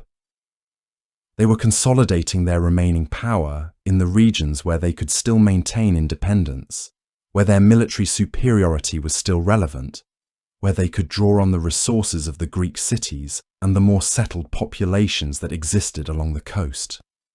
This retreat was happening gradually throughout the 3rd and 2nd centuries BCE, as individual Scythian groups and individual tribes made the decision to move away from the territories they could no longer hold, seeking refuge in Crimea and along the lower Dnieper.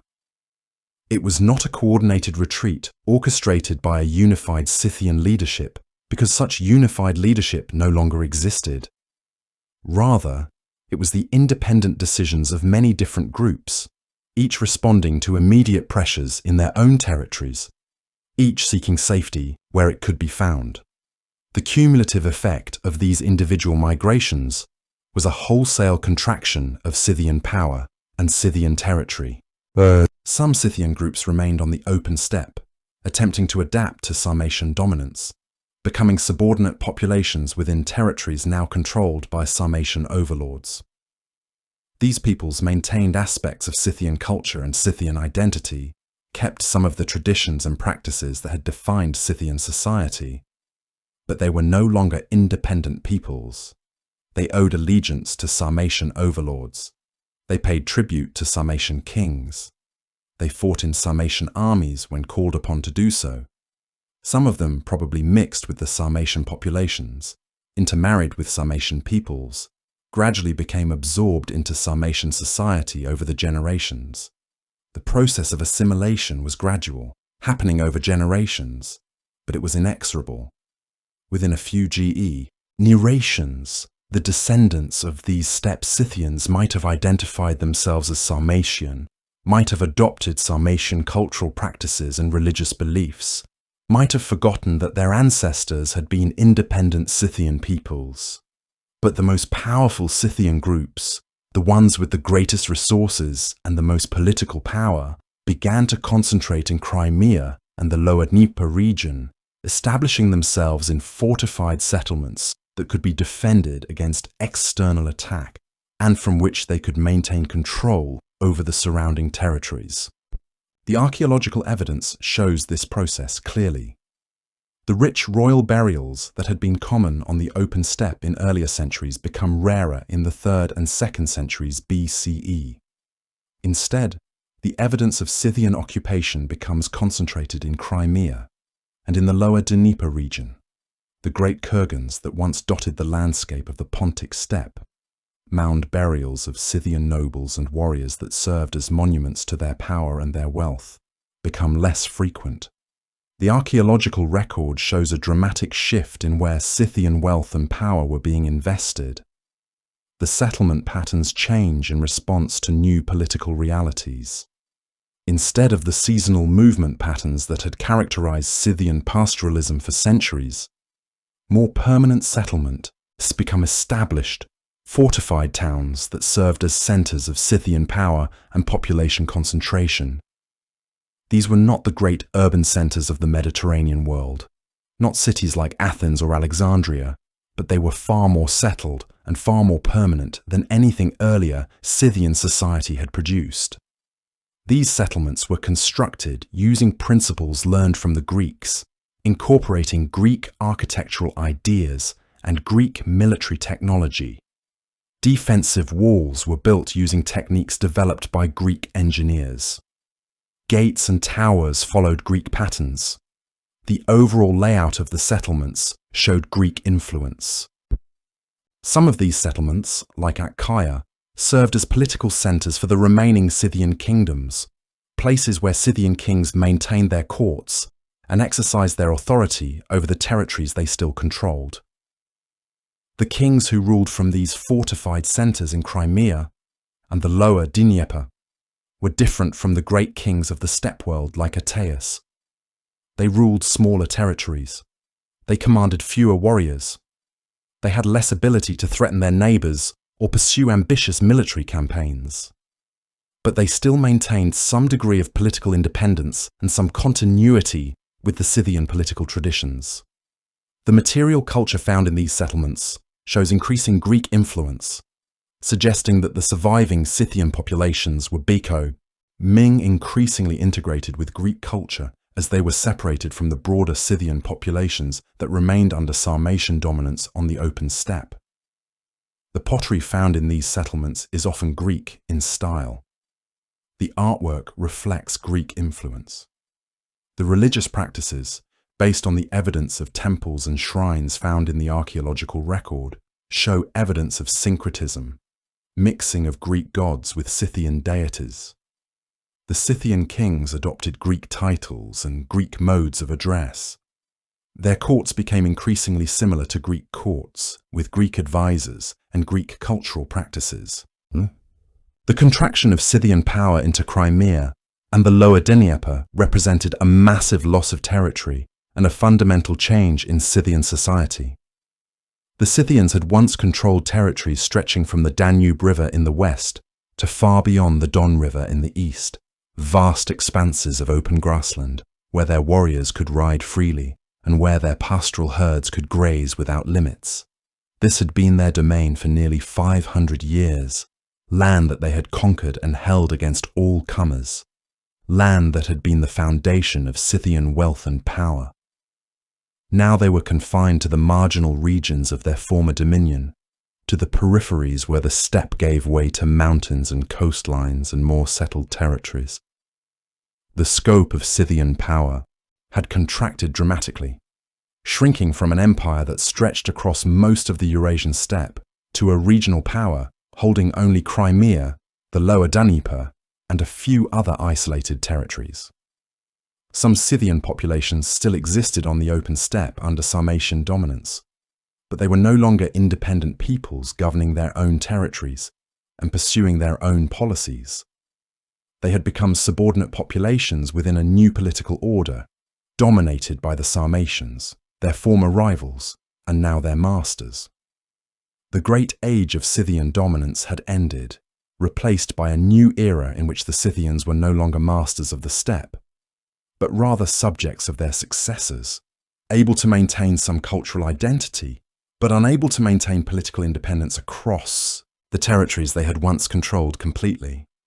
The surviving Scythian kingdoms in Crimea and the lower Dnieper, ruled by kings like Scythian and Pelagos, attempted to maintain their independence and even expand their influence during the 3rd and 2nd centuries BCE. But this attempt at consolidation was not a return to the days of broad Scythian dominance. It was instead a desperate effort to hold on to what remained, to preserve some semblance of Scythian power and identity in a world that was fundamentally transformed. The Scythian kings who ruled these peripheral territories were not the kind of rulers that Ateas had been. They did not command vast warrior confederations spread across the steppe. They did not threaten empires and topple kingdoms. They were regional rulers, powerful in their own territories, but unable to project influence far beyond their borders, unable to compete with the Sarmatians on the open steppe, or to dominate the Greek cities that sat along the coast. These remaining Scythian kingdoms became increasingly dependent on Greek support and increasingly integrated into the Greek world of the Black Sea. The Scythian kings found themselves in a position where their survival depended on maintaining peaceful relations with the Greek kingdoms and cities that controlled the coasts and the wealthier agricultural territories. They had to negotiate, compromise, and accept subordinate positions in the Mediterranean world order. Some of the Scythian kings became like client rulers of Greek powers, maintaining their thrones only through the tolerance of stronger neighbours. In the interior of Crimea, away from the coast, Scythian populations still maintained their pastoral way of life, herding horses and cattle, living in the traditional Scythian manner. But they were increasingly cut off from the broader Scythian world. Communication with the Scythian groups that remained on the steppe under Sarmatian dominance was difficult and dangerous. The land between Crimea and the steppe was increasingly controlled by Sarmatians and other peoples. Scythian groups in Crimea could not easily travel to the steppe without passing through hostile territory. They could not gather in great assemblies as they once had. They could not coordinate military actions with distant Scythian tribes. The unity of Scythian culture, which had always been somewhat loose and tribal, began to fragment completely. The Scythians in Crimea became a distinct regional group, separated from the Scythians of the steppe and from the Scythians who had fled to the Caucasus and other peripheral regions. They developed their own local traditions, their own particular way of combining Scythian pastoral practices with Greek urban influences. They were still Scythian in many ways, still spoke the Scythian language, still maintained Scythian religious practices and burial customs. But they were becoming something different, something neither fully Scythian nor fully Greek, but a hybrid that drew from both traditions. The Scythian fortified centres in Crimea, places like Achaia, where Scythian kings maintained their courts, became increasingly important as centres of power and culture. These settlements were not just military strongholds, they were administrative centres, where Scythian rulers exercised their authority, where scribes kept records, where craftsmen produced goods, where religious ceremonies were conducted. The material culture found in these settlements shows the increasing integration of Greek and Scythian traditions. Greek pottery appears alongside Scythian vessels. Greek architectural styles influence the design of buildings. Greek gods appear in religious contexts alongside traditional Scythian deities. Yet these settlements were still distinctly Scythian in many ways. The burial practices ices found in the nearby kurgans are still Scythian in character. The weaponry and armour follow Scythian traditions. The language is still Scythian. There is a sense of cultural continuity despite the profound political changes, a sense that these Scythian kingdoms, though reduced in power and territory, were still maintaining a connection to their heritage. But even this reduced Scythian world was under constant pressure. From the north and east, Sarmatian groups continued to press westward, occasionally launching raids into Crimean territory, testing the defences of Scythian settlements, probing for weakness. The Scythian rulers had to maintain constant vigilance, had to keep their warriors ready for combat, had to defend their territories against these encroachments. Some of these conflicts may have been large-scale battles, confrontations where Scythian warriors engaged Sarmatian forces in the traditional ways of steppe warfare. Others may have been small raids and skirmishes, occasional violence that marked the continuing conflict between the two peoples. The detailed history of these conflicts is largely lost to us. The ancient sources, the Greek historians and geographers who had recorded so much about earlier Scythian history, had less interest in these later developments. They were focused increasingly on the great powers of the Mediterranean and the Near East, on Rome and Egypt, and the successor kingdoms that had arisen after Alexander's death. The Scythians had become peripheral to the classical world, less interesting, less important. What information we have comes mainly from archaeological evidence and from occasional mentions in Greek inscriptions and coins. The Greek cities along the Black Sea coast maintained their commercial relationships with the remaining Scythian kingdoms, trading Greek manufactured goods and wine and olive oil for the furs, hides, and other products that the Scythians could provide. This trade was valuable for both sides. The Scythians obtained access to Greek goods that raised the standard of living for their elites and provided them with prestige goods that demonstrated their wealth and power. The Greeks obtained valuable raw materials and maintained access to the steppe through their Scythian partners. These trade relationships meant that the Scythian rulers had a stake in maintaining peaceful relations with the Greeks, had an incentive to avoid disrupting the commercial networks that brought valuable goods to their territories. Some Scythian nobles lived in or near Greek cities, maintaining homes where they could oversee the trade, could interact with Greek merchants and officials, could access the material culture of the Greek world. The boundary between Greek and Scythian culture became increasingly blurred in these border regions, with mixed populations and mixed cultural practices becoming common. As the 2nd century BCE progressed and the 1st century BCE began, the pressure on the remaining Scythian populations grew increasingly intense. The Sarmatians, having conquered most of the open steppe and established themselves as the dominant nomadic power, began to expand their influence into the regions that the Scythians still controlled. They pushed into Crimea itself, establishing themselves in the peninsula, competing with the Scythian rulers for control of territories and resources. The Scythian kings, Scilurus and Palacus, attempted to resist this Sarmatian expansion, attempted to maintain Scythian independence in Crimea, but they found themselves increasingly isolated. The Greek cities, while maintaining trade relationships, were not willing to commit their military forces to defend the Scythians against the Sarmatians. The rulers of the Greek cities, particularly those who controlled the Bosporan kingdom, which had emerged as a powerful state in the region, chose instead to pursue their own interests, playing the Scythians and Sarmatians against each other, maintaining diplomatic relations with both, selling weapons and supplies to whoever could pay. The Scythian rulers found themselves without strong allies, unable to mount effective military resistance to Sarmatian pressure. Slowly, inexorably, Sarmatian groups established themselves in Crimea, took control of territories, set up their own settlements. The Scythians were pushed further west, further into marginal territories. The process of Scythian displacement from Crimea took time. It was not a sudden catastrophe, but a gradual process of erosion, of losing territory in pieces, of having to constantly retreat and establish new defensive positions. Some Scythian tribes chose to fight, to resist Sarmatian encroachment with military force.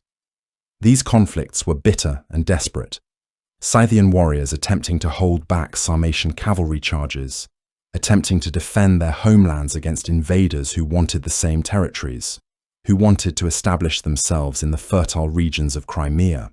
But the Scythians found that their traditional military tactics, effective against Persian cavalry centuries before, were no longer effective against Sarmatian cataphracts. The light cavalry tactics that had made them masters of the steppe could not easily defeat heavily armoured riders who charged in coordinated formations, who broke through Scythian lines with overwhelming force. In open combat on the steppes of Crimea, the Sarmatians had the advantage, and Scythian warriors discovered this repeatedly as they attempted to defend their territories. Other Scythian groups chose to negotiate, to attempt to reach accommodations with the Sarmatians, to find ways to coexist with the invaders. These groups sometimes agreed to tributary status, to accept Sarmatian overlordship in exchange for being allowed to continue their pastoral way of life in their homelands.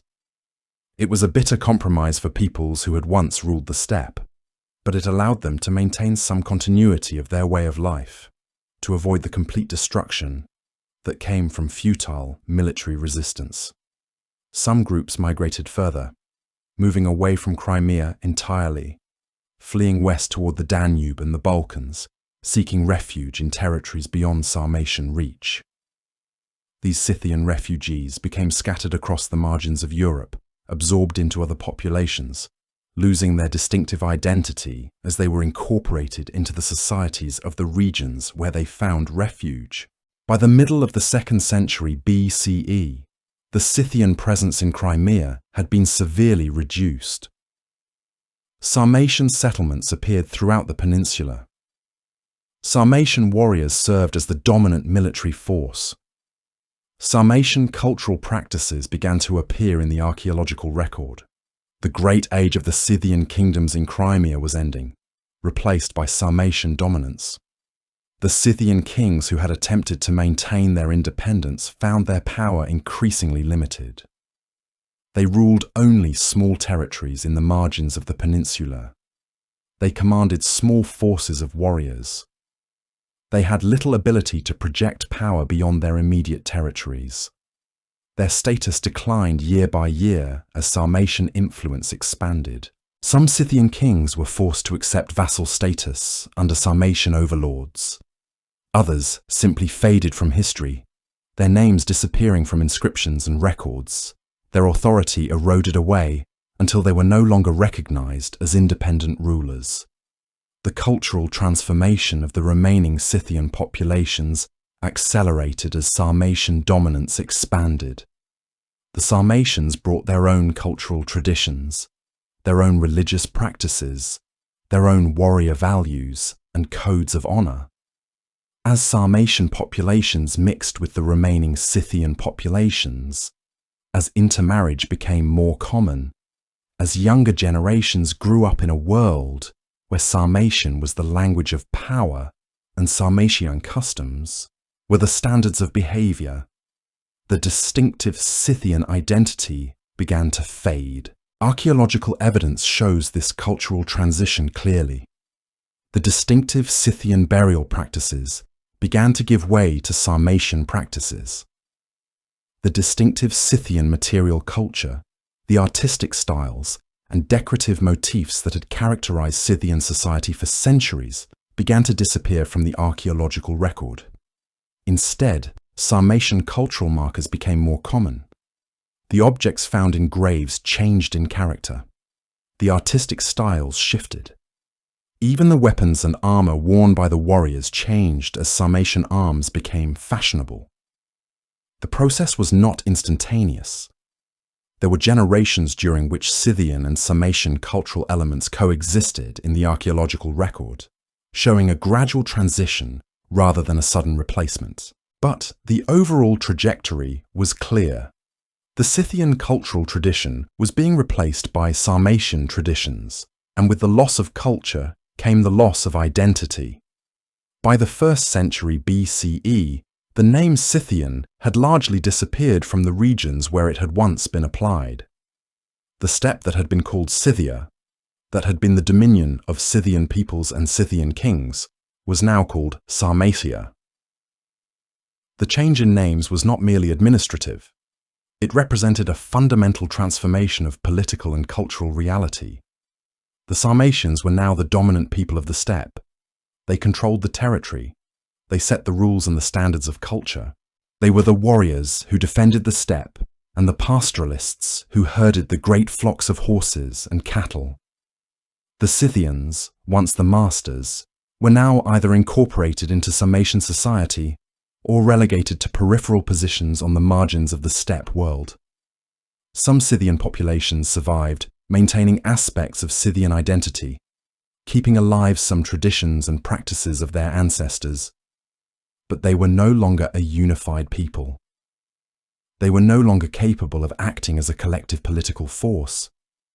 They were scattered, divided, subject to Sarmatian overlords or absorbed into other populations. The great confederation that had once extended from the Danube to beyond the Don was gone.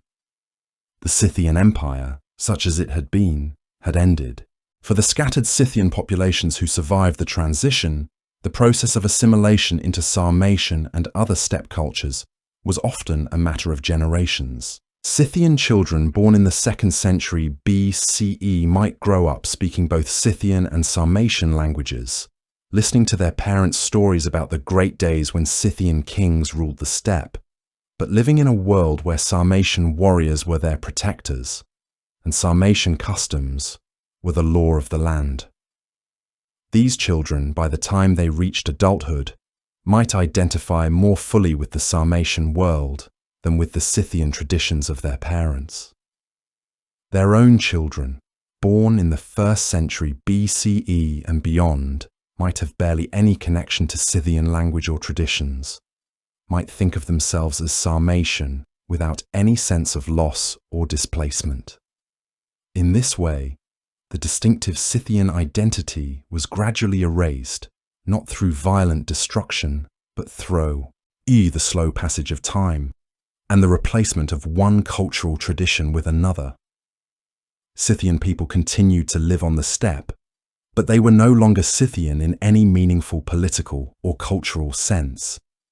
They were Sarmatian, or if not fully Sarmatian, then at least living under Sarmatian rule and increasingly accepting Sarmatian ways. The final dissolution of the Scythian identity was not marked by any single catastrophic event. There was no final battle where the last Scythian king was defeated. There was no moment when the last Scythian warrior died and the entire people ceased to exist.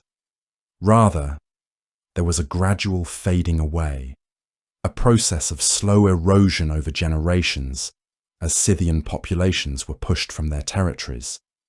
As their military power was eclipsed by Sarmatian superiority, as their cultural traditions were replaced by Sarmatian traditions, as the distinctive Scythian identity lost meaning and relevance in a world transformed by Sarmatian dominance. By the beginning of the 1st century BCE, the archaeological record shows almost no evidence of distinctly Scythian material culture. The burials found in the steppe show Sarmatian practices. The settlements show Sarmatian influences. The inscriptions and coins refer to Sarmatian rulers and Sarmatian peoples. The Scythians had become invisible in the material record, absorbed into Sarmatian society, their distinct identity lost. In a few scattered regions, particularly in Crimea and in some isolated valleys of the Caucasus, some populations maintained connections to Scythian traditions, but they were remnants, marginalized groups, no longer significant enough to be recorded by historians or to leave substantial marks on the archaeological record. The memory of the Scythians lived on in the accounts of ancient historians like Herodotus, who had written extensively about them in earlier centuries. The Greeks of the Mediterranean world remembered them as fierce warriors and cunning pastoralists, as a people who had challenged empires and dominated the steppe for centuries. But for the peoples of the steppe itself, the Scythians became part of the past, ancestors rather than contemporary peoples, figures of legend rather than living communities. The distinctive material culture that had made Scythian society so recognizable in the archaeological record, the beautiful gold work, the elaborate burials, the distinctive artistic styles, all these things belonged to an earlier age. They were remnants of a bygone era, monuments to a people who had once been great but who had been overcome by history by the relentless pressure of external forces, by the rise of new peoples and new powers. The Scythians had experienced rise and dominance. They had experienced decline and displacement. And finally, they had experienced absorption and disappearance, their identity subsumed into the larger world of the steppe and the Mediterranean. The legacy of the Scythians did not end with their disappearance as a distinct political and cultural entity. The material remains of their civilization, the objects they had created, and the monuments they had built continued to exist in the steppe long after the living Scythian communities had ceased to exist. The great kurgans, the burial mounds that Scythian nobles had raised across the steppe, continued to dominate the landscape, visible for miles across the flat expanse of the grasslands. Within these mounds lay the remains of Scythian warriors and nobles, buried with their treasures and their horses, preserved in the dry conditions of the steppe. The artifacts found within these graves, the elaborate gold work and the finely crafted weapons and armor, demonstrated the sophistication of Scythian craftsmanship and the wealth of Scythian elites. These objects survived the centuries, survived the displacement of the Scythian peoples, survived the rise and dominance of the Sarmatians. They became the primary evidence through which later peoples and later archaeologists could understand Scythian culture, could study the ways of the ancient steppe peoples, could learn about the societies that had flourished before the Sarmatians arrived. The artistic achievements of the Scythian peoples were remarkable and distinctive. The characteristic animal style of Scythian art, the way they depicted creatures in abstract, geometric, interlocking designs, influenced the artistic traditions of the peoples who came after them. The gold plaques and ornaments that Scythian artisans had created, depicting fantastic animals with flowing lines and intricate detail, represented some of the finest metalwork of the ancient world. These pieces demonstrated not just technical skill, but artistic vision. The ability to see animal forms in new and creative ways, to use the constraints of available materials to create objects of extraordinary beauty. The Sarmatians, even as they dominated the Scythians militarily and politically, adopted many elements of Scythian artistic tradition. They incorporated Scythian artistic motifs into their own work. They learned from Scythian craftsmen, perhaps even employing some of them to create objects for Sarmatian nobles and kings. The animal style continued to appear in the artwork of the Sarmatians and other steppe peoples who came after, showing the enduring influence of Scythian artistic traditions. In some ways, the Scythian culture lived on in the art and craft traditions of their successors, even as the Scythian identity itself disappeared. The elegant horses, the fierce predators, the geometric interlocking designs that had characterized Scythian art continued to appear in the artistic work of later generations. Sarmatian artisans produced work that directly echoed Scythian themes and styles, suggesting a kind of cultural continuity beneath the political rupture. These connections show that despite the political dominance of the Sarmatians, there was a continuity of cultural tradition, a sense that the new peoples of the steppe were building on the foundations laid by their predecessors. The Scythians had established a cultural pattern that would persist long after they had ceased to exist as an independent people. Even as the Scythian warriors faded from history, their artistic vision endured, passed on through the hands of craftsmen and artists who valued what the Scythians had created and sought to preserve and develop their traditions. The weapons and armor of the Scythians also had a lasting legacy. The scale armor that the Scythians had developed became a standard form of military protection across the steppe and eventually across much of the ancient world. This armor, made of small overlapping iron scales attached to a leather or fabric backing, had proven its effectiveness in steppe warfare, where mobility was crucial but protection against arrows and swords was essential. The Sarmatians used scale armor, perfecting it for their heavier cavalry tactics and making it the hallmark of their military strength. Later, nomadic peoples used scale armor. Even settled empires like the Persians, and eventually the Romans, adopted and refined the scale armor techniques that the Scythians had pioneered. Military engineers in Rome, cognized the value of the design and incorporated it into their cavalry armor, spreading Scythian military technology throughout the Roman world. The recurve bow, the composite bow that could be made from horn and wood and sinew, continued to be used by the peoples of the steppe for centuries after the Scythians had disappeared. It became the characteristic weapon of steppe nomads, the tool that gave them their military advantage over settled agricultural peoples. The bow that the Scythians had perfected remained the weapon of choice for steppe warriors long after the Scythian warriors themselves had passed into history. The techniques of bow making that Scythian craftsmen had developed, the knowledge of how to select the right wood, how to shape horn for maximum effectiveness, how to bind components together to create a weapon that could survive the stresses of combat. These techniques were passed on through generations of steppe peoples. In these ways, through the tools and technologies that they had developed, the Scythians exercised a lasting influence on the world of the steppe and on the history of warfare across Eurasia. The Scythian horse culture, the relationship between people and horses that had been fundamental to Scythian society, also had a profound lasting impact.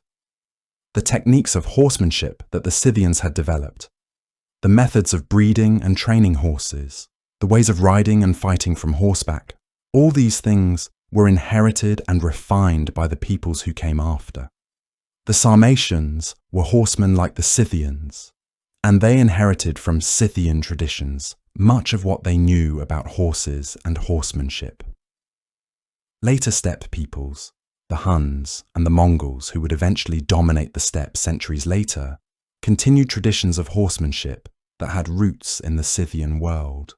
The bond between warrior and horse that was so characteristic of Scythian society became a defining feature of steppe nomadic culture in general. The Scythians had established patterns of warfare and life that would persist for millennia, long after the Scythian peoples themselves had ceased to exist. The Greek sources that preserve the memory of the Scythians had a lasting impact on how they were remembered and understood. The accounts of Herodotus and other Greek historians kept the Scythians alive in the historical record, even as the living Scythian communities disappeared from the steppe. These accounts, which in some ways presented a view of the Scythians filtered through Greek eyes and Greek interests, became the primary source through which later ages understood these ancient peoples. Modern scholars reading Herodotus could reconstruct something of Scythian life and culture from his detailed descriptions. The Scythians became figures in the broader history of the ancient world, remembered not as the living, dominating presence they had been in their own time, but as historical auteurs, as peoples who had played significant roles in the great dramas of ancient history, who had challenged empires and built their own civilization on the steppes. The fact that Herodotus had written about them, that they featured prominently in the historical record, meant that they could not be completely forgotten. They lived on as historical memory even after they had disappeared as a living people. In the centuries and millennia that followed the disappearance of the Scythians as an independent political entity, the archaeological remains of their civilization attracted increasing scholarly attention. The great kurgans of the steppe, many of which were opened and excavated in the 19th and 20th centuries, revealed the treasures that had been buried with Scythian nobles. The gold work, the intricate weapons, the carefully crafted ceremonial vessels, and the jewelry, all these objects demonstrated the high level of craftsmanship and the accumulated wealth of Scythian society. Some of the most spectacular kurgan discoveries included the kurgan of Kuloba and the burial mounds of the Scythian kings, which contained gold plates and ornaments of extraordinary quality and complexity. The horse sacrifices found in some of the richest burials, animals buried alongside their masters as companions in the afterlife, revealed the central role that horses played in Scythian religious and social life. Gold bridles and horse armor, made with intricate detail and sometimes weighing many pounds, showed that the Scythians valued their horses as much as any warrior might value his own possessions. Archaeologists studying these remains could reconstruct much of what had been lost. They could understand something of Scythian religion from the objects left in the tombs, from the religious iconography and symbols that appeared in the burial art. They could learn about Scythian warfare from the weapons and armor that had been buried, understanding through physical examination the natty of Scythian military technology and techniques. They could understand the organization of Scythian society from the distribution of wealth and the patterns of burial, seeing in the archaeological record the evidence of social hierarchy and class distinction that had characterized Scythian culture. The material culture that the Scythians had left behind gave voice to people whose living voices had long been silenced, whose history would otherwise have been lost. These archaeological remains became the primary evidence through which the Scythians were known to the modern world. The Scythians became symbols of the steppe itself, of the freedom and independence of the nomadic peoples, of a way of life that was fundamentally different from the settled urban civilizations of the Mediterranean and the Near East. In the imagination of later peoples, the Scythians represented a kind of noble savagery, warriors who lived close to nature, who were not bound by the constraints and conventions of settled civilization. This image, which owed much to the writings of Greek historians who were often fascinated by and somewhat disdainful of the Scythian way of life, became embedded in the cultural memory of the ancient world. Even though the living Scythian peoples had long disappeared, the idea of the Scythians, the romantic image of fierce steppe warriors and independent past, oralists continued to exert a hold on the imagination of later ages. The Scythians became legends, figures of historical and cultural significance beyond their own historical moment. Their memory lived on not just in the archaeological record, but in the stories that were told about them, in the images that artists created of them, in the ways that later peoples understood their own past and their place in the history of Eurasia and the Mediterranean world. Medieval and early modern Europeans, fascinated by accounts of the steppe and the peoples who inhabited it, looked back to the Scythians as examples of the nomadic warrior peoples who had shaped the history of Eurasia. The Scythians became examples of a way of life that was both admirable in its freedom and independence and threatening in its potential for warfare and conquest. Renaissance and early modern scholars attempted to understand Scythian history through the lens of classical sources, trying to reconstruct a picture of their civilization from the fragmentary accounts that had survived. The Scythians appeared in medieval maps and chronicles as mysterious inhabitants of the far steppe, known more through legend and rumour than through direct knowledge or interaction. As European know, ledge of Central Asia and the steppe expanded through exploration and trade.